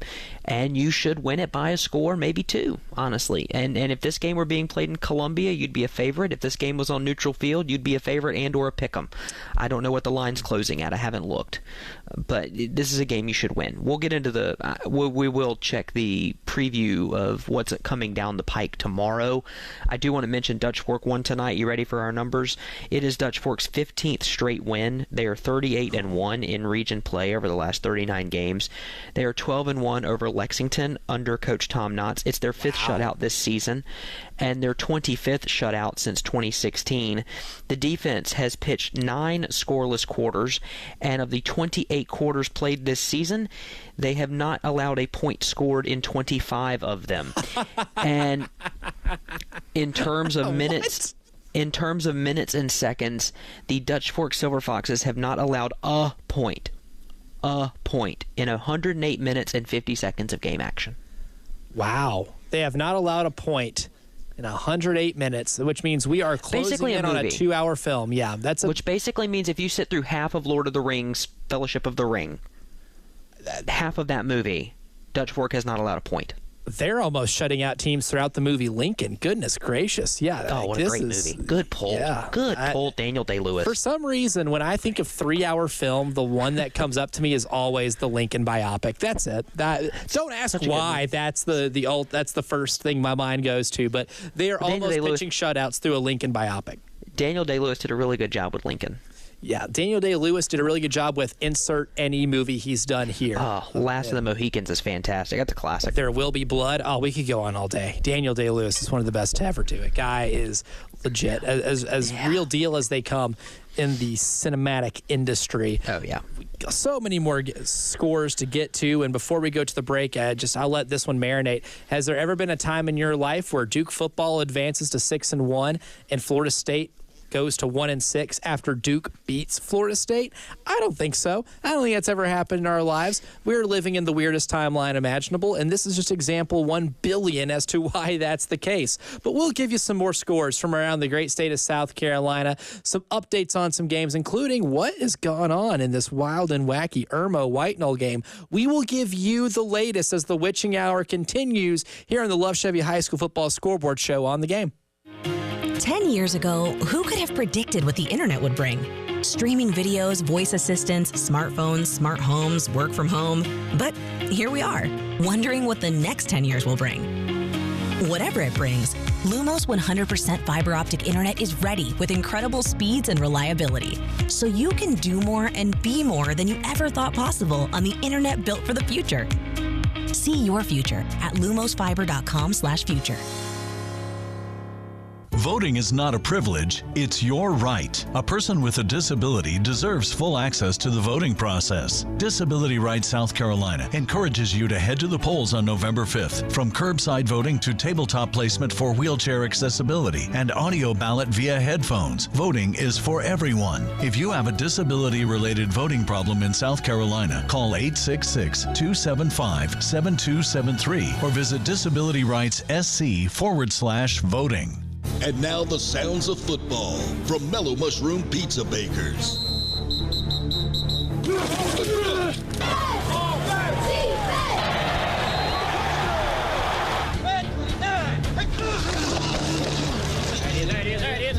Enjoy the taste of football too with hand-tossed pies, hoagies, wings, meatballs, hot pretzels, and over 100 beers from around the world. Mellow Mushroom in the Vista and on Sunset in Lexington. Let's go inside the Nest. Hey, my name is Danny Johnson with RDJ Remodeling. Recently, I got a custom job of a lifetime. This project was going to demand a group of professionals who I could count on to understand the speed of business and get us answers in a timely manner. Rachel at the Nest and all of her coworkers, including the guys at the warehouse, have gone out of their way to be helpful. Their pricing has been in line with our expectations. Found a business I can count on. The Nest has truly been great to work with. Thank you, guys. Come see for yourself at the Nest, 1331 Gadsden Street in the Vista. Life matters. One New Testament writer says that we're to stop drinking spiritual milk and start eating solid spiritual food. He was telling the Christians of his day that it was time to grow up and start eating meat instead of staying on an infant's diet. Now, there's nothing wrong with milk except in this respect. Milk is previously digested food. When a baby nurses at mother's breast, mother has already processed the nourishment for the baby through her own system.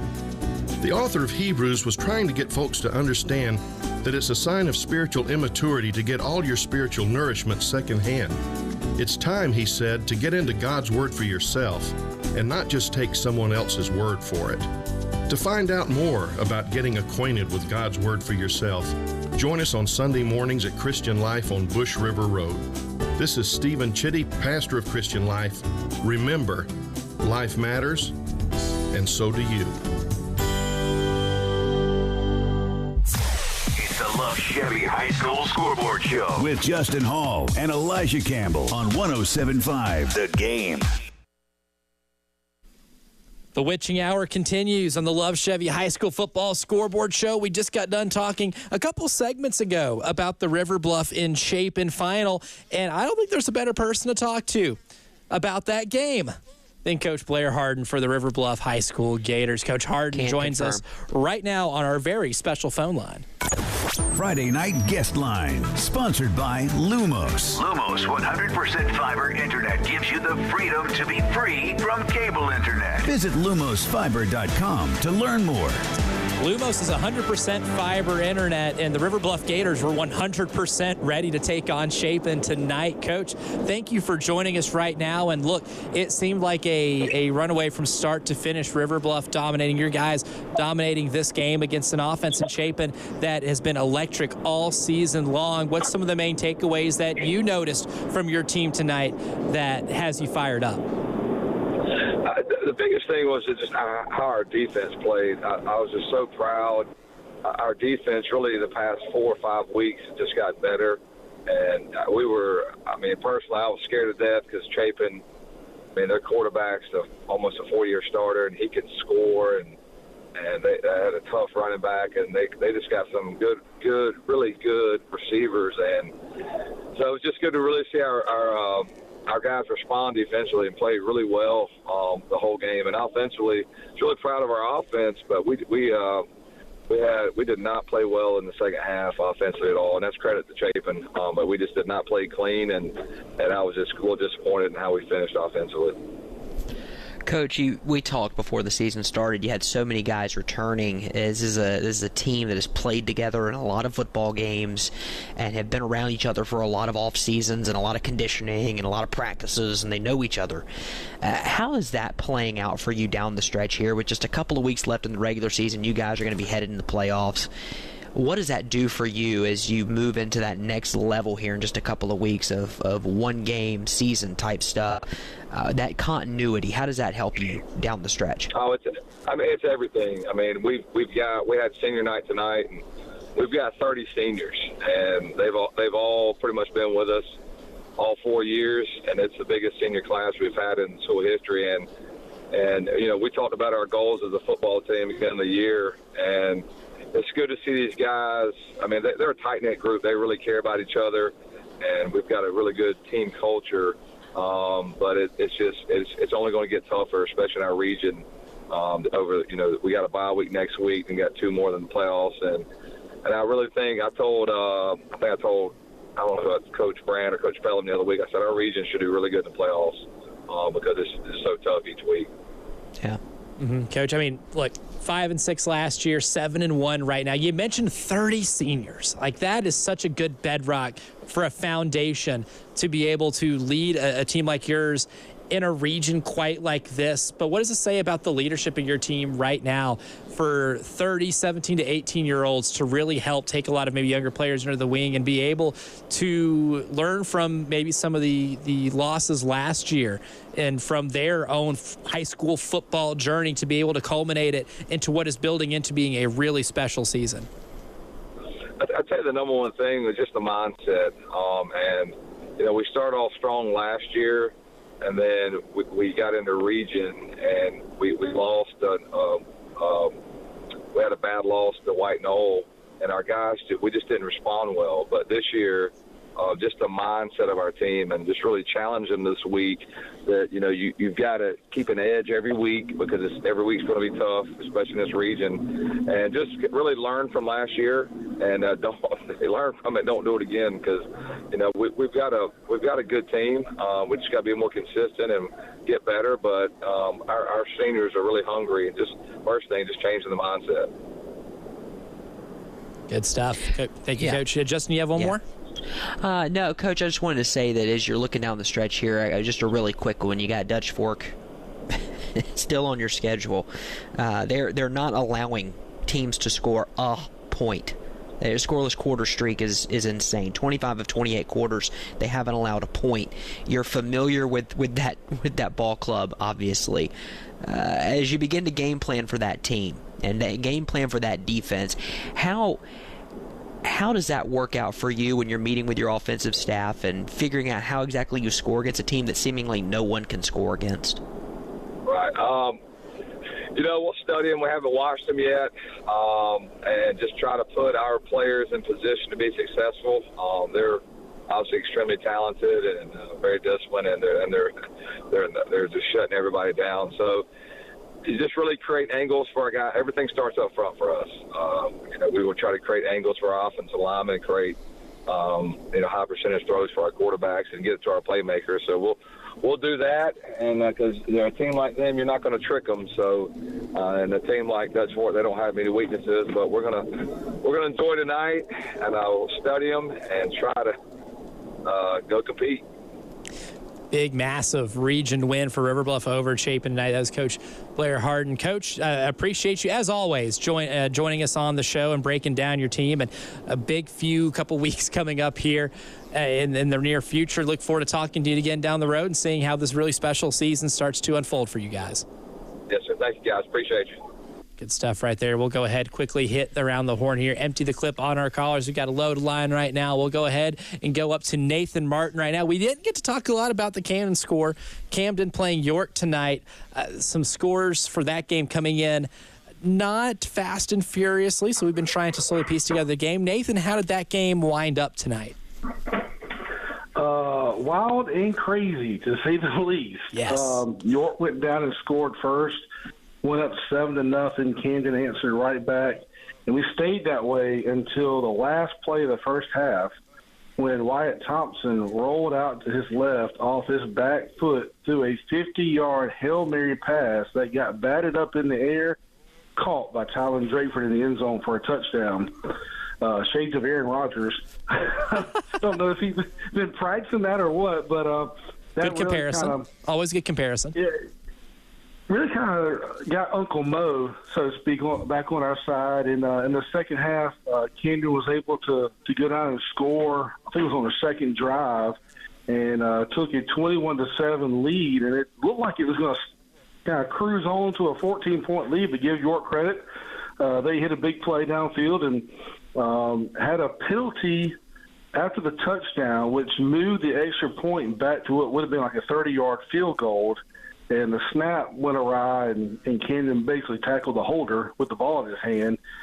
Who knew that would be basically the game-winning play?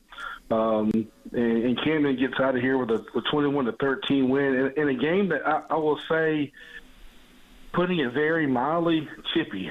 I mean, York kind of came out drawing a little bit, and it's part of the game, right? It is what it is, but there were more flags in this game than we care to count up. But bottom line is Camden gets the win and controls their own destiny for that 2 spot in the region. If they win the next 2, then they'll be the 2 seed in this region. I think after what happened a couple weeks ago, it was kind of doom and gloom there for about a week around here. And people kind of realized that we still had a lot to play for. And we had to win tonight, and the Bulldogs were able to do so. Good stuff. Good stuff from Nathan Martin, as always. Yes, always. Thank you, Nathan. Appreciate you guys, and go Cox. Let's knock off the Sooners tomorrow. I love the enthusiasm. A lot of Go Cox tonight. A lot of it. Tomorrow was a great opportunity. A great opportunity to get a win on the road against a wounded Oklahoma team. Excited about that one. We'll go ahead and hit up our man Lou Bajek on the line with us right now. Lou was at Irmo and White Knoll, and we were living and dying on those updates for a while because it looked like for 3.5 quarters of football that White Knoll got Irmo into the mess around and find out cycle, and Irmo was seemingly in the find out cycle until the end of the game. Lou, break it down for us. Yeah, it was a good game. A lot of penalties, though. That was definitely a theme tonight, but tied 14-14 at halftime, and then Irmo came out and took the lead. I mean, got a 21-14 lead. They scored, but White Knoll answered right back. So it's 21-21. And Irmo, Malik Miller was kind of the star tonight. One of the stars tonight. He had a kickoff return for a touchdown in the first half after White Knoll made it 7-0, and then had a big run, big touchdown run to give Irmo a 28-21 lead, or 27-21 lead. And then White Knoll inside the 50, facing 4th and 2, and Irmo's defense with the big stop, and then A.J. Brand ran a short touchdown run to seal it with about 3 minutes or so to go, and the 35-21 win for Irmo. They go to 8-0. And keeps their hopes for a region championship in that matchup with Dutch Fork that everyone's looking forward to on November 8th. The whole region with the bye next week. So they got Chapin before Dutch Fork. So we'll see if both teams, it would be a great matchup, probably one of the most anticipated matchups around here in a while, if they face each other, both 9-0 or undefeated going into that game. I think so, Lou. One thing I want to ask you, what do you the theme of the night appears to be offense. AC Flora doubles up Dreer 70-35. We had Ridgeview put up like 4,000 yards rushing tonight. Just what are you seeing across the board when it comes to offenses in the state right now, especially late in the year? Offenses are really seeming to find their groove here in these region matchups. Yeah, a lot of running the ball. I mean, obviously, Irmo is known for passing the ball, but a lot of power now. When it gets a little bit colder, they try and create the big plays on the ground. And you see that tonight, Irmo with A.J. Brand doing that. You had that old Ridgeview's. I think they found their little groove running the ball, and they've gotten hot after a tough schedule and a slow start. And, yeah, you've seen that a lot tonight. I know River Bluff likes to do that, and that's one of their keys. Dutch Fork did a little bit by passing tonight. I know they were missing their leading tailback, Maurice Anderson, but yeah, you're just going to make what works for you. And Irmo, like tonight, they had to find out things. I think it was a good gut check, and I think this won't be the last time they play White Knoll. I wouldn't be surprised if they battle it maybe for the lower state championship in Division II, Class 5A in a few weeks. Uncle Lou Bajak, we start calling the mailman because he always delivers. And you know what? We like him more than Carl Malone, too. So we will. I think that's a more apropos nickname. He's got a better jumper than I do, though. That's yeah. Only slightly. Yeah, I mean, there's only two players in the history of the NBA who scored more points than him. So unfortunately, or I guess fortunately, that's a sin I think all of us have committed. In terms of what we can't do better than Carl Malone. But Uncle Lou, as always, delivering. His Steelers got a big game. Looks like it's Russell Wilson time for his beloved Pittsburgh Steelers. I don't know how you feel about that. Don't know how he feels about that one. I don't feel good at all. He does not feel good about that. We'll see. That's an interesting game on Sunday night when they play the New York Jets. But Lou, thanks for joining us, and we'll do it again next week. Good, sir.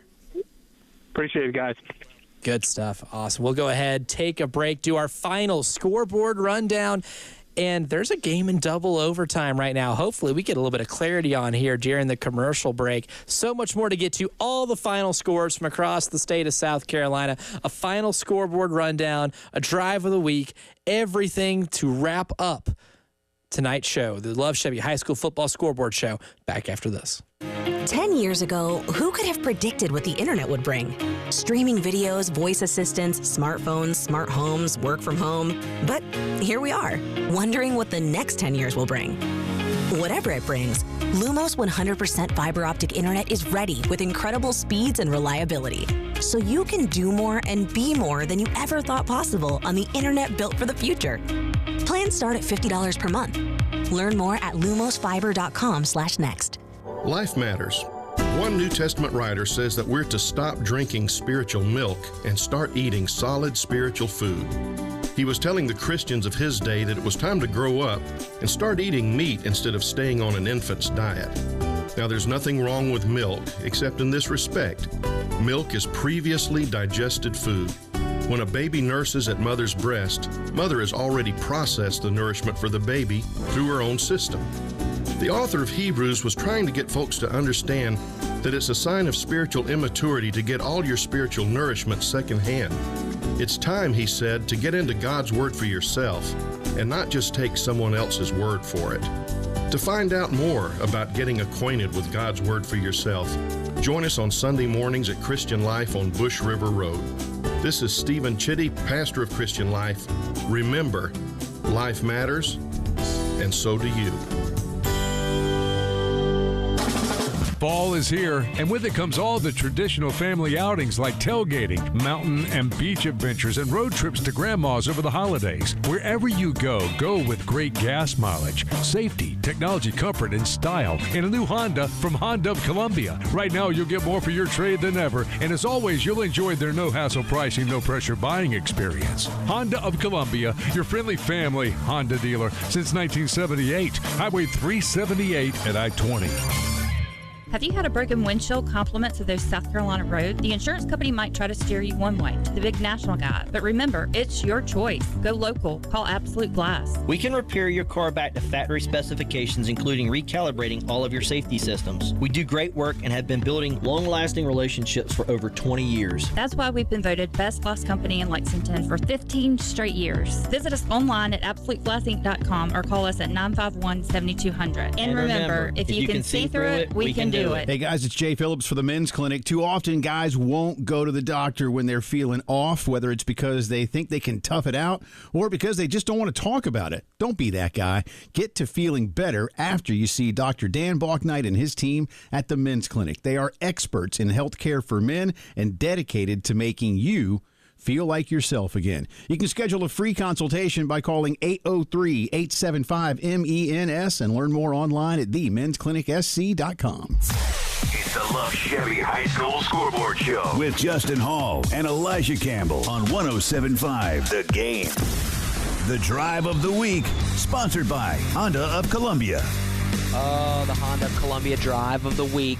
Welcome back into the Love Chevy High School Scoreboard Show. Final few minutes. We got a lot to get to. We start with our Honda of Columbia Drive of the Week, presented to you by Honda of Columbia. And, you know, there's no other team that we could give this to. There is a developing situation. I'll call it that. Down in Somerville. Preston Thorne on the edge of his seat for that one. We'll get to that. But your Honda of Columbia Drive of the Week goes to the Gilbert Indians. Why? They're down by 2 scores after a surprise onside kick to open the second half, and all they do is claw their way back. They're down by 7.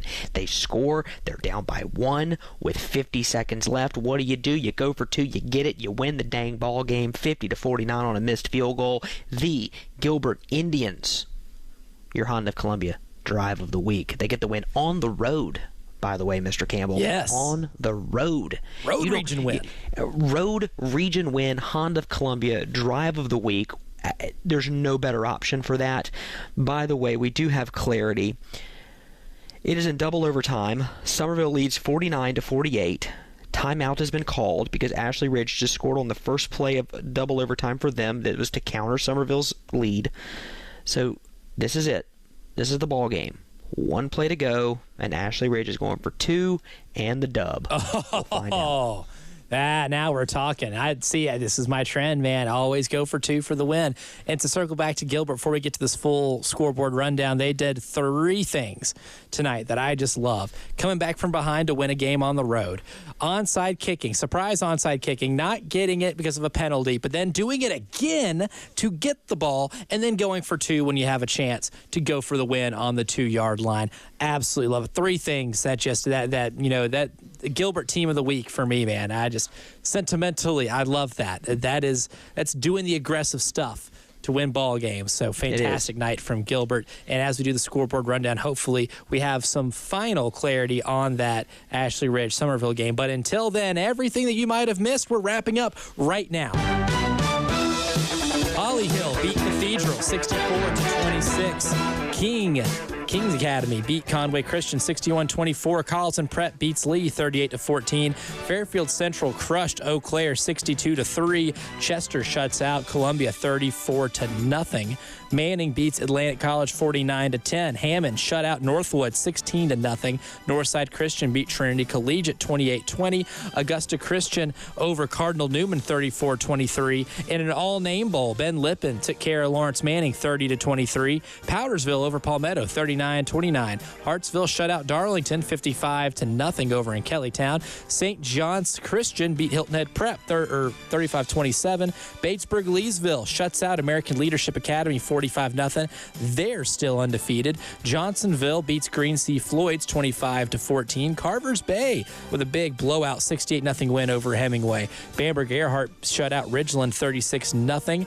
Denmark Olar shut out Allendale Fairfax 33-0. Ridge Spring Minetta over Wagner Sally in an all-hyphen bowl 22-8. Hunter Kiner Tyler over Williston Elko with an additional hyphen there. Another all-hyphen bowl, but Hunter Kiner Tyler wins 42-0. Blackville Hilda beats Calhoun 41-12. Louisville blows out McBee 52-7. Dixie beats Ware Shoals 28-14. Abbeville shuts out Whitmire 59-0. Mountain View Prep beats Woodruff in the battle of the all-unbeatens 40-39. They stay unbeaten. Woodruff gets a visit from Ed Bird. Swansea takes a tough loss to Silver Bluff tonight 56-26. Orangeburg Wilkinson beats North Charleston 28-15. Keenan beats Fox Creek 44-14. Dillon gives Marlborough County their first loss. Ed Bird, busy man tonight, 35-12. Chapman beats Union County 35-13. Waccamaw beats Aner 38-30.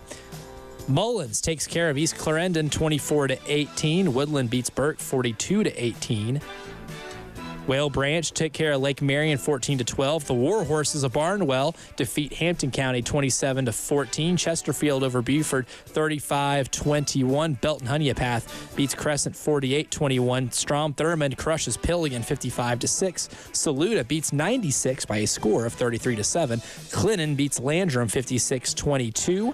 Liberty loses to Chesney by a score 22-16. Bishop England over Beaufort 31-14 on the road. South Florence crushes Wilson 69-14. Lower Richland beats Lakewood 53-6. Midland Valley over Aiken 55-7. South Point over Lancaster 42-13.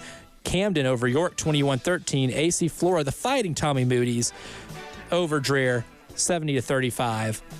Greer over Seneca 21-13. Daniel over Pickens 59-7. Walhalla beats Berea 49-7. Wren beats Lawrence 55-3. Sorry, Captain David Dare. Westside stays undefeated with a 49-18 win over Fountain Inn. Irmo beats White Knoll 35-21. Ridgeview beats West Florence 41-16. Impressive win. West Ashley shuts out Stall 63-0. Northwestern beats Rock Hill 55-7. Nation Ford falls to Catawba Ridge 34-7. Burns beats Eastside 28-9. Gaffney stays undefeated. The Cardiac Cats of Gaffney, and by Cats I mean Indians, they beat Riverside on the road 28-21. James Island beats Fort Dorchester 26-7. Dutch Fork took care of Lexington. It says 75-21 right here. That is not the correct score. River Bluff beats Chapin 30-6. Dutch Fork shut out Lexington, by the way, to get a little more specific clarification there. Spartanburg beats Boiling Springs 27-7. Sumter crushes Blythewood to remain undefeated 42-13. It looks like Somerville in double overtime beats Ashley Ridge 49-48. The two-point conversion is no good for Ashley Ridge. Tough way to lose there. Gray Collegiate beats South Aiken 63-13. Last night, North Augusta beat Airport 56-8. And that is all that I have. Could have left that alone. Right as we're ending the show, too. By the way, one more thing. Auburn, Missouri, Alabama, Tennessee, but South Carolina at Oklahoma tomorrow, 12:45, 7:30 airtime here. Local, switch to the network at 9:30. The Gamecocks are now 1-point favorites. Go you Fighting Gamecocks and get the win in Norman tomorrow. Big time. I got South Carolina 17, Oklahoma 13. What you got, Justin? South Carolina 27, Oklahoma 13. All right, love it. Gamecocks tomorrow. You can hear all the action, all the pregame coverage starting at 7:30 with Tyler Head and Terry Ford, all the way up till game time at 12:45. I'm Elijah Campbell. He's Justin Hall. See you, Ed Bird, behind the glass. We'll see y'all next week. Thanks for joining along. 10 years ago, who could have predicted what the internet would bring? Streaming videos, voice assistants, smartphones, smart homes, work from home. But here we are, wondering what the next 10 years will bring. Whatever it brings, Lumos 100% fiber optic internet is ready with incredible speeds and reliability. So you can do more and be more than you ever thought possible on the internet built for the future. Plans start at $50 per month. Learn more at lumosfiber.com/next. This is Graham Murray, appliance specialist for The Nest. We offer unique and affordable products in plumbing, lighting, and appliances. We have product specialists on site to provide you the attention to detail and service you deserve. We believe in hard work, doing whatever it takes to get the job done, and providing exceptional customer experience. Our appliance division offers in-house consultation. We have an in-house installation and warranty division. Our staff has nearly